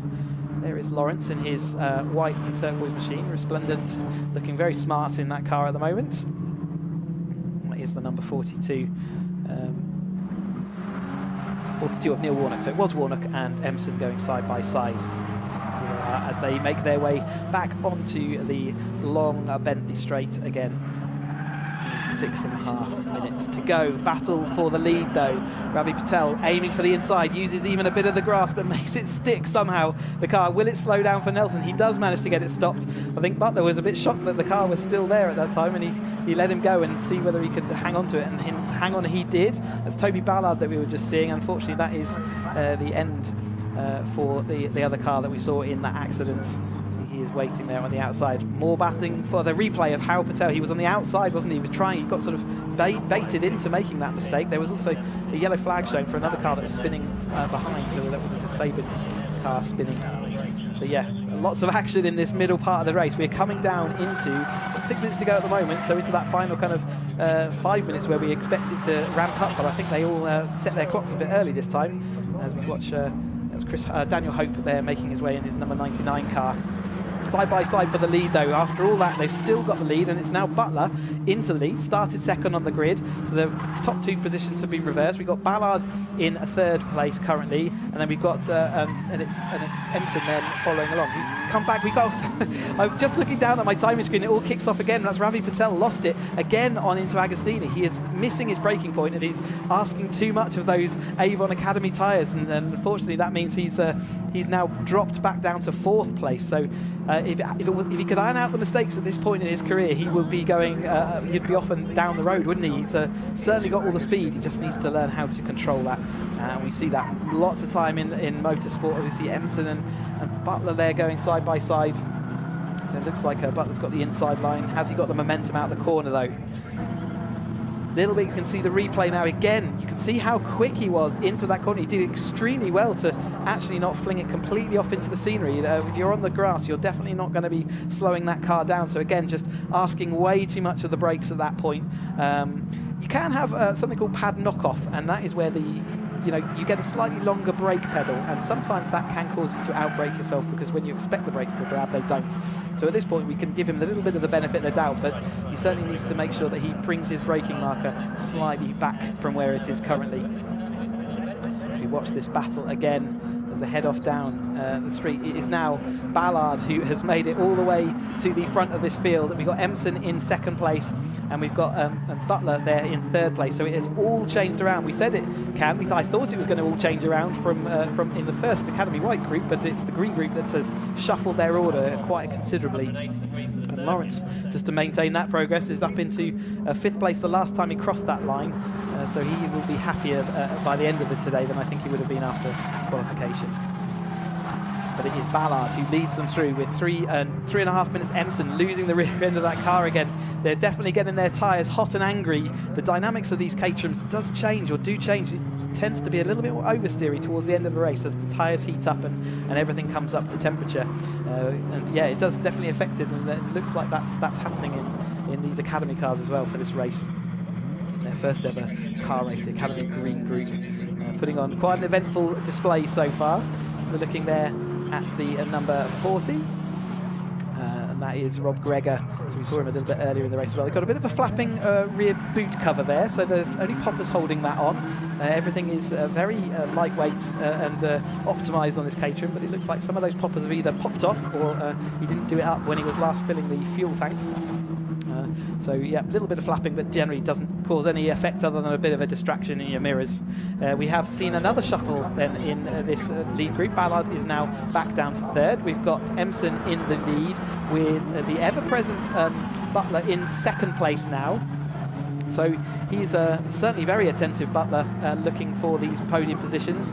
It's going up the inside of Hamilton, not necessarily a move that tends to work out, and it doesn't. Emerson carries the speed, but he's carried too much speed. He's got the rear end. They've gone all over the place. They've both carried too much speed through. They've managed to get away with it, but Butler has actually dropped it more. He had to have a sympathy spin there, because it was certainly Emerson that carried the too much speed initially, and I think, again, a little bit of a sympathy spin from Butler. It's never a dull moment in this. Emerson has had such a disrupted race with all the things. He's now behind Ravi Patel, who's recovering back through. So we've got Toby Ballard, I think he's in the lead. I think we are now looking still at the lead group, and it's Ravi Patel right back in there after everyone else has had those issues. And Lawrence, that ever-present, increasing up the grid, and he's now into fifth place and looking like he wants that fourth place. With 1 minute and 44 seconds to go, I think anyone, right down to the person who's currently in last place, could win this race as they all make their way through. Look, watching them, I said it's a compromised room. He'd take too much speed around the outside. He tried to defend too heavily, got onto the dirt, which is on the outside of that track. He then he dropped it onto the outside, and unfortunately that meant that Butler had nowhere to go, and he then spun even more. His car was sideways as he hit the dirty patch, and that meant that he went spun all the way around. That is the Harvey Lawrence. Remember, he came in leading the championship at the beginning of today and started the race right down in 7th or 8th place off the grid. So he's done well to get up to 5th, and it certainly looks like he's involved in this battle for the lead. As we watch, it's back to Ravi Patel, back in front again after all his expeditions and fun that he's had out there. We've got Ballard, who is now in that second place. Emerson, after everything that's happened to him, still manages somehow to hold on to that third place and get the fastest lap, which is worth an extra point as well. And then we've got the number 20 car of, it's Emerson behind, in fact it is a new car, isn't it, in that third place. They're kind of similar, blue and yellow, which is why I got a bit tricked there. So number 83 is Ian Hibbert, So it's Ian Hibbert in third place and Emson in fourth, and then it's the Lawrence car who's just got a little bit of a gap in front of him. I don't think he's got the ultimate pace today. He's just managed to make his way through all the other things. You can tell this is the final lap. You can see on your screen that it says it's the final lap. There's a little bit extra, too much speed there. Maybe number 20, he's going to lose it. That's Emson again round the outside. He's tried to carry that speed round the outside, not managed to make it. Ravi Patel still in the lead with Ballard just following on behind him. This has been an absolutely non-stop race, hasn't it? It's been brilliant to watch. As again, we're seeing Hibbert trying to make his way, and does make his way up into second place, ahead now of Ballard. They make their way out. Ravi Patel out the lead. They've got a back marker, it looks like, slightly ahead of them to have to deal with as well.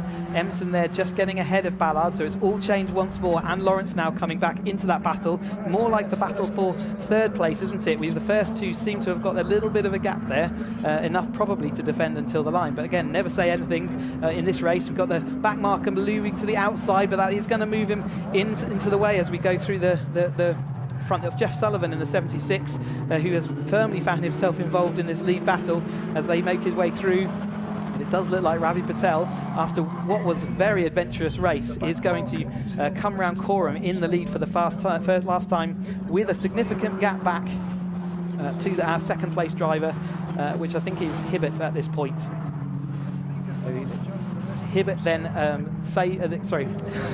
Hibbert then Emson with Harvey Lawrence looking up the inside of Ballard as they go out that final corner. He's not got the toe though. They're going to go side by side. Who's got the momentum as they make their way up to the line? Well, the winner's definitely going to be Patel, so if somehow he's made it through all of that, makes it through to the lead, who's going to get that second, third? Hibbert, Emson, Ballard and Lawrence was the order as they went all the way across that line, and we look then further back to see these further battles as they come through down the field.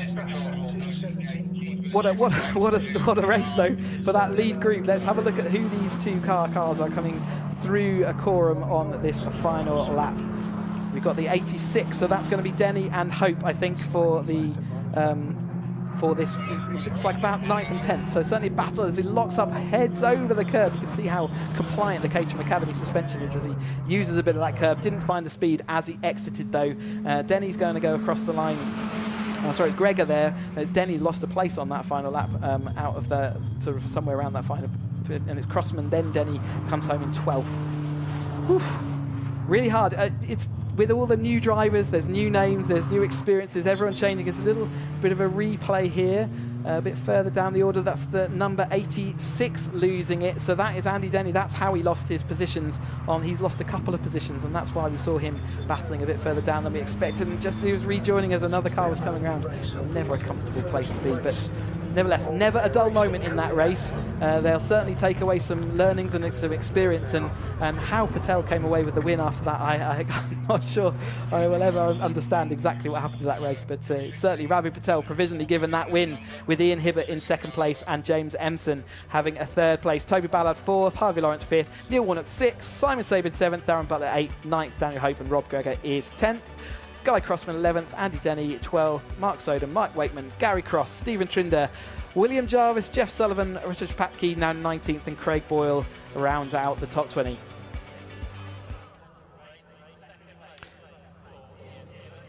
Gwyn Jones. Oh, sorry, Sam. Have you got Gwyn Jones to speak to us? Oh, yes, I have. Yes, he's in his number 97 red and black car. I was having a quick chat, actually, with Gwyn just a few minutes ago about how important the toe is here. Gwyn, talk us through your qualifying. Yeah, had a good one. Managed to get a few good laps in, and then managed to get onto a back end of a quick group and got towed round, which was quite nice. So I got a bit of an extra boost there, so yeah, I think that's how I've ended up here. Really paid off, didn't it? Yeah. And yeah. Okay, well, I wish you all the best for the race. Okay, cheers, thank you. I think we've got a few more minutes before they'll head out onto circuit, so we'll have a quick chat with our usual front runner, Taylor O'Flanagan. Hello, Taylor, how are you doing? Very good, thank you. How are you? I'm very good, thank you. Yes, so second place, you must be happy with your pace here. Yeah, absolutely. There's a long way to go yet. It's certainly going to be 30 minutes of action, but yeah, very happy. Excellent. You think Hugo's got any tricks up his sleeve? I think Gwyn's got a trick up his sleeve this weekend, putting it on pole, but I'm sure Hugo will be fast as ever. Yeah. Okay, well, all the best. Thank you. We'll have a little chat with Hugo now, a usual front runner again. Good afternoon, Hugo. Third place. You must be happy with that. Yeah, there or thereabouts in the mix. You know, half an hour is a long time, so yeah, hopefully we'll get stuck in and looking forward to it. Definitely keep on the back of these guys to get that toe is all important, isn't it? Yeah, exactly. It's massive here, so I think we'll be a group of more than 3 at the start, and you know, let's see how it pans out towards the end. Excellent. Well, I wish you all the best. Thank you. Okay, let's move on. Let's have a little chat with Philip Bianchi here in number 16, his black and white car. Hello. Looking forward. Yes. Looking forward, yeah. Should be good. It's a competitive grid, very close, so should be interesting. Excellent. Well, it's a good starting position though for you, isn't it? So, the outside line is a safe line, so I'm just going to take it easy, and it's a long race. So. Yes, exactly. That's a good plan. Yeah, excellent. Well, thank you very much, and all the best for the race. Okay, right. We shall head back to Chris now, and hopefully these guys will be out on track in a moment. Yep, you can just see some recovery going on out there on track. It's great to hear from there. But let's have a quick review of the highlights of the last race, if we can cram them in from the Caterham Academy Green Group. But a good start from Ravi off that start line, wasn't it, to take the initial lead from Butler. And he made sure that he could take that lead, and that he was sort of disappearing off down the field as we watched the rest of them flow on through. We saw that driver going a little bit of grass tracking, but he managed to make it back onto the circuit.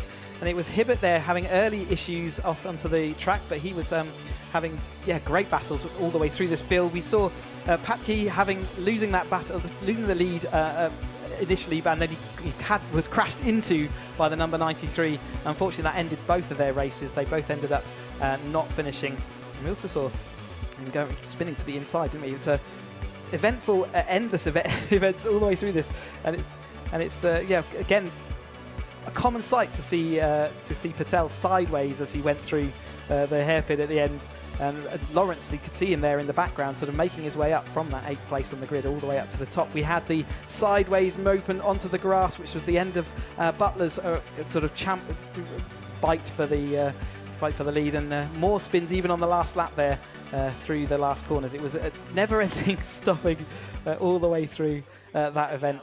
We just see that Academy car getting lifted back onto the recovery truck off of the back. Anyway, our races always are relentless, and they go on, and we are going to go straight into our 270R race. There is no gap for us this time, and you can see them all there pulling onto the grid. We have 21 cars on our 270R grid. This is the 3rd step of the Caterham Motorsport ladder, the experienced drivers, all of them, say a lot of them have come all the way through from the academy. They've been through the Roadsport step, and they've also done the first opening round of the 270R. This is the first time they get to lose their windscreen. They get a bit of extra power. They get wide track front suspension, and this really does move the car into quite a race-focused machine.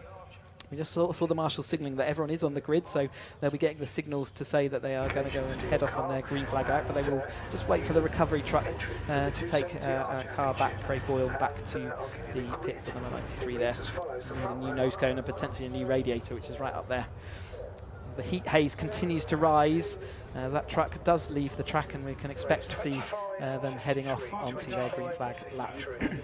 Last time out, though, we had Hugo Bush did the best job at Brands Hatch. He got a win in the 3rd place, and that gave him the lead of the championship. He's been feeling a bit poorly this weekend, I think a bout of food poisoning, so he was a bit under the weather, but he did well to come home and finish in 3rd place on that qualification, so I'm pretty sure we'll be happy with that as we head off the line. Let's just talk through the grid then. Because Gwyn Jones, I think, would be a surprise at pole position. He has been there or thereabouts all the way through his racing career, through the academy and through Roadsport. But he last time out he didn't show quite the same clean pair of heels in the 270R, but clearly found out what was up and he's put it on pole position. And he is followed by Taylor O'Flanagan, who's always up and there or thereabouts, and he is on the 2nd position. Alongside, Hugo Bush is on the 2nd row of the grid, alongside Philip Bianchi, and both of those definitely showed well at Brands Hatch. Dom Mansberger in 5th, and 6th place is Michael Chaplin. Michael Chaplin was new into car racing, introduced himself to the grid and very nearly won a race. Unfortunately, a weight limit infringement meant that that was taken away. But nevertheless, a great performance in his first time out. Peter Mott comes 7th. Chris Efremides is in 8th, and then we've got Kevin Turner 9th, Anthony Taylor in 10th place. Anthony Taylor, another person returning to Caterham Racing and doing a great performance of Brands Hatch, being right up there in that top sort of 2 or 3 in the early stages. And then, yeah, 10th place on the qualifying at Snetterton is no easy thing to do either. Ryan Meager 11th, Ryan Lovett. There is Anthony Taylor in his sort of classic Lotus colours. Ryan Meager and Ryan Lovett 11th and 12th. Ron Mountsie 13th. Steve Lancaster ended up 14th this morning. James Hall 15th. And then Jonathan Ramsey, Simon Arnold, Stefano Mara, Richard Hoare, Andrew Bergbaum, and Marcus Eels rounds out this 21-car grid. So these are starting, we call this the coming of age championship. This is they've been through the academy and they've done their learning sort of how to manage the nerves and how to drive these cars. The Roadsport really solidifies that with a whole season and two races per weekend, and then they come into the 270R championship, so they upgrade their Roadsport into a 270R, and it really is the first time that we have a kind of really race focused machine. It's no longer road legal. It's possible to strap your lights back on again and turn it back into a road legal car after the race is complete, but we don't run with lights and we don't have a windscreen. So yes, it's a completely race-focused machine. It's the first time the drivers can have team support, and some of them do choose to do that. You don't have to. You can still have Caterham support your car. There is Dom Mansberger in his Motul-sponsored machine. It's easy to spot that one with all the nice green highlights out on the grid. He will certainly be looking to try and move forward from his 5th place. He's regularly out there. He likes the wet conditions. He loved testing in the wet, but he's not got the wet conditions today. It's really sunny out there now, and definitely warm with about 20 degrees ambient, 30 degrees track temperature. We see Gwyn Jones then taking up that pole position. Great pole position for him. Can he hold on through this race? They have 2 races this weekend. The finishing order of this race number 1 determines the starting order of the next race. So it's important not to have problems in race 1, because it will then compound and go into race 2 for you. Additionally, they're 30-minute races for the 270Rs, whereas in Roadsport and Academy we have 20-minute races. They get a whole extra 10 minutes out on track, which not only means they have to manage the situation a little bit longer, it also means that they have to manage their cars, and these tyres can get a little bit tired and angry after 30 minutes of racing. So watch out for cars starting to lose the rear end and start oversteering as the race progresses onwards. We're seeing the final few cars then getting lined up. Looks like we're going to get ready for that green flag. Who's going to get that best start? Will Gwyn Jones make it stick off pole position, or will Taylor O'Flanagan go it? We've got the 5-second board being given to the drivers, so the lights will be next, and we'll get the whole shot then into turn 1. The red lights come on, looking for them to go out now, and away they go. That's a great start by Gwyn Jones off the line. It's a pretty even start from Taylor O'Flanagan alongside him, as the rest of the field all pile through. Everyone managed to get away from the field pretty tidily, but Gwyn Jones is going to make the best of that start.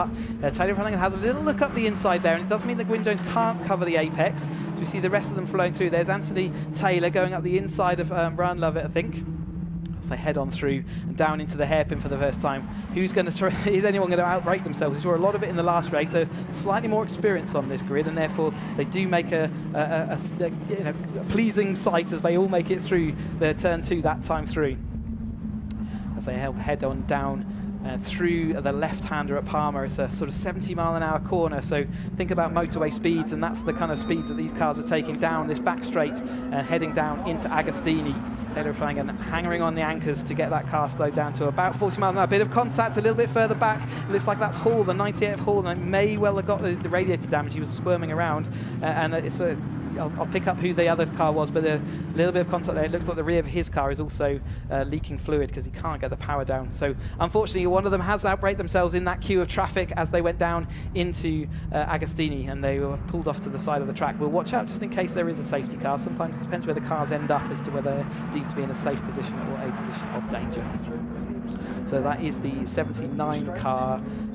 So that is That's Ryan Meager in the blue and yellow machine, isn't it? As you can see here, the replay of that coming down in just a little bit further back. Yeah, he just locked up a wheel, and in fact it was Ryan Meager that locked up the wheel, but Hall was even later on the brakes and therefore just clobbered the back end. That has upset the front of his car and obviously damaged the rear of Ryan Meager's car as they head on down through.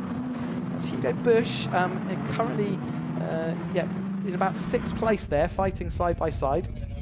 But Gwyn Jones is showing that that was not a fluke in qualifying. He's definitely got that pace and is out front and pulling away. There's Anthony Taylor driving through in that, coming back to racing and really showing that he can inject himself into these battles. We head off up the start-finish straight again for the second time. Taylor O'Flanagan looking around the outside this time into turn 1, so wants to make that move, does move in front of Gwyn Jones, also having to cover off from Mansberger there in the green and blue machine.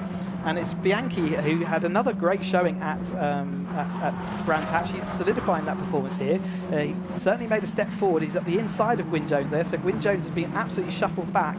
Hugo Bush now having a go and seeing whether he can shove him back in even further position, but at the moment he's on the inside going into Palmer, so I think he will be able to hold on to that spot for now. And then next up it is Chaplin. So remember, Chaplin was new to racing. You can see he's still got his novice cross on the back of his car, a little spark as he rides over that curb, and it sort of kicks up the dust a little bit in the background as well.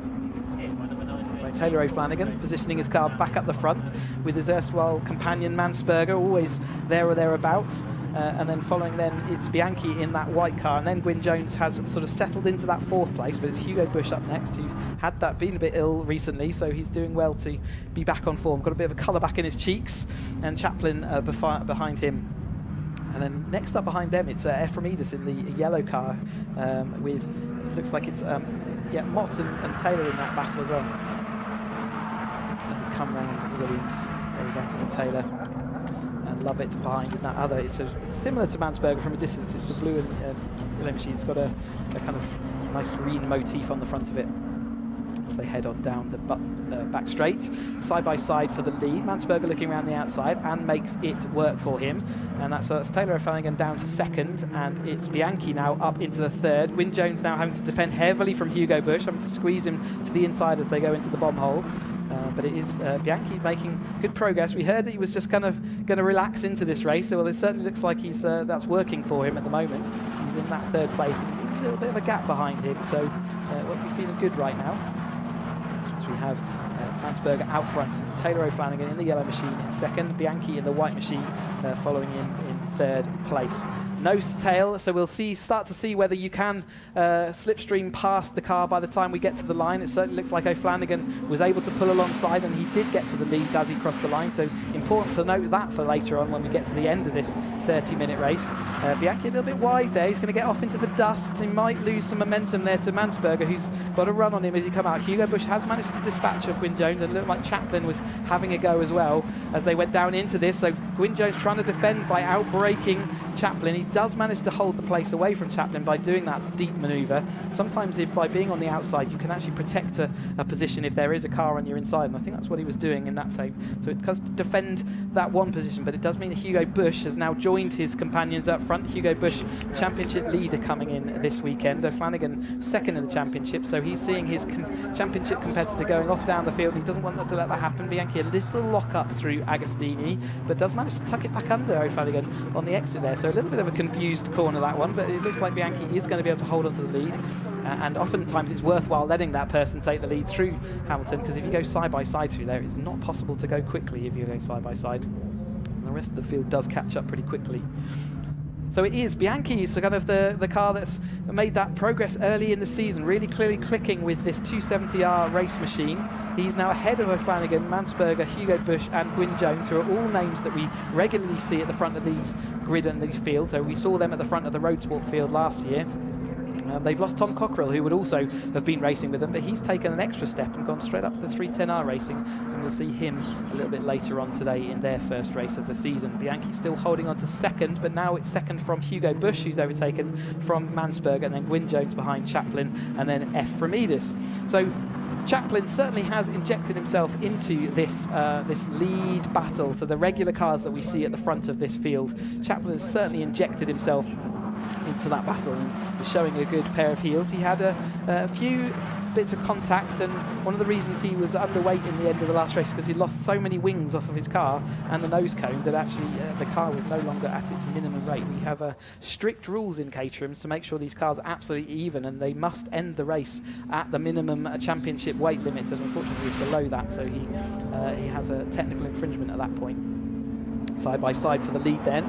Bianchi and O'Flanagan couldn't decide between themselves who was going to take the lead, so Bianchi has taken it. Taylor O'Flanagan wasn't willing to give it up easily, but that leaves Chaplin out wide there, isn't it? Efremidis looks like he might be able to make a move on him. Now O'Flanagan having to defend from Mansberger. Hugo Bush is right there picking up the pieces if they ever fall to him, and then Gwyn Jones there in that 5th place. So managing to hold on now, so after he's slipped back a bit, he's still managed to hold on to that front group. Darren Turner currently has that fastest lap with a 2 minutes 13.6, and he's deep in the field, so Darren Turner's currently 12th, so it shows that I think there's still some more speed to be found. This lead group kind of tripping themselves up as far as speed goes. I think eventually, we're only 8 minutes into this race, it's a half-an-hour race, don't forget, so I think we'll find an order that actually stretches the field, and then you'll start seeing a really quick lap time starting to come forward.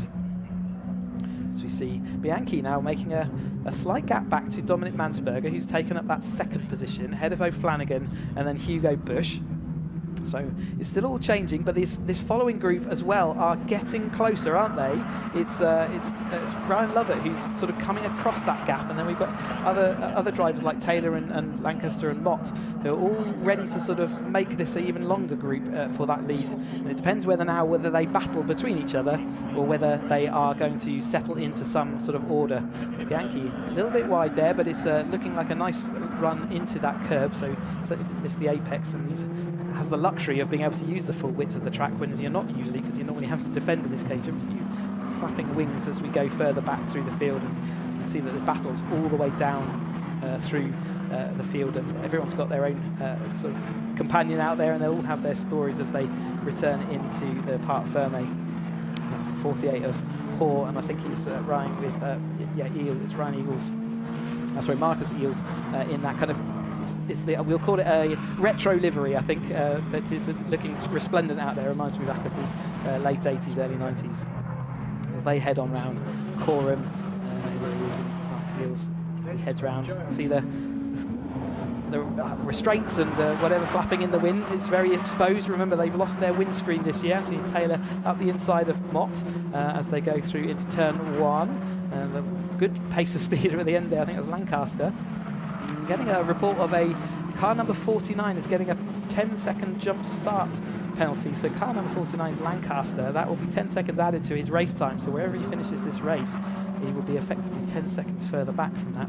So he's got to, in the next 20 minutes, try and move himself as far forward as he can. So that has limited impact. Sun beaming down now on us and the Norfolk in this Snetterton 300 racetrack. See Hugo Bush drifted back a little bit. Lancaster, who was that car I said had that sort of turn of speed, he's done a 2:12, so that's a couple of seconds or a second further off of that lap time we saw previously.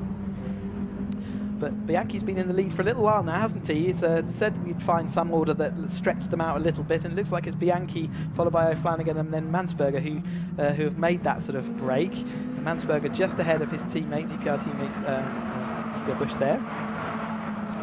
And there he is, 38 of Lovett in his car that looks similar from a distance to Mansberger's, but is quite different when you look at them up close. Side by side for the lead, side by side for second and third. So O'Flanagan is up the inside of Bianchi, and Hugo Bush has disposed of Mansberger that time through. At this stage of the race, we've still got 20 minutes left to go. They will look to settle in, and you will see the cars. It's important not to get too excited by every single overtake, because at the moment they're just managing the situation. They're seeing where they are, and they'll be having a look at who's around them and where their relative pace and speed is, and making sure they don't leave gaps, don't let gaps appear. You can see there is a gap between Jones and Chaplin and Efremidis that they should be a little bit concerned about right now, because they're going to have to work to try and bring that back and not let it develop too far. If they start battling, that'll develop even further. But you can see that gap there behind Gwyn Jones and going back to Efremidis in the yellow car. Nothing between Hugo Busch and Don Mansberger, 2 tenths as they went across the line, but you can see it's just nose to tail. They're managing the situation pretty well at the moment, and it does look like Efremidis is trying to get across that gap and is in his LFP machine, and side by side for Lovett and Chaplin a little bit further back there as well. So they're not going to be helping their speed at the moment, but nevertheless they've still got plenty of time to recover through. Bianchi's still in the lead. That's probably the longest we've seen anyone in the lead of maybe the Caterham racing throughout the weekend. And yeah, see as they head off down towards Agostini, there is a slight distinct gap after this front 5, then you've got a following 3 and then a following 3 behind them as well. So we can see them all come back together, and it will just depend on what happens in these next 5 minutes or so to let that develop. The LFP machine following on Bianchi as he goes through Hamilton. It definitely feels like at the moment from the drivers have sort of had that initial excitement of that opening 10 minutes where everything sort of settles into its order. We have this consolidation period, this middle 10 minutes of the race where really things do start settling in. We see the cars maybe stretching. If there's going to be gaps develop, that's when it happens. And then we wait till about the final 10 minutes before everything then kicks off. It's a real game of chess in a Caterham. The tow is so strong that you really do have to manage where you are at all the points of the clock. It's more about managing where you start a lap rather than where you finish it. And certainly you've seen already this weekend that we can have cars that overtake by the time they exit the final corner. From second place, they can get to the lead by the time they get to the line. So it really is a game of chess and working out where you want to be at different times. And right now they can settle in and just know that they're positioning themselves well, they're in the right group, and therefore they're in with a shout of the win still. It's all fanning out as they head through the left of Murray's. Bianchi in his white machine there, following on from Taylor O'Flanagan. So he is in second place. He has lost that place. It's always to be expected down the back straight and along this front straight. The positions regularly change, and again, it's important not to panic as a driver if you do get past. It's just inevitable, and you've just got to work out how do you get it back. And we do see those front pairings swap as we go into turn 1. And you can see Gwyn Jones is still happy to sit there at the moment in that 5th place, and I'm sure he will try and make his way up as we go through towards that final 10 minutes. A little bit of a flapping a wing there from the number 84, that's Mara in his car, and he's giving a battle with Ramsey and Arnold as they go through, and Mounsey behind them. Again, some excellent liveries, and all these drivers showing off their liveries in this sunshine here in Norfolk. Mounsey there, it's great to look at them in the paddock. So again, if you're down with us watching either trackside or you go down with us maybe tomorrow, then make sure you go and have a look at some of these cars. They're great to see in the paddock. 96 Watt, and he's racing with Anthony Taylor, and they've kind of maintained their 9th and 10th place where they started. I think Mott has drifted back. Yeah, he started 7th on the grid, so he's drifted back a little bit, but certainly still within a shout, and with just about half of the race done, they've still got all that to do again. Gwyn Jones just kicking up the dust a little bit out of Oggies. Not going to do is, if you do get dust on your tyres, it can affect you, but we've got such a long straight now to do that I think it will all be nice and clean and tidy by the time he gets down. But that group of 5 has now sort of reshuffled, hasn't it? Efremidis has made it across that gap, and it does look like that Lovett might also have a chance as Mansberger goes down the inside, touches the grass, but Hugo Busch still maintains it, manages to get it all hauled up for Nelson as he goes through, and Gwyn Jones continues to watch on in the 97, so he started in that pole position, looked initially like he might get shuffled a long way down that top 10 order, but managed to stop the rot and get back in order, and he's maintained that 5th place nearly throughout the race. You see the spare strapping of his harness there just flapping in the wind. His red machine, 97, following along from Dom Mansberger. And up the start-finish straight again. So we're going to have another change for the lead. Is it going to happen before the line, or is it going to happen after the line? That time through, it was O'Flanagan across the line. So even though Bianchi is in the lead coming into turn 1, he wasn't when he crossed the line. So again, all things that the drivers will be trying to manage and maintain and work out. Can they get past, and which drivers can they overtake and which ones can't they? Gwyn Jones now looks like he wants to get involved in the battle. He's doing the outside line, which we said can work, and it does put him on the outside of Mansberger. So it looks like he will make up one place. Coming out of that first hairpin and into Palmer's, this left-hander, he looks like he will make that, although Don Mansberger has sort of insisted that he wants to carry that speed round the outside, and he manages it. That's quite an uncomfortable position. If that had been the last 5 minutes, I'm not sure it would have been ended in the same result, but at the moment I think Gwyn Jones was happy to say, okay, well, you can have that still at this point. He's still looking at the inside, but it's not going to work. But the reason that Gwyn Jones is keen to move a little bit forward is because now Efremides is firmly on the tail, and you've got the LFP Lovett machine there coming across the gap as well. And as soon as these start battling, you can almost see that there is a gap in front of Mansberger now, where they had that little to and fro and side by side, and the lead three have sort of got a tiny gap. But again, these are all things that develop and disappear as quickly as you like.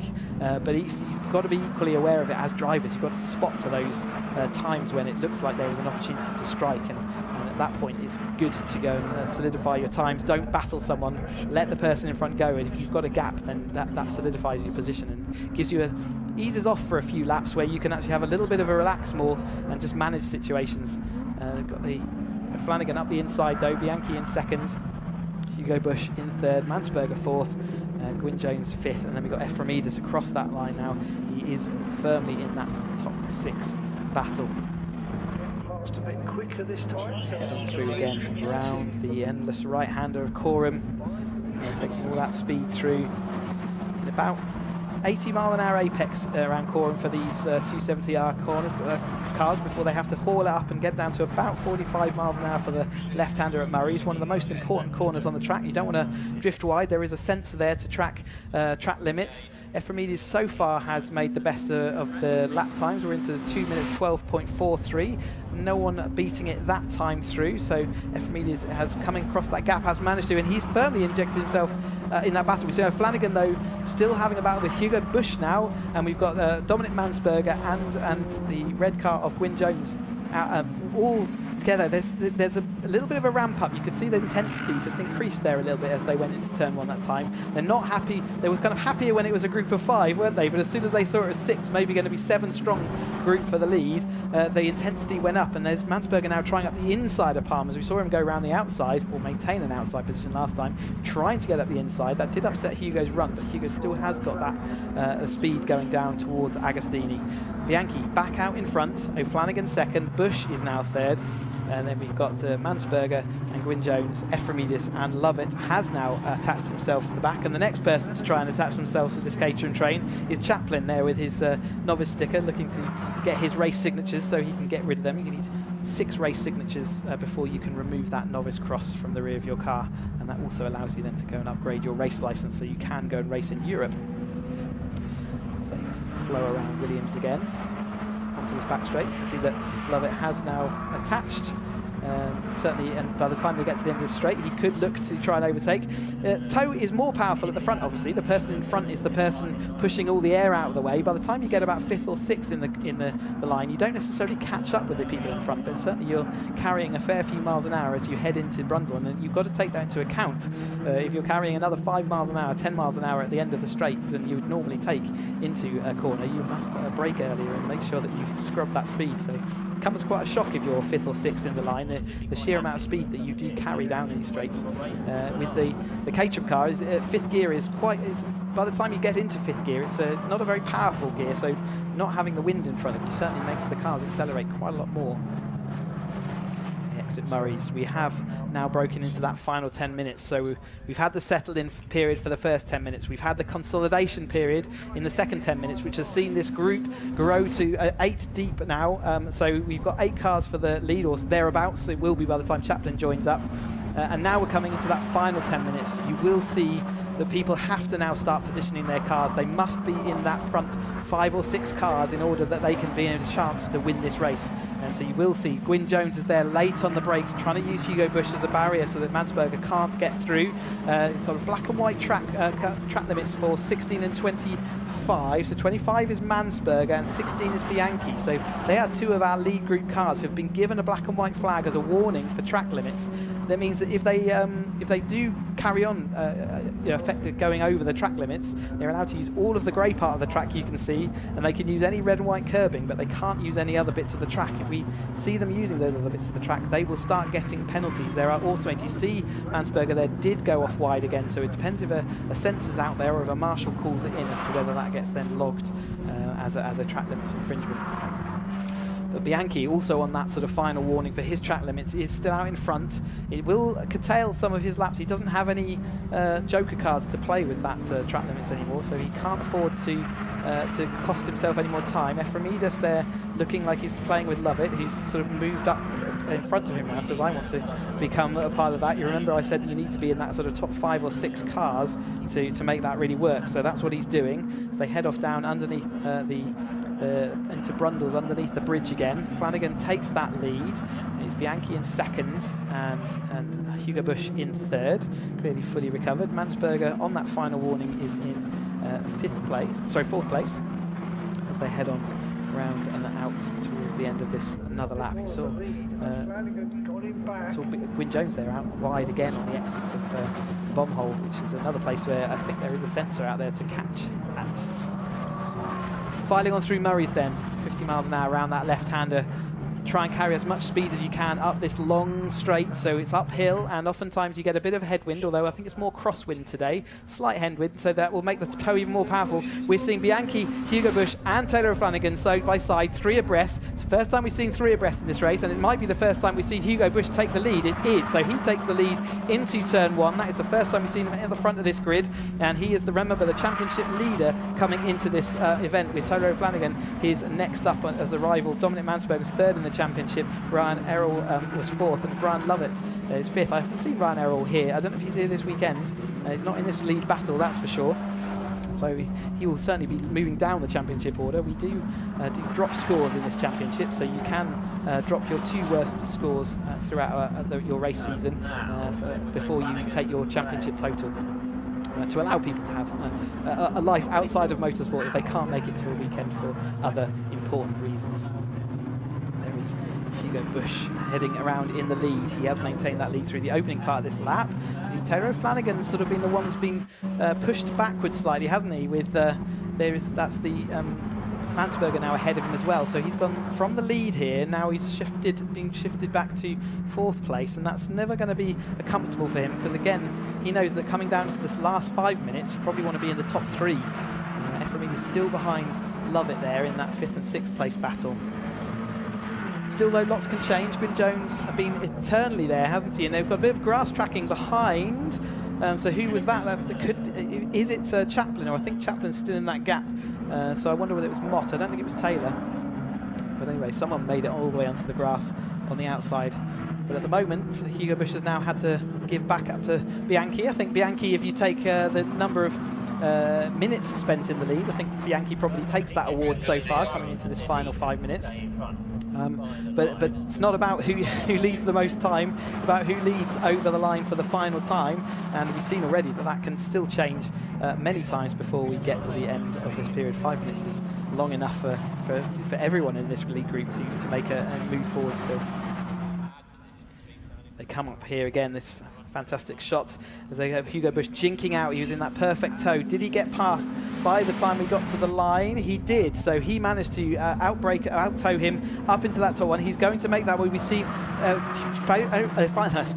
O'Flanagan trying to go up the inside. We saw that didn't work for Matt Larby in the White Academy group, but he's made it stick. He didn't drift off wide into the dirt, but it's all kicked off behind, and for the lead now, Mansberger takes his turn at the front with Hugo Busch in behind. Taylor Flanagan did make that all work out for him in the end. 3rd place. Bianchi's now being shuffled back all the way to 4th, and then it's Gwyn Jones up next. So it really has changed the attitude of this race, and it looks like the 2 DPR drivers maybe got an opportunity to work together to try and break Taylor Flanagan at this point, but the gap's not sufficient, and it doesn't look like they're going to be working together at all. Taylor Flanagan looks like he might well benefit from Hugo Busch up the inside of Dom Mansberger. He manages to get to the apex though, so he should be able to lead out onto the back straight, but that will mean he's leading into one of the longest straights in UK motorsport, and you can have any number of Caterhams overtake you at this stage of a race. Little bit wide there as well. well from Hugo Bush. He's drifted all the way to the curb. That means he's having to defend from a Mansberger who's on the outside, and O'Flanagan is now sort of slotted himself back into that third, so he'll be a bit more comfortable now. He was getting a bit uncomfortable when he drifted all the way to 5th place. But now it's Gwyn Jones ahead of Ephraim and Lovett. It's been shuffled back somewhere in that order. So we are coming onto the back straight side by side between Don Mansberger and Hugo Bush. We've got Taylor O'Flanagan having to take to the grass there. We've got Bianchi coming up the inside. This is 4 wide. Gwyn Jones looking to make it 5 wide. You can't fit 4 cars through Brundle. So who's going to come out on top? It's Bianchi. He came off 4th place onto that start-finish straight. He's come out in the lead. And it's Hugo Bush that's maintained that 2nd place. He's lost one. I think Taylor O'Flanagan may have missed a gear shift. He looks like he's lost a bit of momentum coming into that corner, and it's quite a difficult shift to go down there, and if you miss it, you're going to lose all that power, and certainly looked like that's what happened. Bianchi, though, from 4th place back into the lead. Hugo Bush in 2nd place, and we've got Mansberger and O'Flanagan is now back up to speed in that 4th place, and Gwyn Jones a little bit wide there going to Murray's. That wasn't a particularly good entrance. It's incredibly difficult to get the car all hauled up and stopped and trying to avoid everyone else as you go through that right end of Recorum and into Murray's. But over the line again, we've got Chaplin out front, in front of Hugo Bush, and you've got side by side Mansberger and O'Flanagan as well. A little bit of wing flapping there. That is the 84 of, that's Stefan O'Mara still. So we saw that sort of flapping around earlier, didn't we? So it's still hanging on in there, back on his battle. But again, whilst it still clings on, I think we're okay. You can also see his indicators flashing. That doesn't mean he's actually going to turn anywhere. It just means he's accidentally, in his exuberance somewhere, clicked on the little switch that turns the indicator on. As we head up here, we've only got a couple of minutes of this race to go. So that is the number 14 he's racing with. So that's Jonathan Ramsey in the grey machine out front. And yeah, just that wing just looking there. There's a little bit of damage on the rear of his panels as well, so clearly been an eventful race. A little bit of a lock-up from Gwyn Jones is back to the lead group. So as Bianchi in the lead of that lead group, you've got Hugo Bush behind him, Mansberger still in that 3rd place, Gwyn Jones still 4th, but it does mean that Taylor O'Flanagan has dropped back down to that 5th place again. So that's a couple of times we've seen him down there. We saw he was a bit desperate last time out to get that back as soon as he could, and I'm sure he'll be looking for the Bentley straight now so that he can try and get back ahead of Gwyn Jones, take back his place and an opportunity. With only 2 minutes to go, I think we're probably on our penultimate lap, aren't we? Because I think we'll get back to the line in time to complete this one and do another one. As they head on down that Bentley straight, Bianchi got a little bit of a gap there, hasn't he? Ahead of Hugo Bush. Mansberger's now coming for him, and side by side for Gwyn Jones and Taylor O'Flanagan. Ephraim doesn't love it, just look like they're waiting to pick up pieces rather than pushing forward at this stage. But Bianchi manages to hold on round the outside. Hugo Bush 2nd, Don Mansberger in 3rd. They've all got to be thinking now about how are they going to manage this thing. Mansberger absolutely denying Taylor O'Flanagan any chance of going up his inside into the bomb hole that time through. He looks like he wants to have a go up the inside though, and he's going to try up the inside of Coram, and that's going to push Don Mansberger wide. They are going side by side through Coram. That cannot continue all the way around.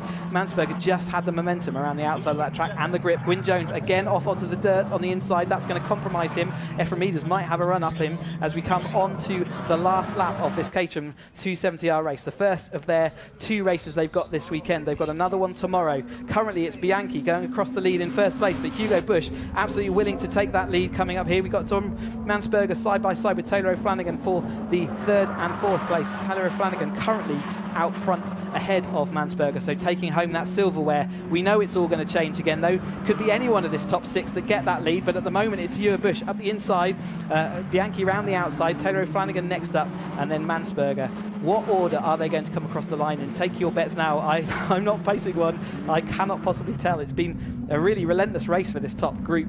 They have had it absolutely, from start to finish, they've been going at it, and it's brilliant to watch. Mansberger off wide there. Is that going to allow him to get extra speed down this straight? Doesn't look like it at the moment. Looks like it's Hugo Bush and Bianchi. It looks like Taylor O'Flanagan might take the opportunistic move. There's a bit of contact there. Hugo Bush touched Mansberger. Mansberger tried a late move around the outside. There just wasn't really enough room. There was slight touch of wheels there, and that has resulted in Mansberger spinning out there.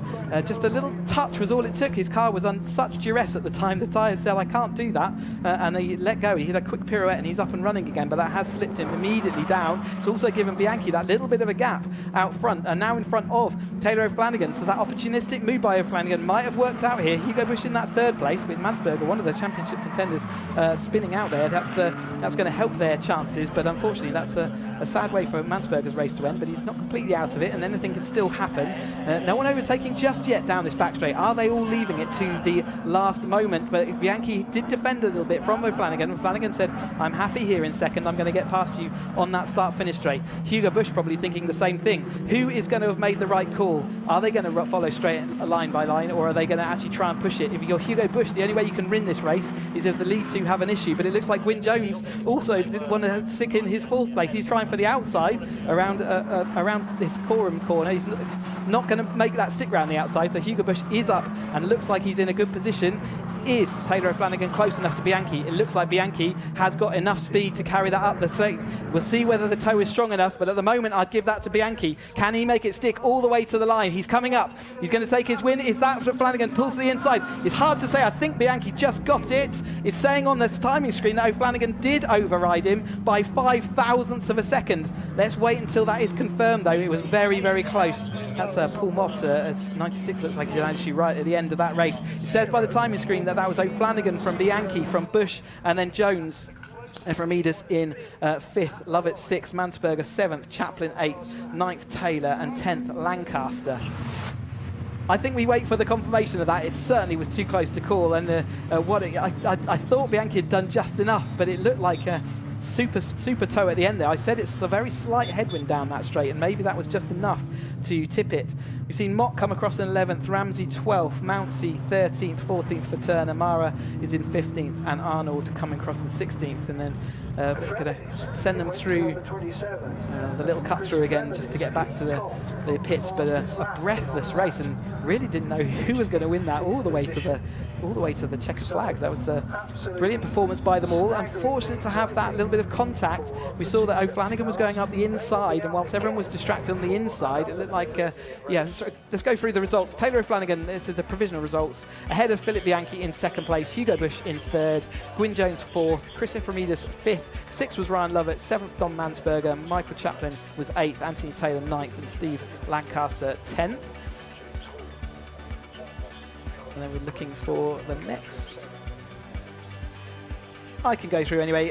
11th is Mott, 12th Ramsey, 13th was Mountsie. Then we had Kevin Turner in 14th, Stefano Mara was 15th, 16th Simon Arnold, Andrew Burbaum was 17th, Richard Hall 18th, Ryan Meager 19th, Marcus Eels was 20th, and then James Hall rounded out that grid, not making it to the end in 21st position. Wow, what a race we saw from these 270Rs. Remember, they've got a whole nother race tomorrow. That was their first of 2 races. We've still got racing to come this afternoon, but yeah, if it can top that, it'll be, I think my voice will be under threat at that particular time. Really good series of races we had all through today, but I think that maybe tops it for action. It was really well-controlled racing, really shows why we call this the Coming of Age Championship. And yeah, showing their skill there. And say, unfortunate that Don Mansberger got spun on the outside. I think it was an optimistic move, and he just caught that. There is Taylor O'Flanagan. So I think Sam is going to grab an interview with our drivers there. So maybe she can get an interview with our winner there. Anyway, congratulations! What a finish! I mean, I bet you didn't think you were going to win that at one point.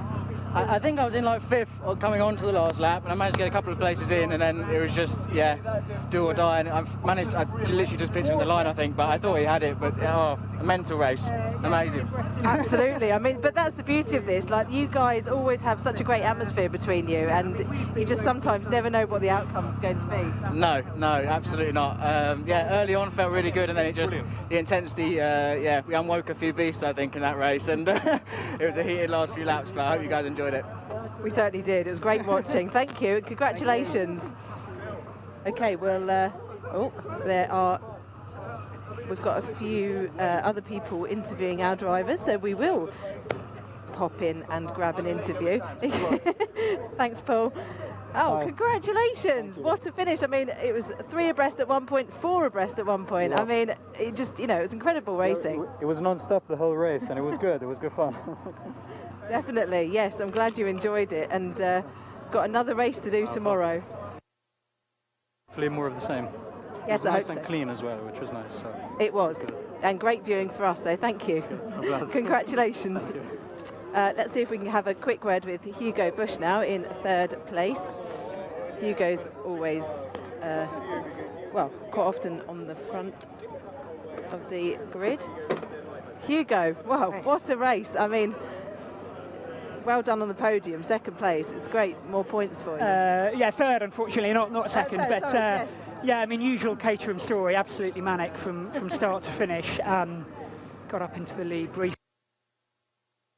along, particularly on a track like this. But so, yeah, 3rd is good. It is, definitely, yes. Well, congratulations. Podium will follow in a moment. Thank you. Well done. Yes, so there we go. We have our top 3 for you, and the trophies will be presented very shortly, so stay tuned. Back over to Chris now, and I think we've got some highlights to show you of that race. Again, not sure how we're going to pack this all into a little highlights reel. That was 30 minutes of intense action, wasn't it, all the way through there? But it was a good start from our leading group from the grid. They managed to maintain it. We had a little bit of contact early, didn't we, between Hall? We saw that's Hall. That's why Hall didn't finish. He was 13 laps down by the end. So a little bit of a mistake there, but the rest of the race was relatively clean right until the end. Lots of dust, though, kicking up and some few sparks. But O'Flanagan, Bianchi, Hugo Bush, Chaplin early doors there, a bit dripping onto the grey, off the grey and onto the green. But it was backwards and forwards all the way through for this lead group of cars. O'Flanagan, Bianchi and Hugo Bush were, though, permanent fixtures at the front of that. We did see Mansberger obviously was part of that group as well for the majority of the race, but an incident late cost him. Gwyn Jones always sat there waiting for his opportunities to make up, but didn't quite ever get that opportunity. It looked like he might do in that final few minutes. As we heard in the interviews, there was a bit of intensity out there, wasn't there? And you could see that from the attitude. Hugo Bush coming into this late stage of the race ahead of Bianchi. We went 4 wide into Brundles, which was never going to work, and somehow they made it work. So Bianchi coming out ahead on that particular one.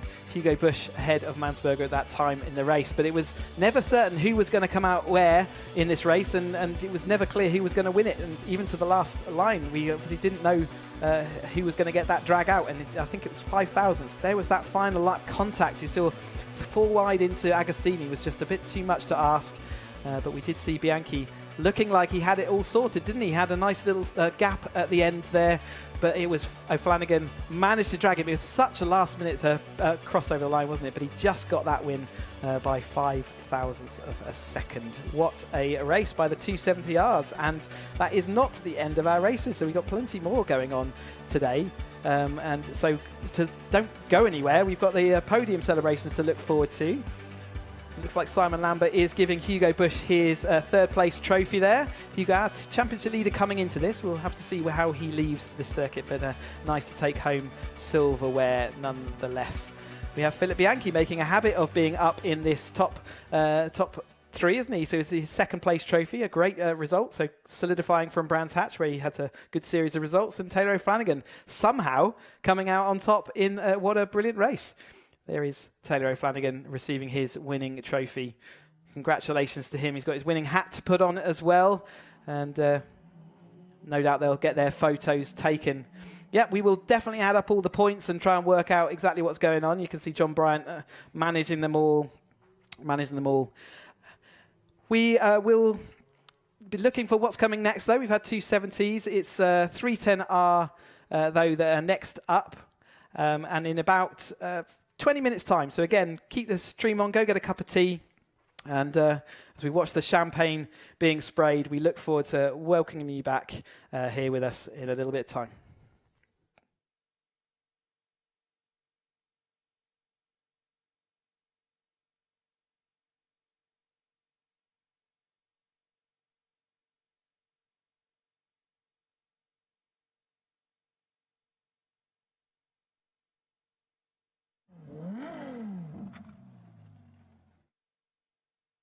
What's happening?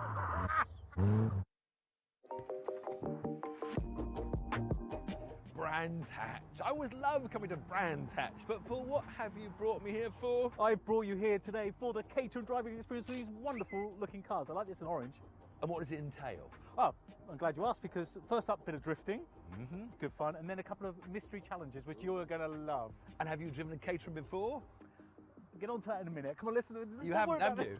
No, I've never driven a Caterham. And you that you're going to go drifter? You've got no chance.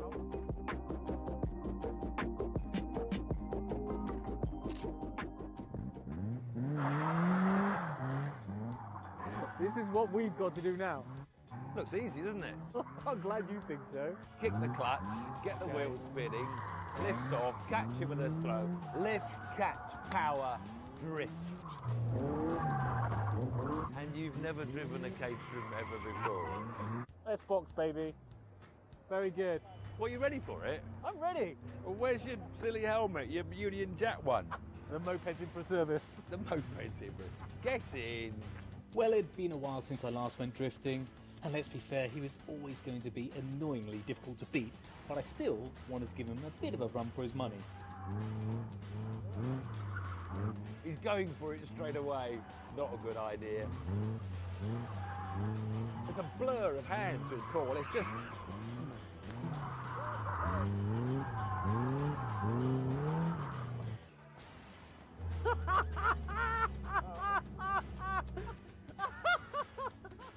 Helmet's on, ruins my hair. Mate, he wants to get out. I don't know why.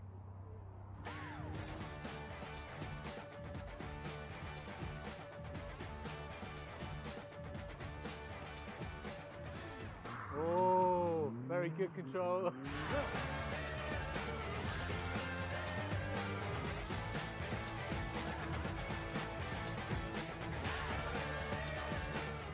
He's annoyingly good at this.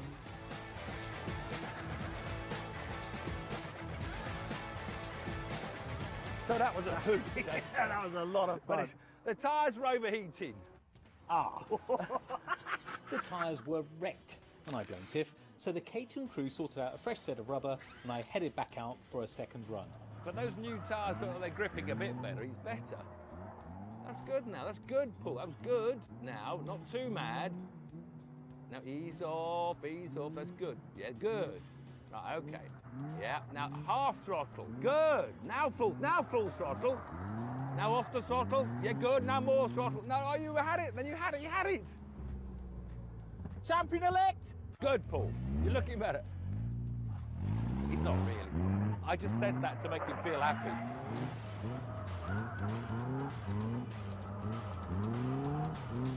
He's got the slalom bit quite good.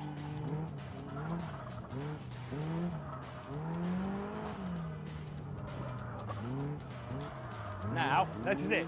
Right, now more throttle. Now more. Off. Good. Yes. Yes. He can drift. He can drift. He can drift.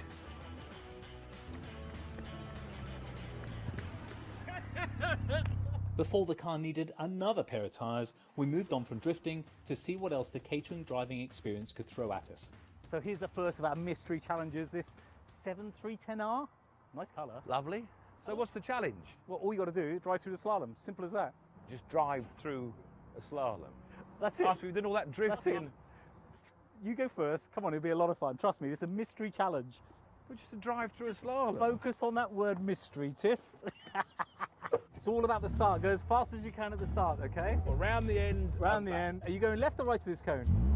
I'm going left the first cone, obviously. Okay.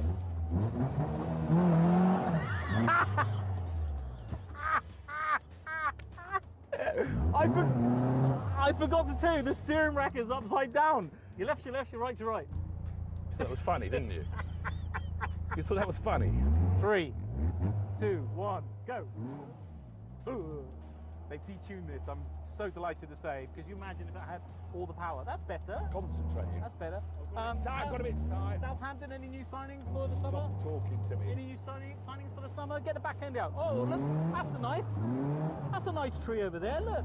Oh, there's some nice people. Oh, wrong, no, you went the wrong way again. Oh, Tiff, oh, that's a shame. I want you to concentrate. Yeah, that's it. Do you always make that face when you concentrate? Yes. Yeah, nice, very nice. Now, this is the hardest bit, it's lining up at the finish. Right, left, left, right, left. Stop the clock! Oh, that was good. 34.44. Go and show the camera, 30, so you can't cheat. 34.44. That was very good. Okay, get out. The Get off. You imagine that you could drive these to the Nürburgring and back. Well, you want to know someone well, wouldn't you? It might work better if you steer, actually. Right, are you going? Are we going to have a practice first? Or are you going to just No, base this I game? don't have a practice at all. So you get 3 runs. That's right. That's left. Yeah. Did you stay in first gear? Yeah. God, wasn't going to try. That was complicated enough. Raise up, ready, steady, go! Whoa! Wait. Whoa, he's going for it. Whoa, he's going for it. Whoa. No. No way. Which way am I going? Oh, that way. You're doing rather well. I'm very disappointed. You're obviously good, but it's all good now. Try and look. Stop the clock! Yes! First go, 10 seconds. Get in there. Boom, shakalaka. Yeah. What's so difficult about that, Tiff? Once Tiff came to terms with his crushing defeat, it was time for our third and final challenge. I've got to say, I don't think I've ever enjoyed a discipline so much as that one. You got lucky. And what have we got now? Don't tell me now it's the steering wheel's connected to the rear wheels or something. Bog standard 360i. It's longer and wider, so a bit more comfortable as well. A bit more room for me. You were helped by that being short. Come on, you go first. No. I've learned now your tricks. You learnt a lot from me. You're going first on this one. No problem at all. Because there'll be some catch. I'm going to have to take my shades off for this, even though it's very sunny. Very unlike you. Because what? You've got to wear these upside down goggles. Oh, that is horrendous. I feel sick already. Oh, look, this is the long wheelbase, wide one. Wider as well. Beautiful, isn't it? Inside. No, we can go to the Nürburgring in this without being on top of each other. You might be on your own there, son. What can you see? I can see. Oh, this is horrendous. Where's the wheel? Oh, you're not going to like this. Are you ready? Am I in gear? Yeah. 3, 2, 1, go. Oh. You're doing quite well. Oh, I've lost round the barrel. This No, way other round side, other side. When can I turn? When can I turn? Well, I can't. That's your job. I'm not being a Come on, navigator. tell me. No, that's cheating. I can't see a single That's thing. your problem. Can't you turn your head left and look where you're going? No, it doesn't work that way. But it's going to be quick. Oh yes. Oh yes, close. baby. Oh yeah. You get ready to stop that clock, Tiff. Get ready. Stop the clock. Stop it. No, you've got to stop the car. Yes. 31.03. Yes. You are not going to beat that. How do you know where you're supposed to go? I can't do this. Oh, I've hit something now. What's happening now? Something's hooting. Are you ready? Oh, yeah. Steady, go. Oh, flying start. Very good start. Okay, keep it tidy. That's good. That's very good. Keep it going. That's it. Well done. Very, very good. Getting a bit confident. Ooh, getting very confident indeed. I've lost it. I've lost it. Where are they? There they are. I've lost them for a while. Am I on the right track? You were doing so. I'm not going to tell you that. I'm not allowed to navigate. Oh, where are you going? Where's the next lot? I've lost them. I've lost them. I don't know where I am.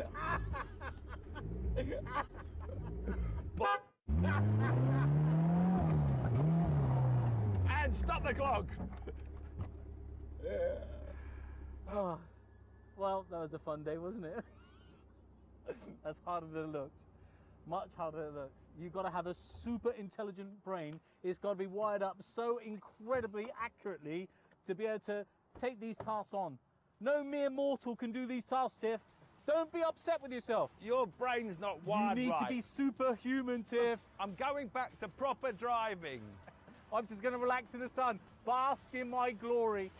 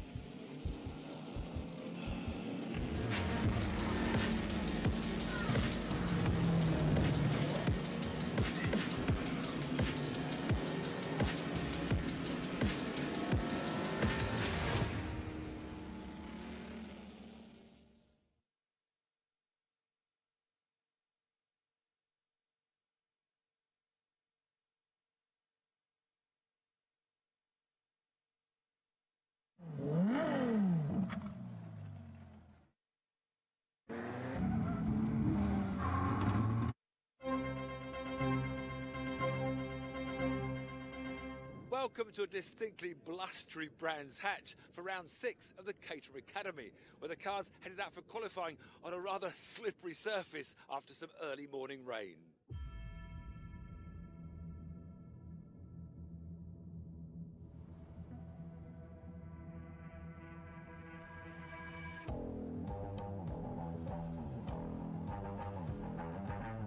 It actually started quite well, even setting the early pace for a very, very short time.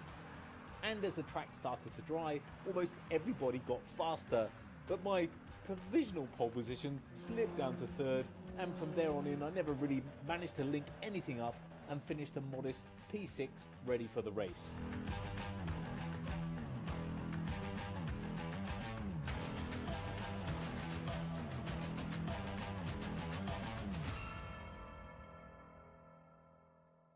And so to our very own Paul Woodman, on pole position after lap 1, 3rd on the grid after 5 laps, 6th on the grid at the end of qualifying. Paul, it was all there, it faded. I don't think I faded, I didn't change at all. Everyone just got a little bit better and I just stayed where I was. But it was nice when it was really wet, but there's not much grip out there.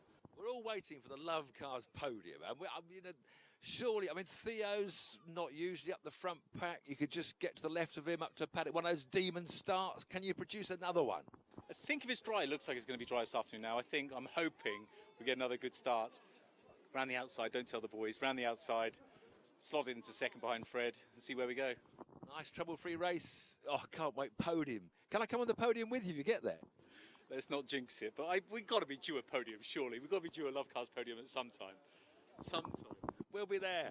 Me and him. Champione. Pole position at Brands Hatch was a bit of a surprise because 8th in the championship out the blue. Boom. Ian Harris on pole. Yep, very happy with that. This is my local track, so I've done plenty of dry track days here, but never in the wet before. And yeah, I was very surprised.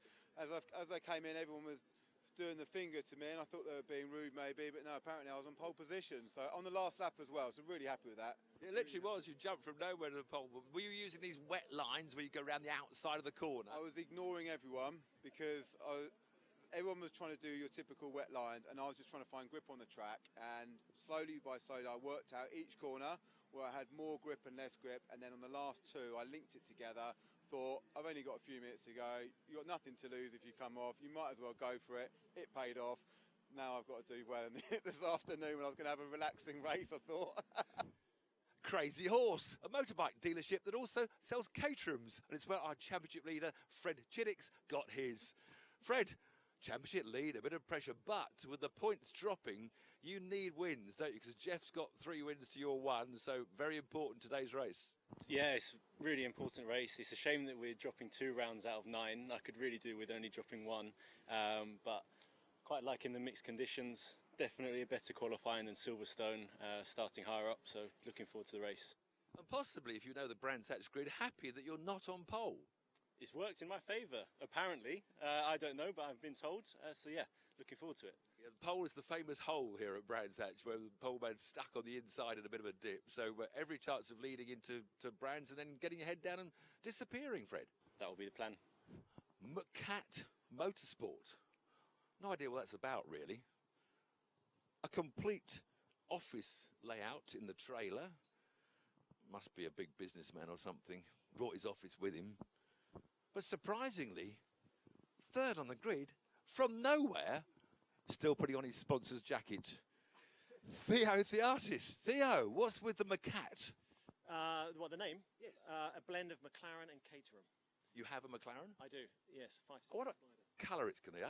Do you think it's orange, perhaps? It is bright orange. Oh, brilliant. Ventura orange, with orange sparkles. Very nice. So quite a different car, an orange McLaren and an orange Caterham. How do you find comparing the two?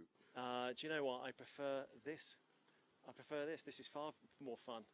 You know, you can put this at full chat and not kill yourself. I say this to so many people. When they go on track days, they get a radical or something that's glued to the track and they don't slide around. But these, you have so much fun, don't you, without risking killing yourself. Fantastic fun. And, you know, with the McLaren, 15 grand to replace the rotors and the brakes, 50 quid. So, you know. Anyway, let's get back to the racing, because you've been, we've seen you doing wellish occasionally in the academy race, and boom, third on the grid. Where's that come from? It's the luck of the weather gods. The rain fell, and I'm not afraid of the rain. I don't mean that to sound arrogant, but I quite like it. So I just put my foot down, found the grip on edges where clearly others didn't, and managed to eke out third place. But I didn't know I was third until I came in and somebody went like that. It's usually one finger salute when I come in, so it was nice to have a bonus of 2. Mark, fourth on the grid today, second in the championship. You had loads of podiums, but you're still waiting for that win. Yeah, always the bridesmaid, unfortunately. So hopefully today, home circuit. I've been here since I was walking, so fingers crossed for a podium or even a win. So you've got a fan club here cheering you on. Mum and Dad in there, my niece is here, all my friends are here. So yeah, they've got banners, hopefully, cheerleaders. Now, whilst the Caterham Academy brings fierce racing on track, it's also brought together people who become friends. Almost a bromance here. 12th and 13th in the championship. Joe and Paul. See, you can't stop them talking. Joe, Paul, I understand, there's a bit of friendship developing here. You've never met before, but now you're just best buddies. Well, yeah, hang on. We'll see how it ends up later. Oh, now you're putting your racing hats on, are you? But you found you live just 20 miles apart. I mean, this could be a huge friendship. 10 miles, really close. Yeah. Never met before, and now it's like a family, isn't it?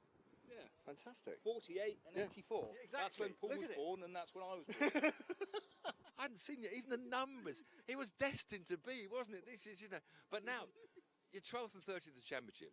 You're lining up today, 12th and 13th. I mean, the friendship hasn't disappeared, has it, when the lights go out? Maybe on the last race. It's all still a laugh at the moment. He's a gimme. He's got to give you the position by the sounds of it. You're going to just take place? Well, I think Paul's whole thing, Paul's got a lot of time on his hands, so he spends a lot of time on track, a lot of practicing.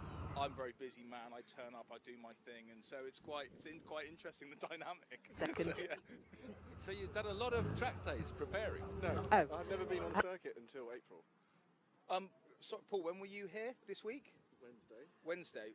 I thought it was Tuesday. Wednesday and Thursday. As you can see, these two have become friends for life. Probably forever.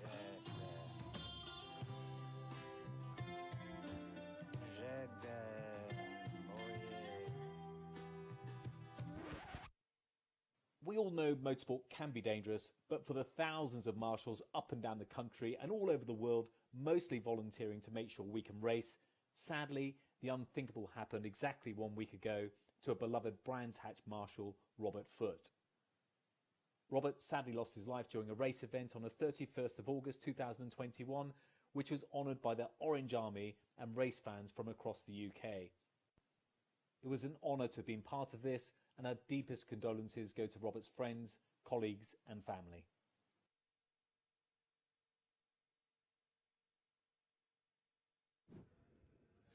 Lining up then for 20 minutes of frantic Caterham Academy.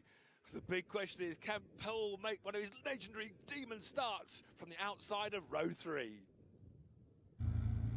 The answer was no. A positively average start, in fact a completely rubbish start, opening the door for all sorts of challenges going into the first corner.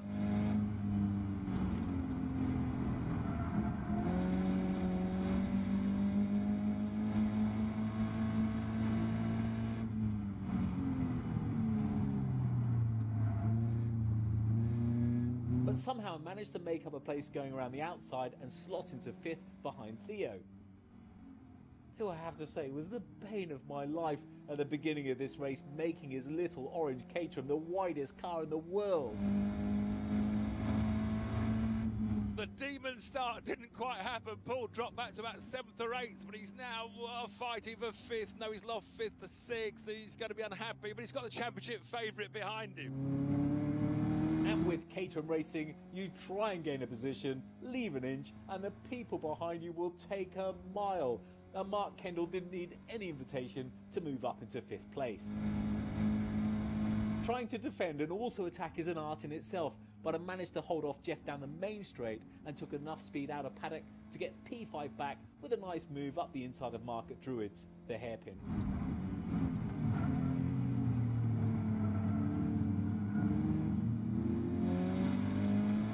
I'm thinking is to try and get a move ready on Theo to ditch the pack behind, but that wasn't as easy as it sounds, and I had to catch him first.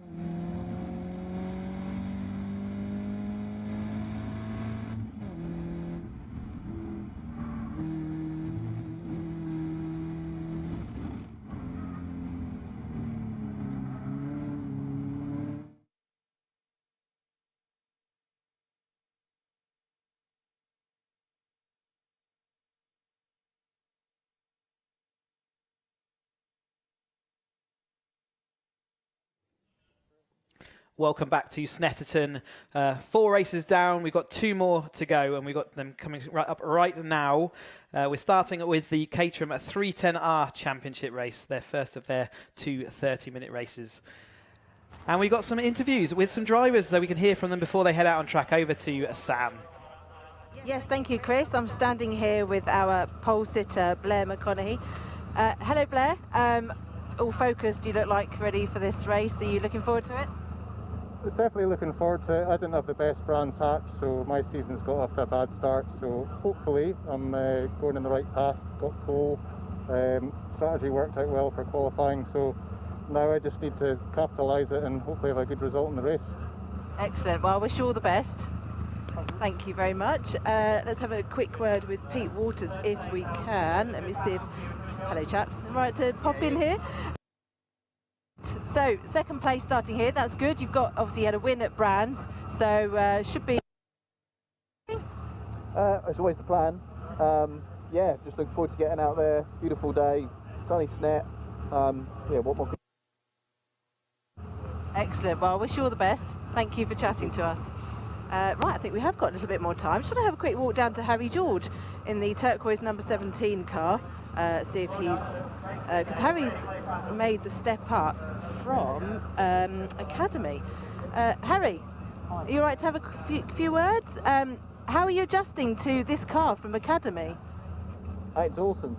It's in a different league to the last Direct. Wonderful to drive. Didn't get the result I was hoping for in qualifying, but we're hoping I can move forward. So yeah, we'll see how it goes. Excellent. I mean, you're not too far back. You know, the toe's so important. So if you hang on to these guys in front, you know, it can all change, can't it? Yeah, exactly. I think I've just got to get a good start, keep my nose clean. I mean, 30 minutes is still a long time, so I've just got to stay in amongst it and then hopefully be there at the end. Excellent. Well, wish you all the best. Thank you for talking to us. Right. Oh, we've got Stephen Lyle next to us. Let's have a few words with Stephen. Oh, actually, they are going out. Stephen, I'll just wish you good luck. See you later. Right, yes, they're all heading out. It's getting rather hot this afternoon, so it's a lovely day here. Anyway, I'll pass back to Chris, and we'll speak to you in a bit. Thanks, Sam. Yeah, certainly looking sunny on the pictures that we can see out there. You can see where we had sort of pretty much continuous cloud cover earlier. That's all broken away, isn't it? You can see bright sun and shadows as they pull out of the assembly area. This is the 310R Championship, the 4th level of the Caterham Motorsport ladder. So the ultimate version of the Academy car that you bought 4 years ago. You've upgraded it in 4 seasons in a row, and this is what you end up with. So to turn a Academy into a 310, it goes through a number of steps, but they have now got 152 horsepower under their right foot. And they have the ZZS tyre that they strap on in Roadsport. They also have all the wide track suspension and lack of screens and lights that you have in the 270R. But additionally, as well as the extra power, they've also got a limited slip differential. So whilst these cars look identical to the 270R machines from the outside, underneath the mechanics have changed, and it means that power oversteer is part of your armoury that you can use as a driver out on track. And you can see how fun this car is by the sheer number of cars we've got on this grids today. So 33 cars line up for the first of their 2 30-minute races that they have here around the Snetterton 300 circuit. See them all getting positioned on. The marshals pointing out each of their grid spots, and they will be then required to remember where those grid spots are as they go around on their green flag lap and then reform up here.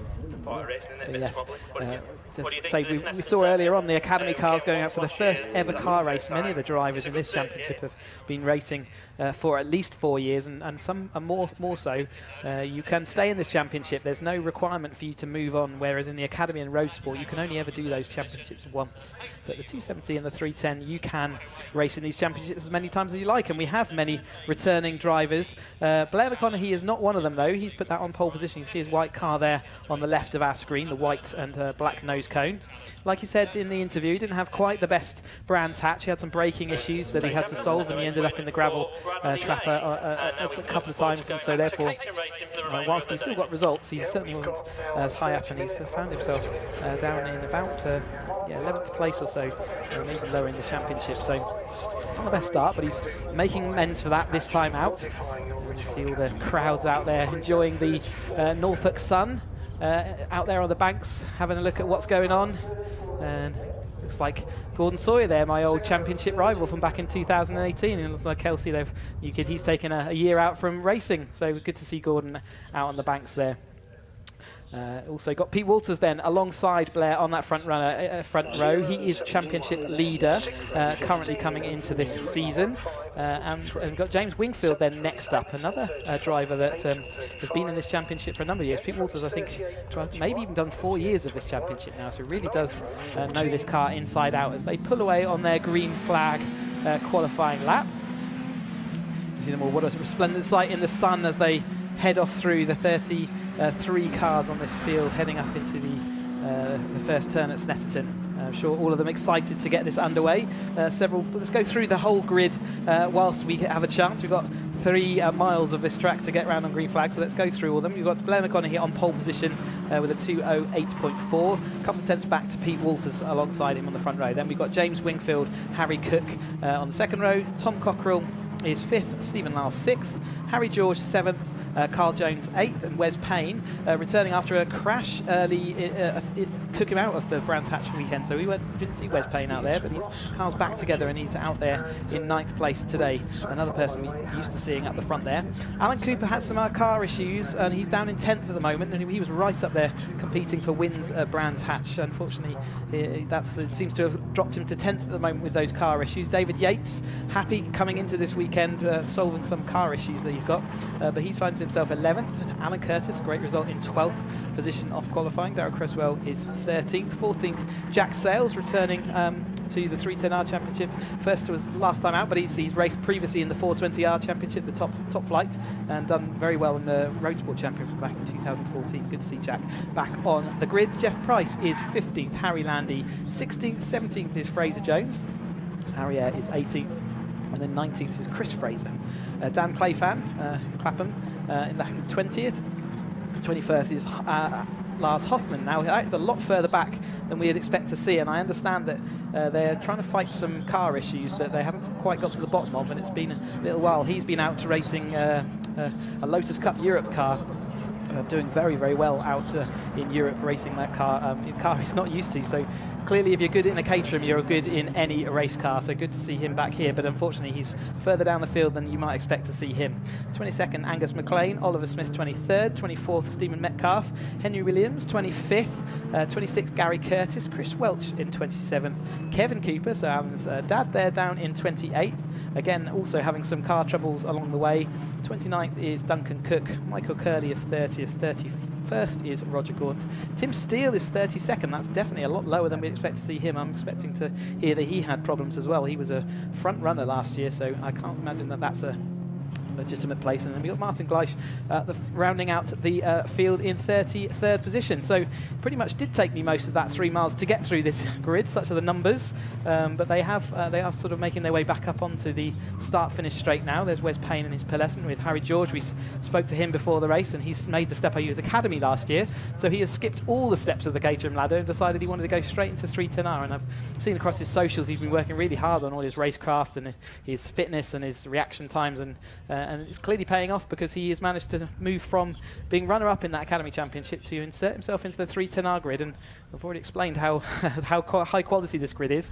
I'd expect the top sort of 15 or so of these drivers are all capable of getting on the podium, and let's just see how well they manage their races in order to do so. They've got to manage that race for a full 30 minutes. So we saw 30 minutes from the 270R, which never gave us a dull moment, and I'm hoping more of the same for the 310R. They certainly usually deliver. Brands Hatch doesn't allow too many. It doesn't allow enough cars on. We had to split them into 3 grids over the race weekend, but Snetterton is of a size that allows them to all be assembled on one grid, and you can see them all coming up, how many Caterhams there are here. Again, if you want to get involved in racing, if you want to come and join us in Academy, if you're watching this weekend and seeing how good the Academy and the other races that we've had going on are, you can get involved. Speak to Caterham, work out what you can do. This is a brilliant paddock to be a part of, and yeah, you're always welcome on these grids. So you can see that the lower half of the field are still having to form up. It's almost double the size, isn't it, of some of the fields that we've seen earlier today. But they're still lining up there, but the last few rows are coming into position. So Pete Walters leading the championship coming in here. Blair McConaughey got a recovery. Wingfield doing that. We've got a 5-second board being shown though, so lights are imminent. Let's wait for the lights to come on, which they do now. So who is going to make that best start off the start line here? Lights go out and away we go. Blair McConaughey, great start. Pete Walters dropping back into the Wingfield a little bit as they left the line there, but Blair McConaughey certainly, well, that was a dream start from the pole position. He has been traditionally known to scamper off into the lead, and I know the other drivers, as they all sweep through the first turn. What a sight that makes to see that, to 33 cars all sweeping through turn one, all having made through successfully so far. Blair McConaughey, though, most successful, although he has outbraked himself into the Wilson hairpin, and that means he's going to fall behind Pete Walters as they funnel on through. Remember, these are the most experienced drivers that we've got in the field, many of them racing Caterhams for multiple years. And therefore, the racing we can expect to be hard, and there's never an inch given or taken on the track. So we filter on down through to Agostini on the first lap. Blair McConaughey still out in front somehow, but Walters looking up the inside of him. Wingfield happy there in third place currently, and it looks like it might be Cook and Hoffman. He got that's Harry George coming into contact with Carl Jones, I think, as they go through the lost wings for sure. So a little bit of a 3 into 1 doesn't go, and then we've got the ramifications of that, or the outcome of that on the the exit of Clayfan on the exit has drifted off wide onto the gravel. So it all kind of kicked off into Agostini. They waited a couple of corners before, and that looks like it's one of the Coopers with a lost rear wing as well. So already shedding bodywork. Let's hope that bodywork all ends up in a safe place so that we don't have to. You can see it's hanging off there. You don't have to pull out the safety car or get the marshals on to recover it. There's Daryl Cresswell making his race. One of those wings has gone off, and it's gone off to the edge of the track, and I think the wind from the remaining cars will probably blow it continuously onto the grass. So that's what's happened. But we have got Walters out front currently. There's Harry George, still recovered even though he's lost a couple of wings. That's Hoffman locked up as he goes into Brundle and then coming to Nelson. He's still on the gravel and the grass. He's managed to scoop it all up, but that would have been a bit of a scary moment. So he's obviously having engine troubles, but he's trying to make it up. He got more cars off at the back. That is a blue car, and let's see what the number is. That is the number 99, and that is Michael Curley. So that's not gone well for him through the Brundle-Nelson complex. There's Wes Payne and his Palessa back on the grid. A little bit further back than he maybe wanted. Looks like he's following on from Jones. But these battles are long and hard as the weaving starts at the front, as they try and, in the shakeout phase, try and make sure they're getting rid of the toe. Pete Walters up the inside. We've got Stephen Lyle there up the inside of Wingfield, who's in the sandwich between Blair McConaughey. Cook made absolute mincemeat of that by going up the inside. Blair McConaughey had to capitulate and give him the space. And David Yates and it looks like so Cockrell up there as well. Cockrell was the other driver I said that should have. But if he'd kept every other step of the ladder, he would have been in 270R racing, but he skipped 270R, so he's come to join this battle, and he's inserted himself there quite nicely up the field in about 7th place. There is that Wes Payne car, and he's racing with Fraser Jones.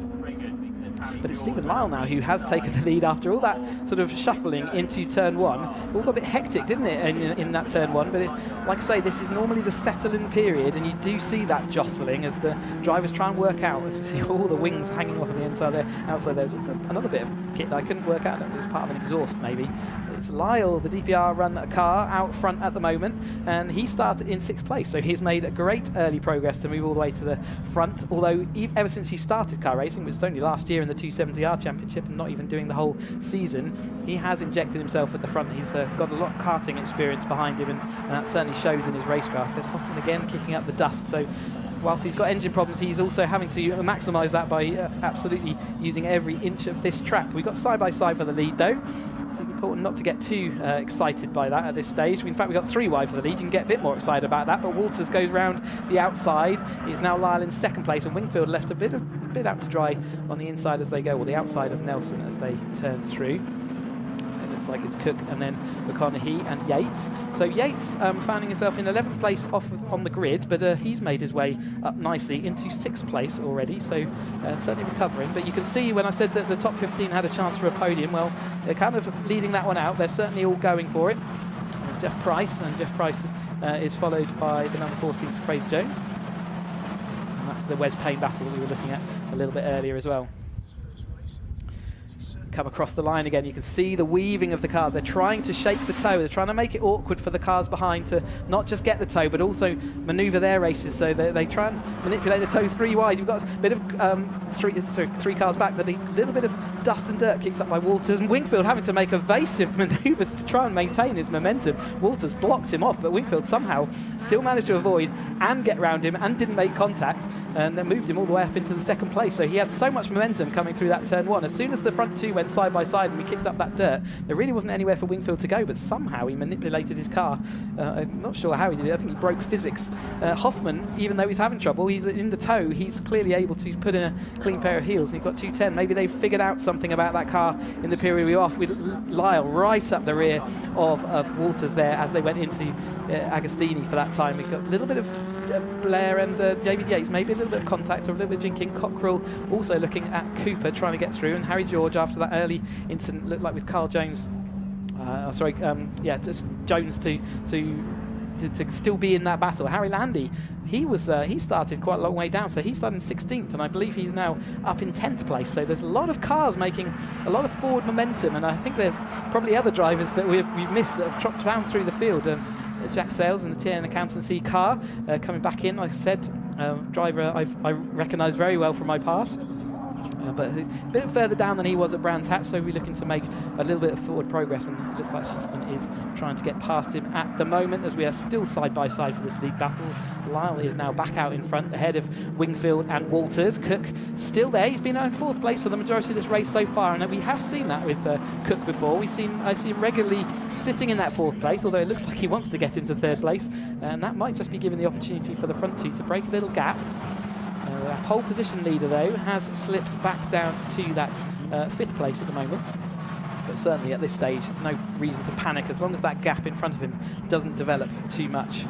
But we said that Cooper was started in 10th place, and he's come up to 7th place last time through. Certainly very much part of this long Caterham train of cars. We're still not out of that settling phase yet, are we? They're still jostling and trying to work out who's best to follow who. Side by side, Cooper and Cockrell there in the red and white car. And Cooper lost already one of the wings, so already shedding weight. And as we said earlier on, it's a common sight in Caterham racing. Actually, we've not seen too many wings hanging around this weekend, so Brands Hatch was certainly a little bit more attritional when it came to the wings.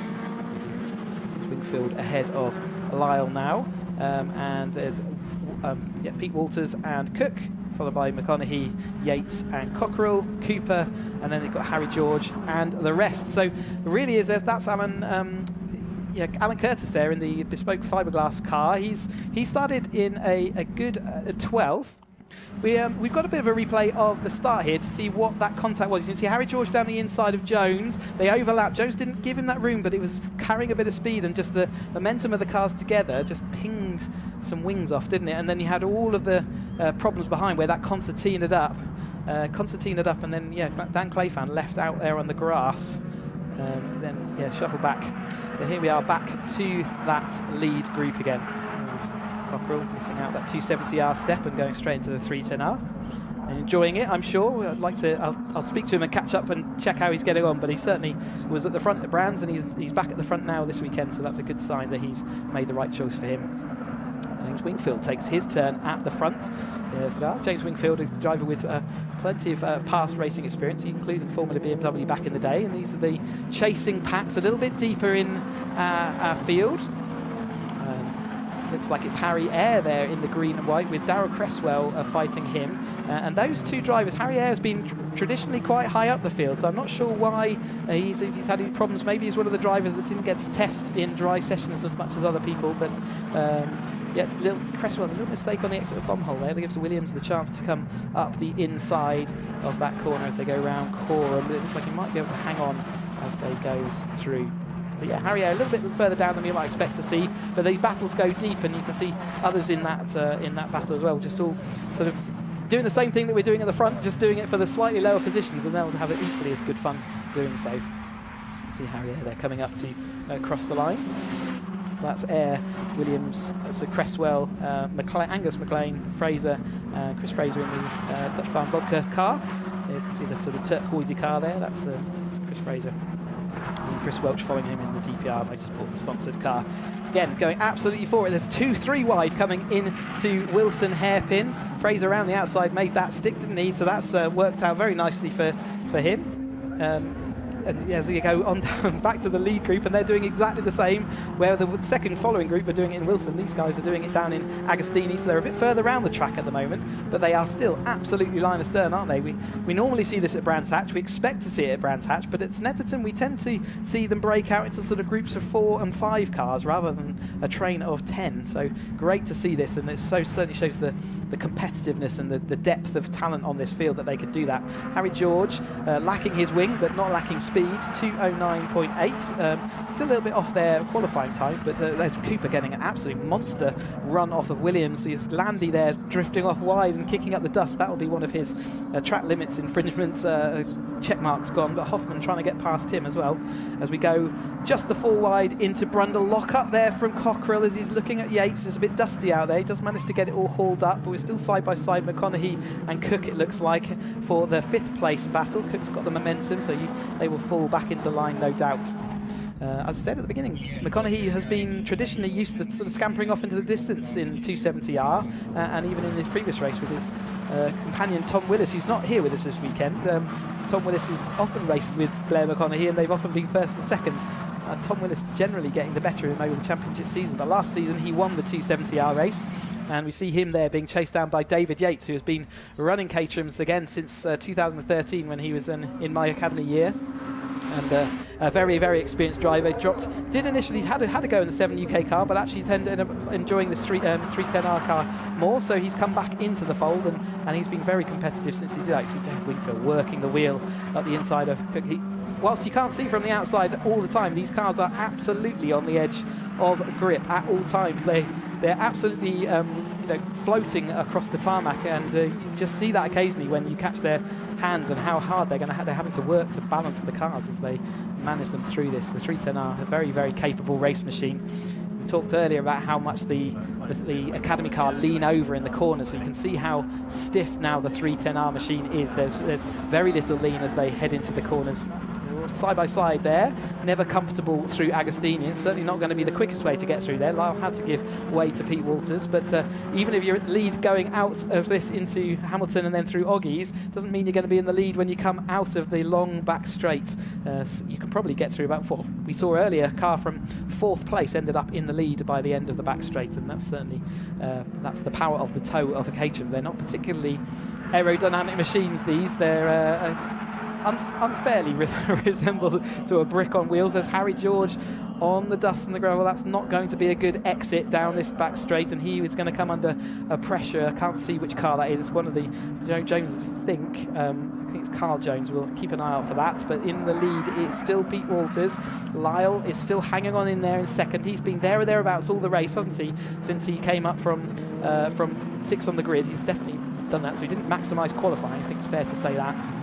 But Walters with a little bit of a gap there, and remember, I think I said earlier that if those gaps start developing and you don't nip them in the bud, they can really stretch. As you see Wingfield again balancing that car all the way through Quorum as he tries to then take off from 90 mile an hour, drop down to about 40 miles an hour for the apex at Murray's, and accelerate on up the hill, accelerating on through as they go up the start-finish straight. See Walters jinking, so obviously that's not the traditional racing line he's doing there. He's just trying to throw the toe off, and it's kind of worked for him because he came onto the straight in the lead, and he maintains that lead all the way through. As the leader, you can do that. If you're deeper in the pack, obviously you can't do that because there's cars around you. Harry George back with Carl Jones, who he had that altercation with a bit earlier in the race, or on lap 1, as they're coming down into Wilson hairpin again. So been sort of these front 3 have been in that front 3, and pretty much Cook has been in that 4th place pretty much the whole race through. Just having a look at some of the spectators out there. So we try and catch them as they're coming out of Palmer. Here we come down to Agostini again then. So that's the Walters machine still trying to jink. You see it's quite a violent jink he's doing to try and throw that toe. Lyle trying to work out what he wants to do. Walters decides to just put his car in the middle of the track, but Honeyhe, who's drifting back further through the field, isn't he? So maybe he hasn't got everything sorted, but at the moment he's not having this his own way. He's drifted from pole position down to what looks like about 8th place there. So you've still got half the race to go. So it's not a problem until we start getting into the last 10 minutes, but I think he will be concerned about that, given that he's still got an angry mob of cars still waiting to catch him up. There's Lyle just getting on the dust. You can see that affected the grip as he slid the car through Palmer, through Wilson there onto the back straight. I'm going to get it right soon, it's Williams. As we go down at the back straight, anyway, a little bit of some more grass. That was Welch. Looked like he'd maybe been out on the grass there alongside the number 65 of Cook. So we'll see another drift of Pete Walters as he exits out of Nelson there that time. So 30-minute races for the 310R cars, and the tyres do get hot and angry, and we saw that the ambient was already 20 degrees with 30 degrees track temperature earlier today, and it's only got sunnier since that time. So I'm imagining that there could well be a situation where these tyres are starting to get hot. When they get hot, they start oversteering a little bit more. The dynamics of the car tends to change, and normally that means you'll see the rear of the car sort of sliding. It's actually, there's also a bit more understeer as well, but you can't generally see that on camera. You can only feel that when you're driving through driving the car. But Lyle takes that lead again, so we've seen him flinging the car around a bit. That is going to make his tyres angry. There's the number 9 of Cook, and he is with Cockrell. Blair still not able to make a move forward. Walters, though, is making a move down the inside. Lyle kind of using that wider line as a defensive tactic, but it does look like Wingfield's got a bit of momentum, but I think he will slot back in behind Lyle as they go through the left of Palmer. As we saw Mansberger earlier showing that you could hang on round the outside as the race got later on, but actually it's generally better to slip back into line and therefore not lose too much speed. Again, Walters trying to throw them off. He's desperately trying anything. He can see that Wingfield's going to make this move up the inside of Lyle. He's not going to make it sticky. He really had to hammer on those anchors to stop that contact then. It was looking, again, right on the edge. You see Carl Jones making his way back through the field after that early contact. So he is one person who is on a move. So he started 8th on the grid, and I think he went back further, but he's come back now to around that kind of same position. Meanwhile, we've seen the fastest lap being taken by Wes Payne there. 209.2. So yeah, that's quite a long way through into the field. I think Wes is running 17th at the moment, so it shows the speed is all the way through the field. It's just about how their races have all panned out, and at the moment it's the lead group snaking their way down this group. Then you've got a group of 3 behind, and that is Harry Landy, looks like Alan Curtis and Jack Sales all in that second group, but they've got a bit of gap to make up, and it's going to depend how hard these front group fight as to whether they can make it across that gap. As Lyle now takes his position at the front once more. Everyone else follows along a line astern.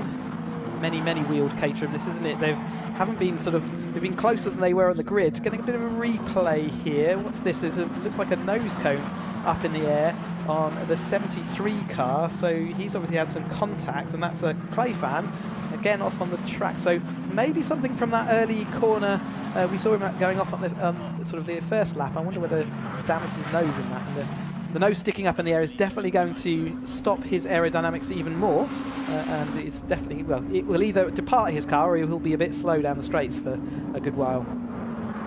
As we flow on through, more side by side. David Yates happy that he's got some of his car issues solved and proving it by being up here. Didn't have particularly good qualifying, but he's still right up here in this lead group as Carl Jones and David Yates hits the rear of Kevin Cooper, we've just seen recovering out.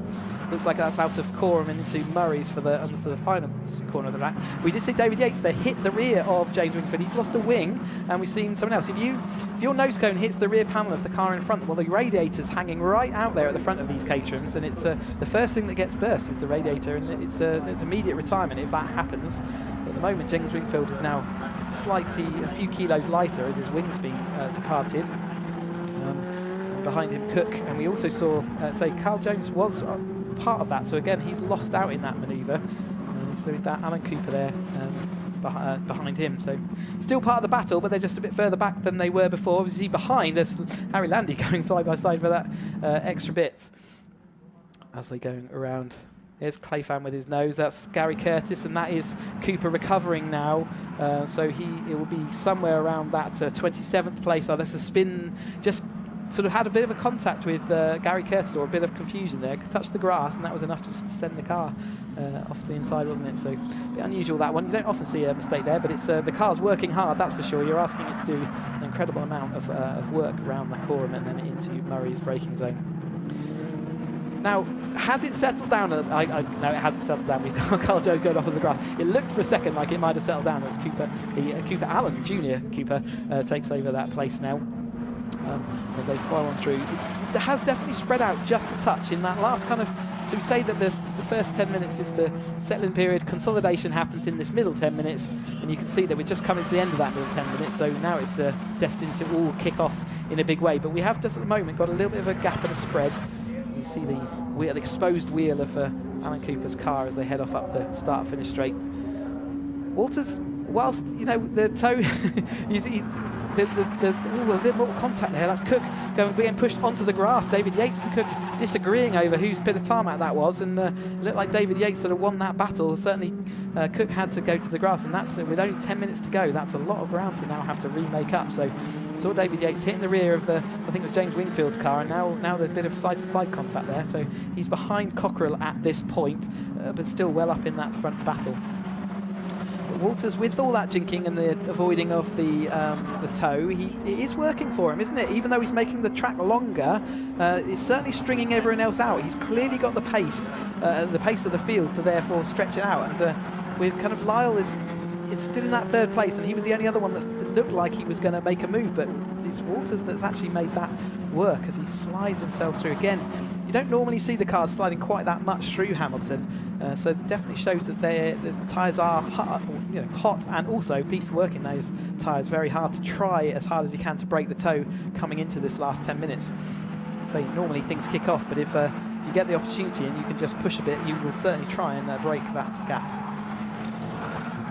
Followed by Alan Cooper onto the back straight. More weaving, more ducking, diving, more manoeuvring as they head off down the long straight into the Brundle left-hander, and then it goes into the Nelson right-hander. It's tight right-hander as they head on through, and then back into the bubble holes. Just a quick lift of the throttle normally to get the car settled, and then straight back on the power as you then see Pete doing a great job of demonstrating the slide. Then we're flat out into Coram before having to lift off a little bit just to let the car turn, and the car loses a bit of speed, then back on the power before trying to work out how do you turn right around a really quite tight bend and knock off enough speed to get to the left done. There's Lars Hoffmann, fresh from his Lotus Cup Europe racing, where he's been finishing on the podium even in torrential conditions in a car he doesn't know, so he knows how to pedal cars, and he's made a good manoeuvre up, and he's certainly making a good fist in this race if he is struggling for pace side by side. Out front though, Walters and Wingfield. Wingfield this time out is probably looking more racy than we've seen him even the last couple of seasons, able to put his car where he needs it to be, and he's here at the end of the race. He's competed for the win on a number of occasions and come out not on top of it. Walters often is getting the better of him, but this time it looks like he's the one hounding Walters. So after that, maybe a small gap developed. It's gone away again, and that's because Wingfield clearly has the speed today. And Lyle is happy at the moment, it seems, to sit there in that third place. And Cockerell has worked his way nicely back through to this lead group. He's in that fourth place, and it's Harry George, minus some wings, but he is from the academy last year, don't forget, jumping into this field with this amount of skill and talent on show. He's there in that fifth place, so he's clearly doing the right things with that 310R machine that has now lost its front wing and its rear wing. He certainly wants to be careful not to lose any more wings, otherwise weight limits can become to effect there. They're not substantial bits of kit, but they certainly weigh a few kilos, and that can be the difference between a car that finishes with the correct weight or not. We've still got, though, all these cars nose to tail, even though we've only got to be nearly 15 minutes into this race. So it's 14, 30, so 25 minutes into this race nearly. So there's still another 6 minutes to go as we head on down into Brundle. More shaking out. David Yates has slipped backwards a little bit, hasn't he? So where he was looking a bit racy earlier on, and he had that little contact we saw, it's now slipped back a little bit. We've got those cars in the intermediate ground that have grown from a pack of 3 to about a pack of 6 or so. Wes Payne leads Jack Sales, then it's Alan Curtis, Harry Landy, and behind Harry Landy we've got, I think it's one of the Jones, I think it's Fraser Jones. And we've got this following on pack behind them, so we're going to have, looks like that's Williams, McLean, Fraser, Cresswell, all in that. You see Chris Fraser locking up his front wheel in the Dutch Barn Vodka car there. So just as the cameras come to me, he shows a lock up there, but it is possible. It shows how on the edge, again, all these cars are right the way through the field. And the pace of this field is, is high. Even front for the pace at doing 209s. As their best, but sort of 2:10s regularly, and the midfield here and towards the rear doing 2:11s, 2:12s. There's really not much in it all the way through the field. A little bit loose and out wide there. That's on the dirt and over the curb. That's not the best way of taking that corner. A little bit of front and to rear contact there, Walters to Lyle, and it looks like Harry George might have also had a little bit of contact there. So certainly things are starting to raise the ante now with 5 minutes of this race left to go, and it is Wingfield as we get to that 5 minutes to go that is out front, and he's doing Walters with a slight gap, and it's Walters having to defend from Lyle. Lyle is shoving that one down the inside. He's absolutely making it stick. He's lost the rear of it, but he somehow manages to get that all hauled up in time for Agostini. He has made it through, and he is heading off up there in second place. That was a real last of the late breakers manoeuvre there to get into second place. So here he wants to be near the front here in that second place as we come into this final 5 minutes. Only a few laps remaining of this race, so each time they come to an overtaking opportunity, there's one less, and he decided he wants to be in second place at the moment.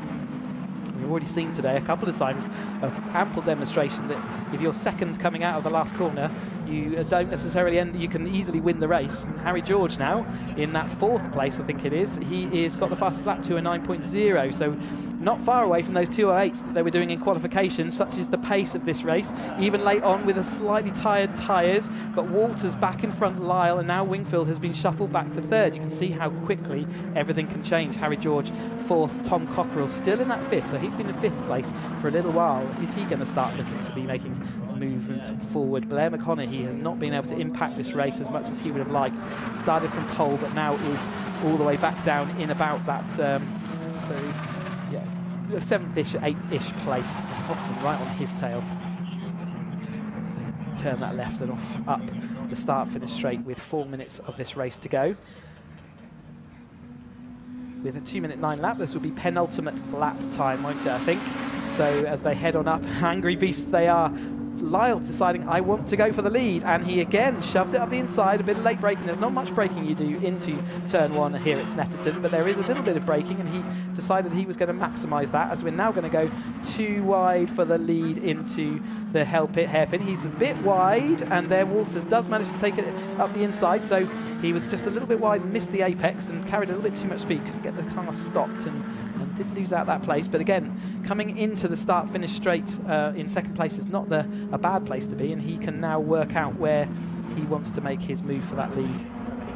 Walters defending to the inside. This time he's learned his lesson that Lyle can go late. Another front wing there getting released from a car, sent for freedom.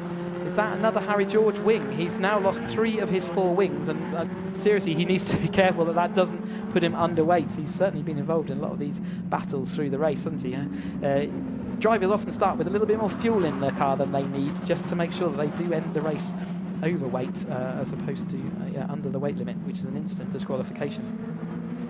So Lyle out front ahead of Walters, and then we've got Wingfield, Harry George in the virtually wingless. See if we can get wing bingo and get all of him on. And then we've got Wingfield, George and Cockerell. Yates has come back through again, so where I said he was looking like he might be drifting back a little bit, he's now looking like he's on the prowl again. And then it's Hoffman now ahead of McConaughey, so Hoffman managing to make that place up, but out front Lyle sliding all the way through Nelson. Managed to avoid the sensor. You can see it on the ground on the outside of that corner where the track limits are triggered, but he did a perfect drift all the way up to it. Drifting out of bomb hole as well. Walters and him have got a little bit of a gap. I wonder whether they'll look in their mirrors and think, do we settle this for a couple of corners to try and solidify that? I doubt it with this 1 lap to go.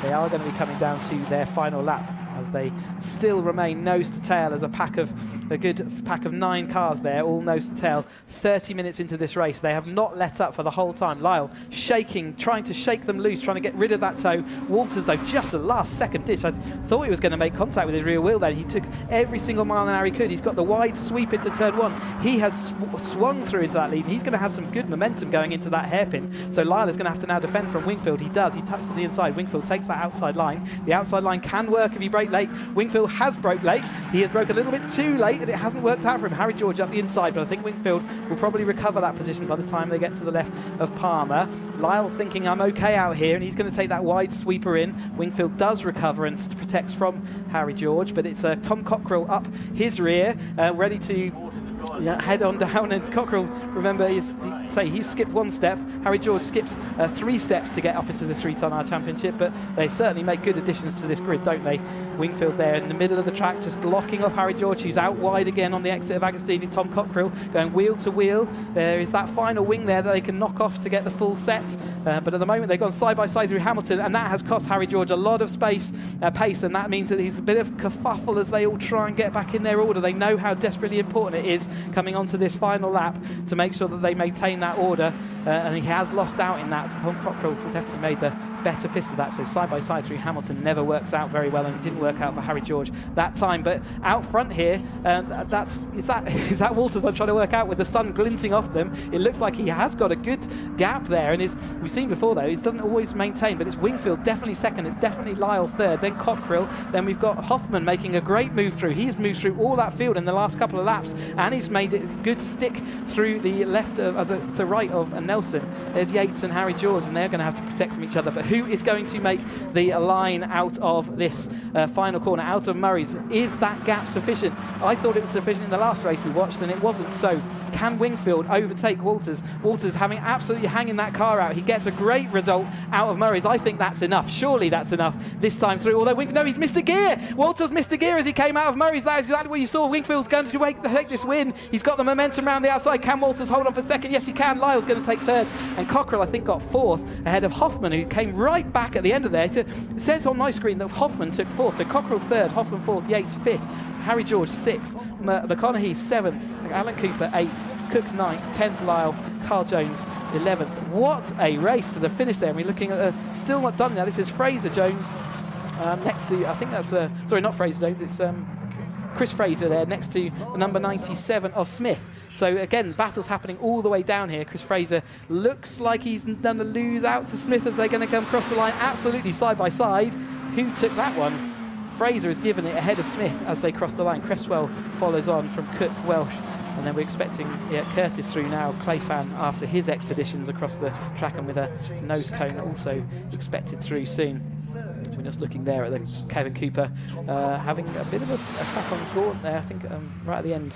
Sorry, Tim Steele, which we said we didn't expect to see Tim Steele down there, but he has maintained at the rear, so we'll find out what's up with his car. But what an absolute corker of a race from the 310R Championship today. The racers have each taken a step up, haven't they? They've all been brilliant to watch in their own right, and I think that one takes the biscuit so far, and we've still got Roadsport to come, so do not go anywhere, because that's not the end of the Caterham racing today. They all filter themselves, the full 33 cars filter themselves through. Here's a confirmation of the provisional result. James Wingfield takes that win after Pete Walters missed a gear on the exit. Pete Walters second. Tom Cockrell takes that podium in third place. Fourth place, Lars Hoffman, recovery of the day so far. David Yates fifth. Harry George sixth. Blair McConaughey is seventh. Alan Cooper eighth. Harry Cook ninth. Stephen Lyle rounds out the top 10, an unfortunate 10th. 11th, Carl Jones. Wes Payne 10th. 12th, Alan Curtis 13th, Jack Sales ends up 14th, Harry Landy 15th, Fraser Jones 16th, Steve Metcalf, Harry Eyre, Henry Williams and Chris Fraser round out the top 20. It's Smith, Cresswell, McLean, Duncan Cook, Chris Welch, Gary Curtis, Dan Clayfan down in 27th, Kevin Cooper 28th, Tim Steele 29th, 30th it was Michael Curley, and then rounding out the grid as a whole, Roger Gaunt 31st, Jeff Price 32nd, not a race he would have wanted, and Martin Gleish is 33rd. What a race, breathless, start to finish, and exactly what you expect from Caterham Racing, but it's brilliant when it happens, and what a race that was, as they'll all be making their way over towards the Parc Fermé. And Sam has all those lined up for me. we're going to, in fact, we're not going to, Sam, we're going to go to the next race for the assembly area. Of course, we're going straight into the road sports.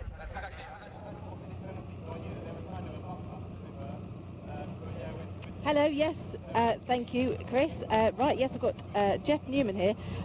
Jeff, that was a fantastic qualifying for you this morning. Your lap time was 1.3 seconds quicker than Freddie Chillick's.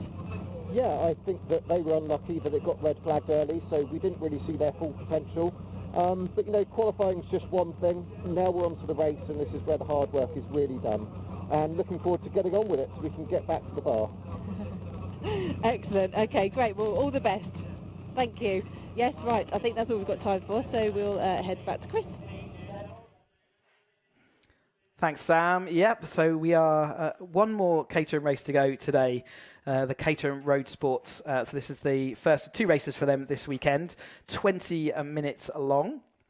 And they had quite an eventful Brands Hatch as it went. So they had quite a lot going on in their races, but managed to get through. And Charlie Lower was the double winner in the standings there. He took 2 wins, although actually Jeff Newman crossed the line in first place in the first race, but the track limits infringement meant that he was pushed back down to, I think, about 8th place or so off of that line. So Jeff Newman lost out a little bit, but got the fast. But we can actually have a look at quick highlights of the last race before we get into this new one. Here we go. Good start from Blair McConaughey off the line there from Pete Walters. As the early part of this race, a great sight of these cars sweeping themselves through the opening corners. 33 cars. A little bit of contact though. Harry George and Carl Jones losing panel parts, and you can see that was a exhaust that got flung off. And Dan Clayfan, first of a couple of expeditions onto the outside of Agostini hairpin, and more drama at the back of the field as the cars were trying to jostle for the positions. A sight that we saw many, many times through that 30 minutes was the side-by-side action for the lead all the way into the Agostini hairpin. There's Darryl Cresswell losing the track on the exit of Agostini, losing time and space. We normally see him a bit higher up, and that kind of explains why. A bit more grass tracking further down the field as well. A bit of a bumpy ride back to the track there, just joining behind Chris Welch. Dan Clayfan, here's his second expedition, just trying to find out a little bit more of that track. Maybe he couldn't see because his nose cone was in the way, and that is Cooper losing his car just as he went into the Coram corner. So yeah, an uncomfortable place to do it, but he just lost the rear end, didn't he? And it spun on him. And this was where we lost Harry Cook on the outside. A bit of a shoulder barging with David Yates, and he came out very much worse off that one. So we came on further into this race, and it was these perennial front leaders. So didn't see what happened to Lyle and where he disappeared to, but he wasn't part of that. There's Fraser locking up Chris Fraser. And Lyle was still in it at this point, wasn't he? What a great manoeuvre down the inside of Agostini. A little bit of flat tyre wrapping there. But at the line, he was not there. This was coming on to the last lap of the race, and you can see that this point Walters looked like he had it absolutely sewn up, but he just missed second to third gear. It's very, very easy to do in these cars, and that gave Wingfield the run all the way up into the first zone, and he overtook on the line. And there you go. That was the win for Wingfield. What a great time. Here we go, though. That was the last race. That's all the action you could put into 30 minutes. Let's try and get into a 20-minute race for the road sports and see what they can deliver us today. You can see them all here on the grid. Jeff Newman taking on the pole position on the left-hand side. So he comes into the about 5th or 6th place in the championship as we come into this alongside Freddie Chiddick's there, who also had a bit of a compromised Brands Hatch, but he's in 4th place in the championship. He certainly got some good results. So Freddie Chiddick's alongside him, and those two have been alongside each other most of the way through their racing career so far, all the way through the academy last year and now into road sport this year. And then we've got Mark Jones and Gareth Lucas. Again, 2 names that are very familiar to the front of this field from last year, and they're doing a good job. Gareth Lucas with his bright, like sort of turquoisey blue car this year. And then we've got Mark Williams and Robert Domain. These are all names that, we expect to see. Charlie Lower, though, is one person who is a bit lower than we expect. He took that double win last night out of his leave for their green flag formation lap. But yeah, Charlie Lower with that double win comes in as leader, but he didn't qualify very well and came in 8th place.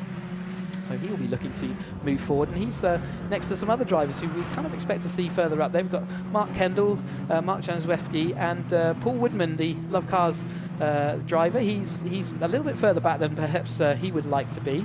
He got a podium after Jeff Newman got his track limits infringement last time. That was he's been going for a podium since he started in the academy with them all last year. He's decided he's going to come back for a second year in Roadsport, and a great addition to the grid he makes. And yeah, third last time out at Brands Hatch. Can he fight his way from 11th on the grid?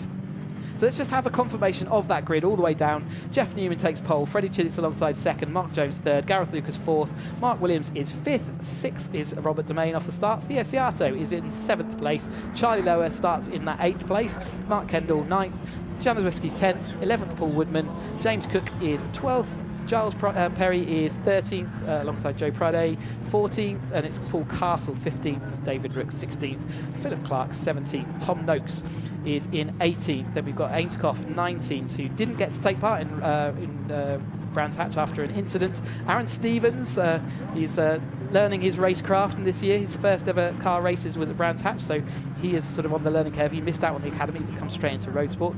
Michael Banton is 21st. Benja Headley is a long way down in 22nd. He's a car that we saw right up the head of the field at Brands Hatch, so he's going to be disappointed. In fact, I think he comes in here 3rd place in the championship, so he's certainly not going to want to stay there for too long. Chris Roberts 23rd. James Moon, another name we expect to see at the front, but at the back at the moment, 24th. Neil Perry 25th.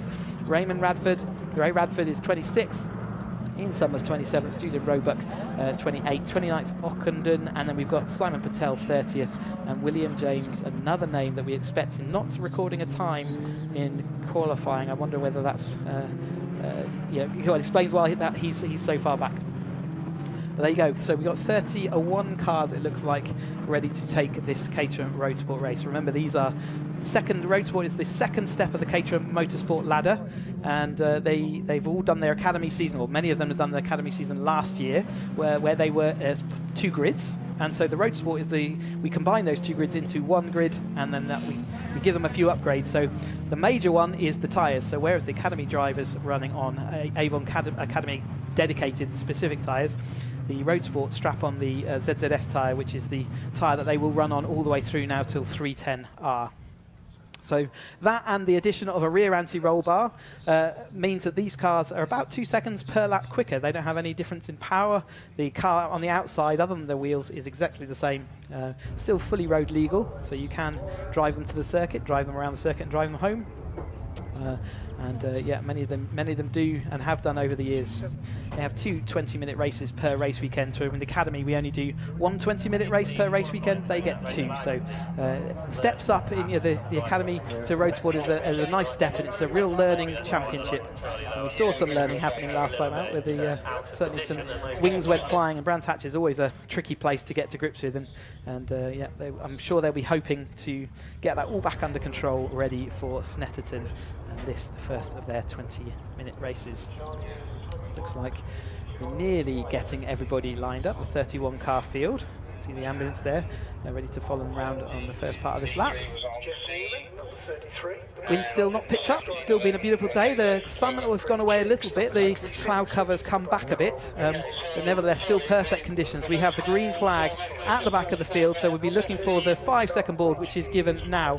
Is Newman going to be able to make it off that line? Well, let's look for the red lights. They're on now, and who's going to make the best start, Chillicks or Newman?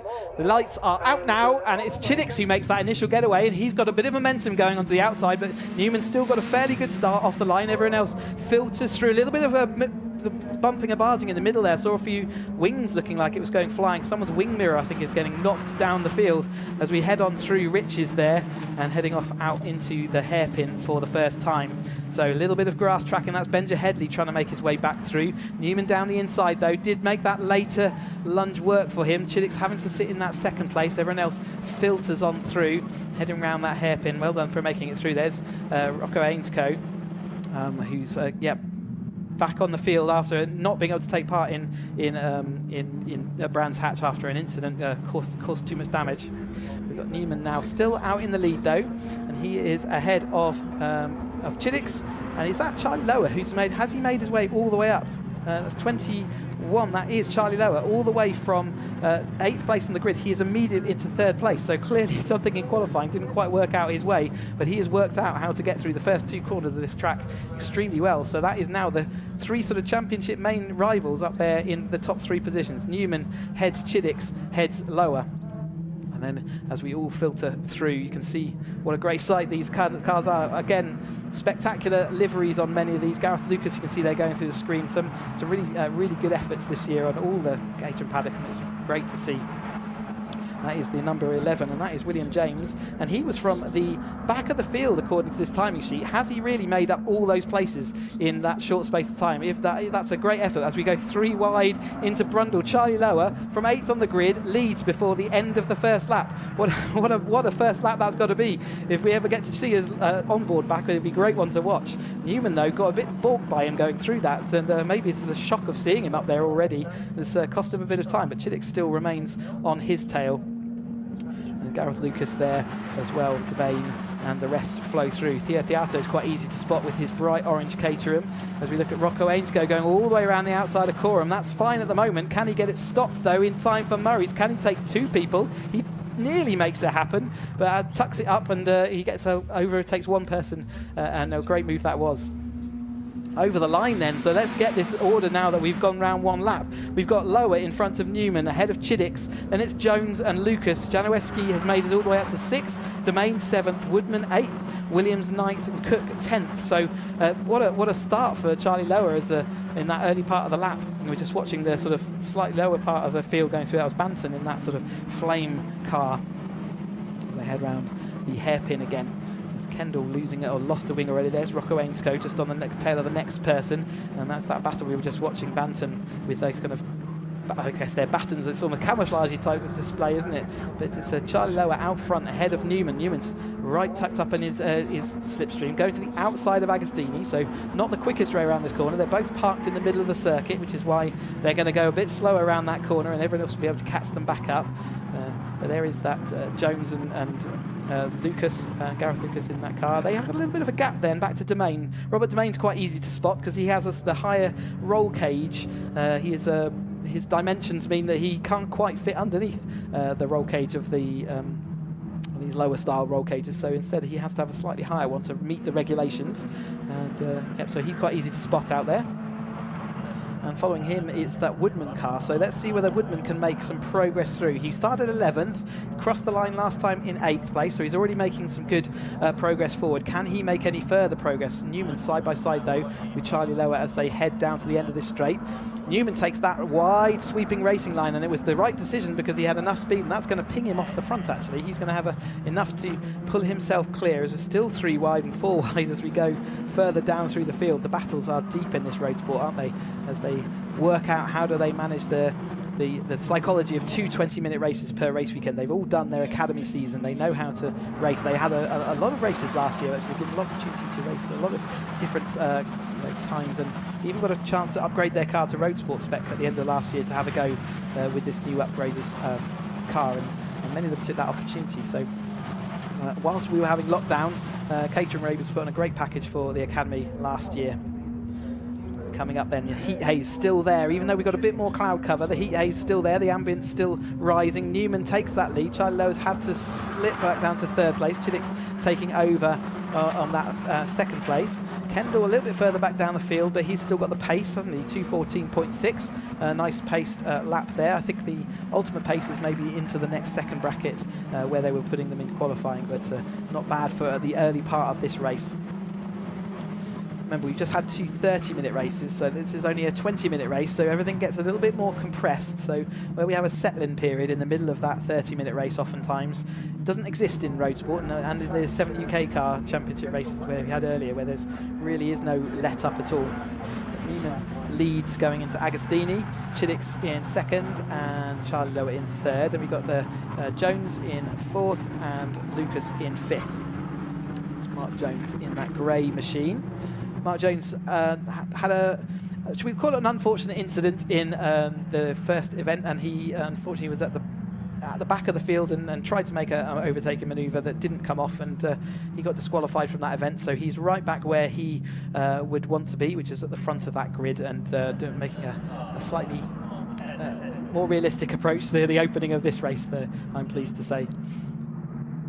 As we come on down here, you can see the sun now glinting off of the track and off of all the cars and their liveries as it gets slightly lower into the sky, but Newman still maintains that lead, heading into this left-handed Brundles and then into the right-hander. Newman, the Academy champion from last year, or one of the Academy champions from last year, and he actually beat Freddie Chiddix by a single point by want of a fastest lap here at Snetterton. So it's a place that I know that Newman enjoys quite a lot, but maybe Chiddix feels like he's got a bit of history to put right there. So first and second from last year's Academy, and Charlie Lower was, I believe, he was the other Caterham Academy champion. So they are the champions from last year, are rising to the top of this road sport field as well. It was actually Harry George that had the fight with Charlie Lower for that win last year, and we saw him just out now in the 310R Championship. As they cross the line once more, Chiddix trying for the lead for the first time, I think, in this race, outside of Rich's the first corner, although it looks like Newman has got that position, so he will have that sit. Gareth Lucas overtaking Mark Jones there. A little bit further back, that was Kendall in the green car going around, Theo Theato as well. They all come. There's Philip Clark in this blue and orange machine, following on behind Rocco Ainscough, who we've seen making that progress up through the field. He started in 19th and currently last time across 14th on the grid, so making good progress up through the field. As we head on down into Agostini for all those cars, that is Ainscough going through a little bit, but that's William James in his blue and pink machine there as well. So all these cars having their own stories, trying to do their own thing, trying to make their way forward. You see another battle for that lead with side by side now for is this about 6th place using the grass. Is that Januszewski? It is, and the grass didn't turn out to be very grippy for him. Unfortunately, he felt the need to use that grass to avoid contact, and that's cost him dear. He's recovering that car though, be careful about not losing the rear, especially pulling out into the pack of cars, but he's managed to rejoin the race and learn that lesson, I imagine, for tomorrow. And certainly it's affected his race quite badly, hasn't it? It's Theo Theato racing with the number 46 of that's Williams in the 46 car. Off they go again then. Round 2 for all this midfield battle. They've settled in after that spin. There's the recovering Januszewski, and yeah, as you can see down here, he was losing space, and I think there was still enough room for him. He was on the inside of Woodman there, wasn't he? And I think there was still space. I don't think Woodman put him on the grass, but he just felt like he needed to use that grass to make the corner. He was certainly carrying a bit of speed, wasn't he? He did a quick pirouette, and see how slippy it is on the grass with all that dust and from the rain we've had recently. But out front, it's Chiddix now ahead of Newman, but Lower's still in that 3rd place. Taking that watching brief, I imagine he can take a breather now. He's done the hard work of getting to the front of this field relatively quickly. Mark Jones is a little bit off the rear of him, so he can relax at the moment. Lucas in the 77 there, following along behind. So it's another race where we're seeing that sort of front pack, although this time we've got a kind of front 3 and then a following 3, which is more like we expect at Snetterton, rather than the sort of full-on 10 to 12 cars that we've been seeing in the other ones. But they're still going 3 wide into turn 1, why wouldn't you? It seems to be working out for them okay, and we're just approaching that halfway distance of the race. So again, it's quite a different dynamic when you have a 20-minute race as opposed to 30 minutes.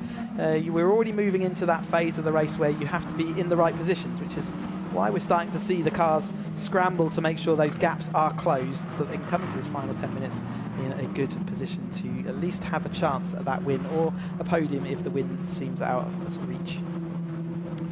They filter on down. All got their number plates on. As I say, Roadsport is very much a road legal car that you have to race, so they're all road legal. They sometimes put on their names, as you can see. Freddie Chiddix taking the fastest lap. We are into that 2:13 bracket, aren't we? So great lap by Chiddix there, using Newman's toe and getting through. But yeah, you can see they put their names on it, which helps us in the commentary booth as much as anything. But you can strap on the actual number plates of that car and drive them on the road. And like I say, many people do choose to do that. It is the same Academy car, just with the different. We've got a bit. That is the Rocco Ainscough, and it looks like Kendall and Philip Clark all kind of come together at Agostini. So yes, that's not gone well at some level.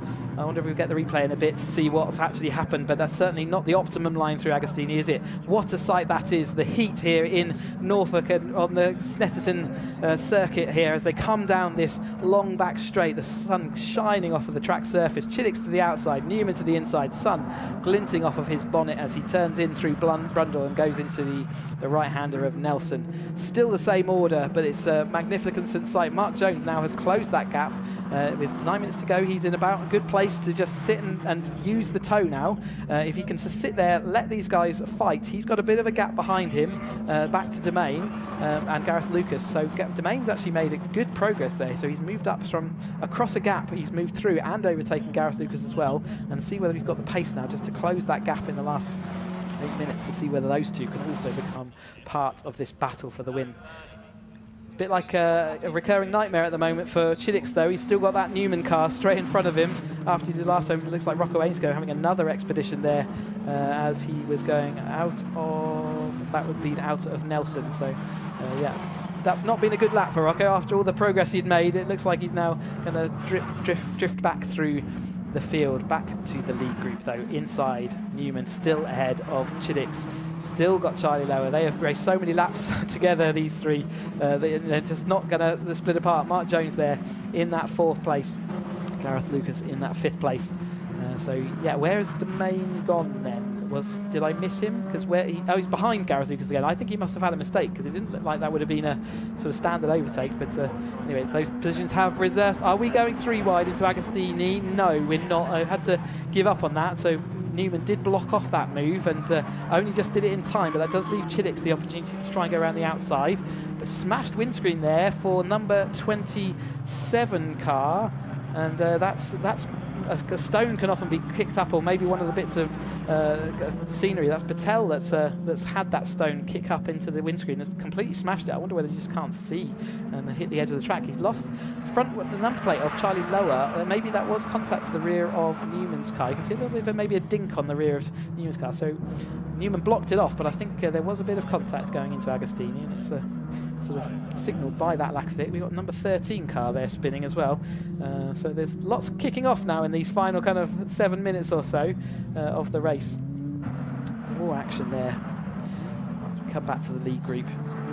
Lower out wide. He was up in 2nd briefly, but it looks like that might now fall to 4th place as Mark Jones is going to benefit from that dusty expedition. They're going to go wheel to wheel. Mark Jones is up the inside there as the number plate's still hanging on in there for Charlie Lower. He's going to go side by side. It's Gareth Lucas going to be able to make an opportunistic move up the inside. It's dusty out where Charlie is there, and that's not necessarily going to work, so he tucks in behind Jones and they filter on through Murray's and off up the track again, and he will try and get the slipstream done so that he can get past through. You can see how much dirt and debris there is. That's the wadding out of an exhaust, and I wonder whether that's certainly significant enough that it could smash a windscreen. That's Kendall, I think, in the 35, if I'm right. He's not having a good race, is he? He's lost a fair bit of machinery off his car. It looks like he's dragging his exhaust. Lost a lot, so I think he'll be probably going back. Even his door is hanging off there. That car has certainly been in the wars, hasn't it, throughout the course of this race. And battles are going on everywhere, and battles up front here for Newman is still up front. I think he's led certainly the minutes and probably led across the line most times. Chilix has been there or thereabouts, and he is clever enough to know that he will know when he needs to push, and we're coming towards that final 5 minutes now, so the intensity, such as it is already, is going to rise. Charlie Lower now looking back up the inside of Mark Jones. It looks like he's going to make that stick into Agostini. Gareth Lucas right at the edge of braking zone there. Car was a bit wobbling as he squirmed his way into Agostini. Domain is certainly not out of it, is he? So it's a lead group of 6 cars as we head into this final 5 minutes. They have all figured out how they can position themselves. Charlie Lower again off track on the exit of Hamilton, going into Oggies now, this right-hander, and you can see how damaged that front nose cone is. It almost looks, he's off the track again. I wonder whether he could be leaking fluid, and if he is, that's a problem for him and everyone else as well. But he's gone off the track a couple of times now, hasn't he? And because he has damaged that nose cone so much, it could well be the radiator, like I said, takes a bit of punishment if you hit that front nose enough. And if it is leaking fluid, it's going to make first of all his car unstable, which you can see, but equally, if he runs out of fluid, then that will not be a good end to his race. So he needs to keep a careful eye on his dials at this point.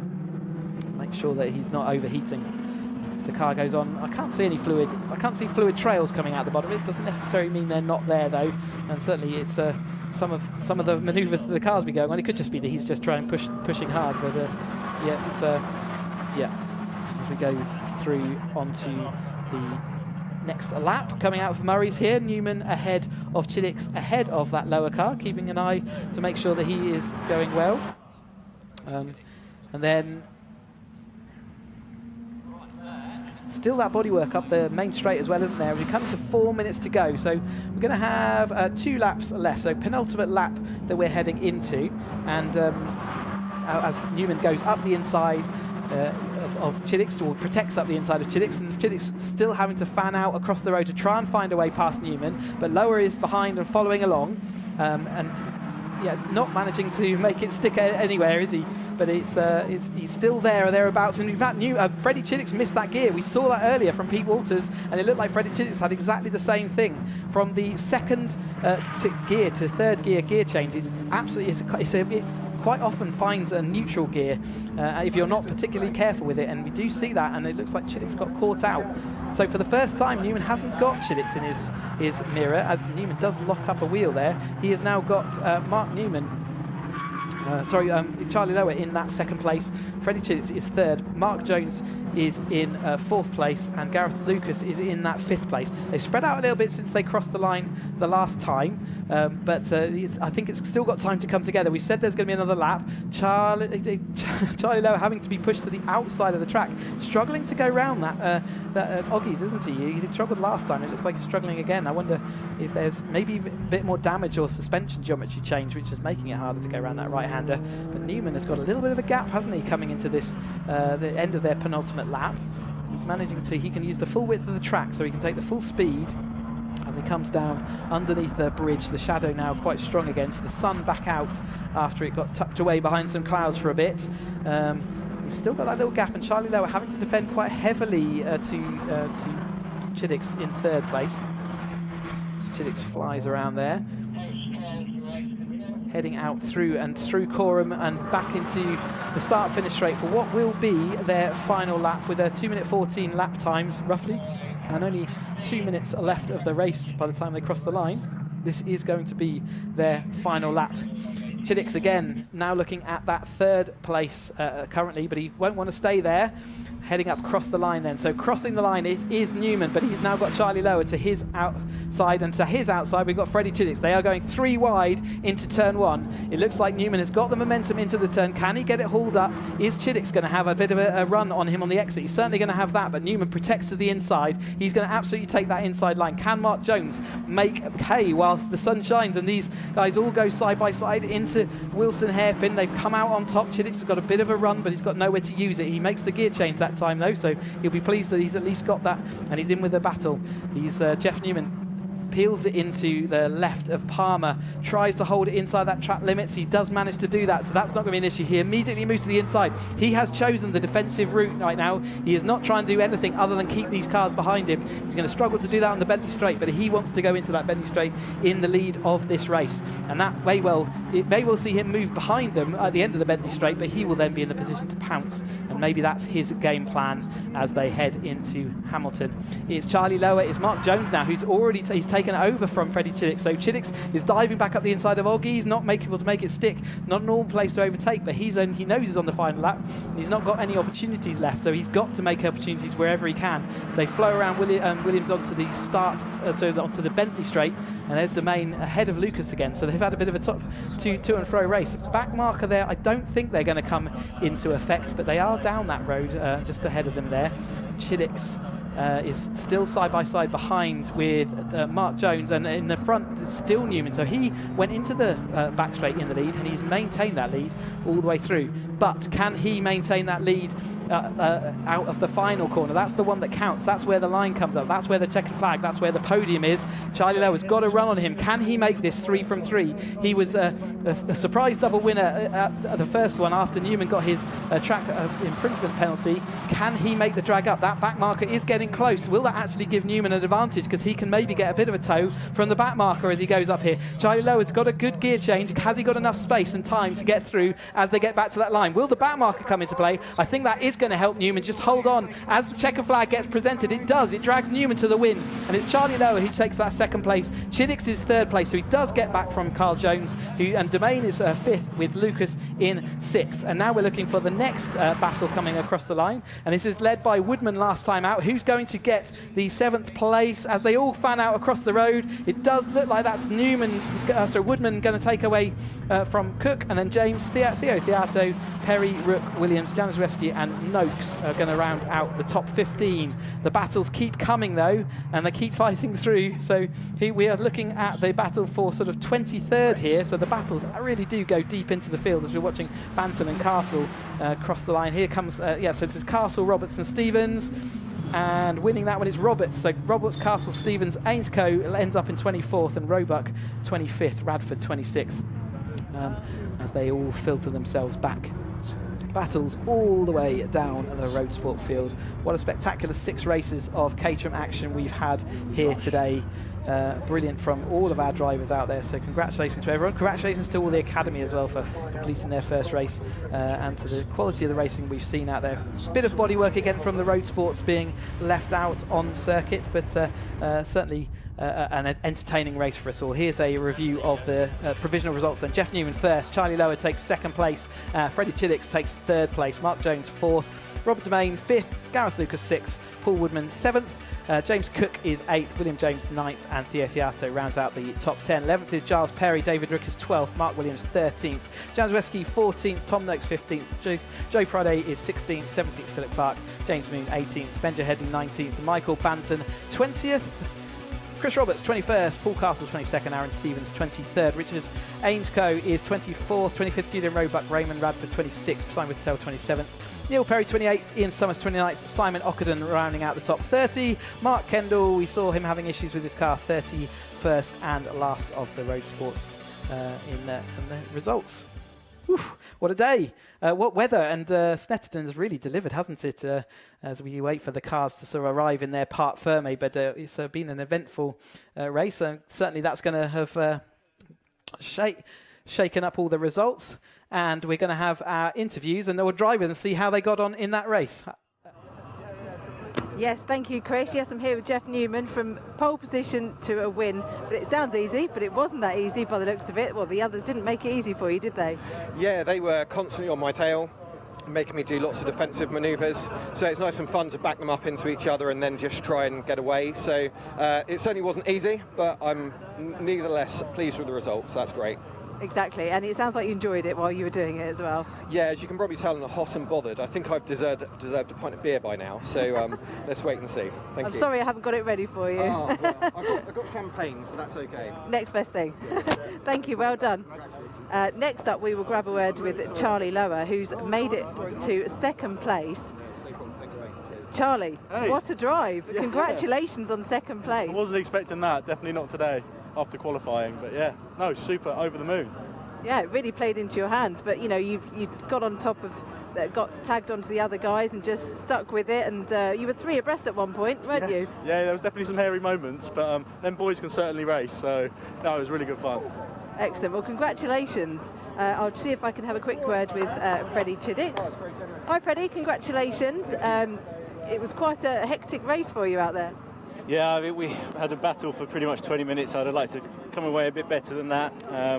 Qualifying didn't really go my way. I had a radius arm snapped after just 3 laps, so to finish on the podium still good, and hopefully we get a bit better tomorrow.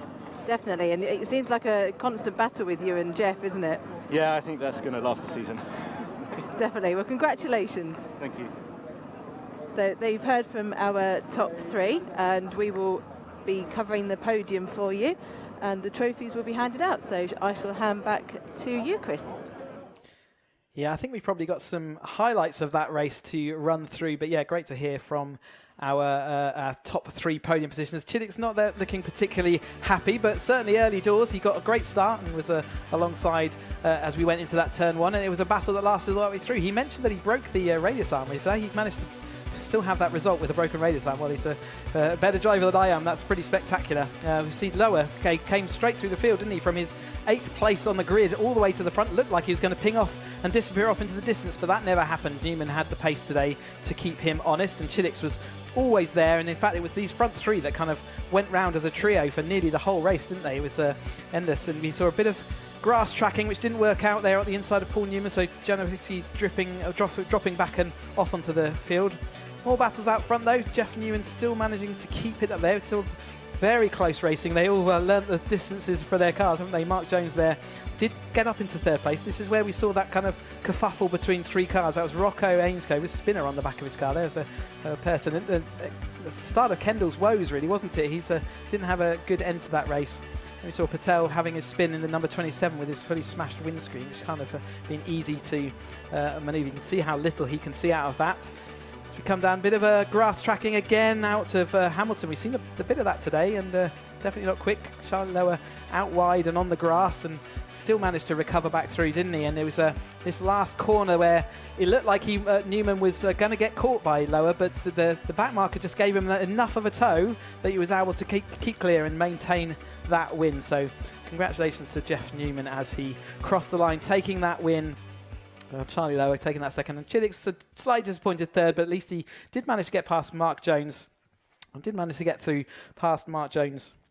We're going to get to the podium shortly for the drivers, but just to remind you that whilst today's action has come to a close for the Caterham racing, we've got a whole day of it tomorrow. We've got another 5 races to bring you, many of the championships you've seen today. We haven't got the Academy, but we've got everybody else. We've got 2 races for the 7 Championship UK cars, 270R, 310R, and the Roadsports are back out in action. So make sure you get subscribed to the channels, make sure you follow, like, and get the notifications to know when we're coming back on air. We are scheduled to start the racing action at around 9:50 tomorrow, but do make sure you tune in a bit early, because sometimes the schedule runs early, so don't miss out on any of that.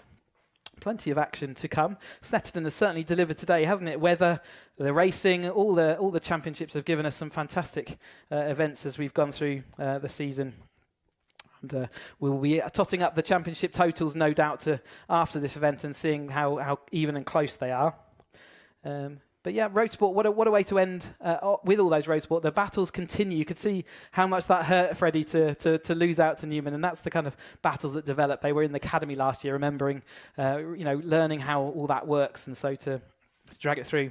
Oh, we've got the podiums to cover, though, before we leave, and there is Chidix, who we're talking about him. He's not the biggest smile on his face, but nevertheless, he takes that 3rd place trophy, puts a smile on for Snappy John to take a photo of him at least. So well done to Freddie Chidix. And in 2nd place, there's Charlie Lower from 8th place on the grid. What a fight back through for Charlie. He takes his 2nd place well-deserved trophy. He's still got his hands device on there just to protect him as he takes a champagne shower. And there's Jeff Newman waiting patiently and obediently as Charlie takes his 2nd place for the winner's trophy. Laura giving him the winner's trophy there. Congratulations to Jeff. Managed that race very well, didn't he? And a bit of luck at the end with the back marker, but that you make your own luck, don't you? And certainly he deserved that win. He was out front for the majority of the race. Congratulations.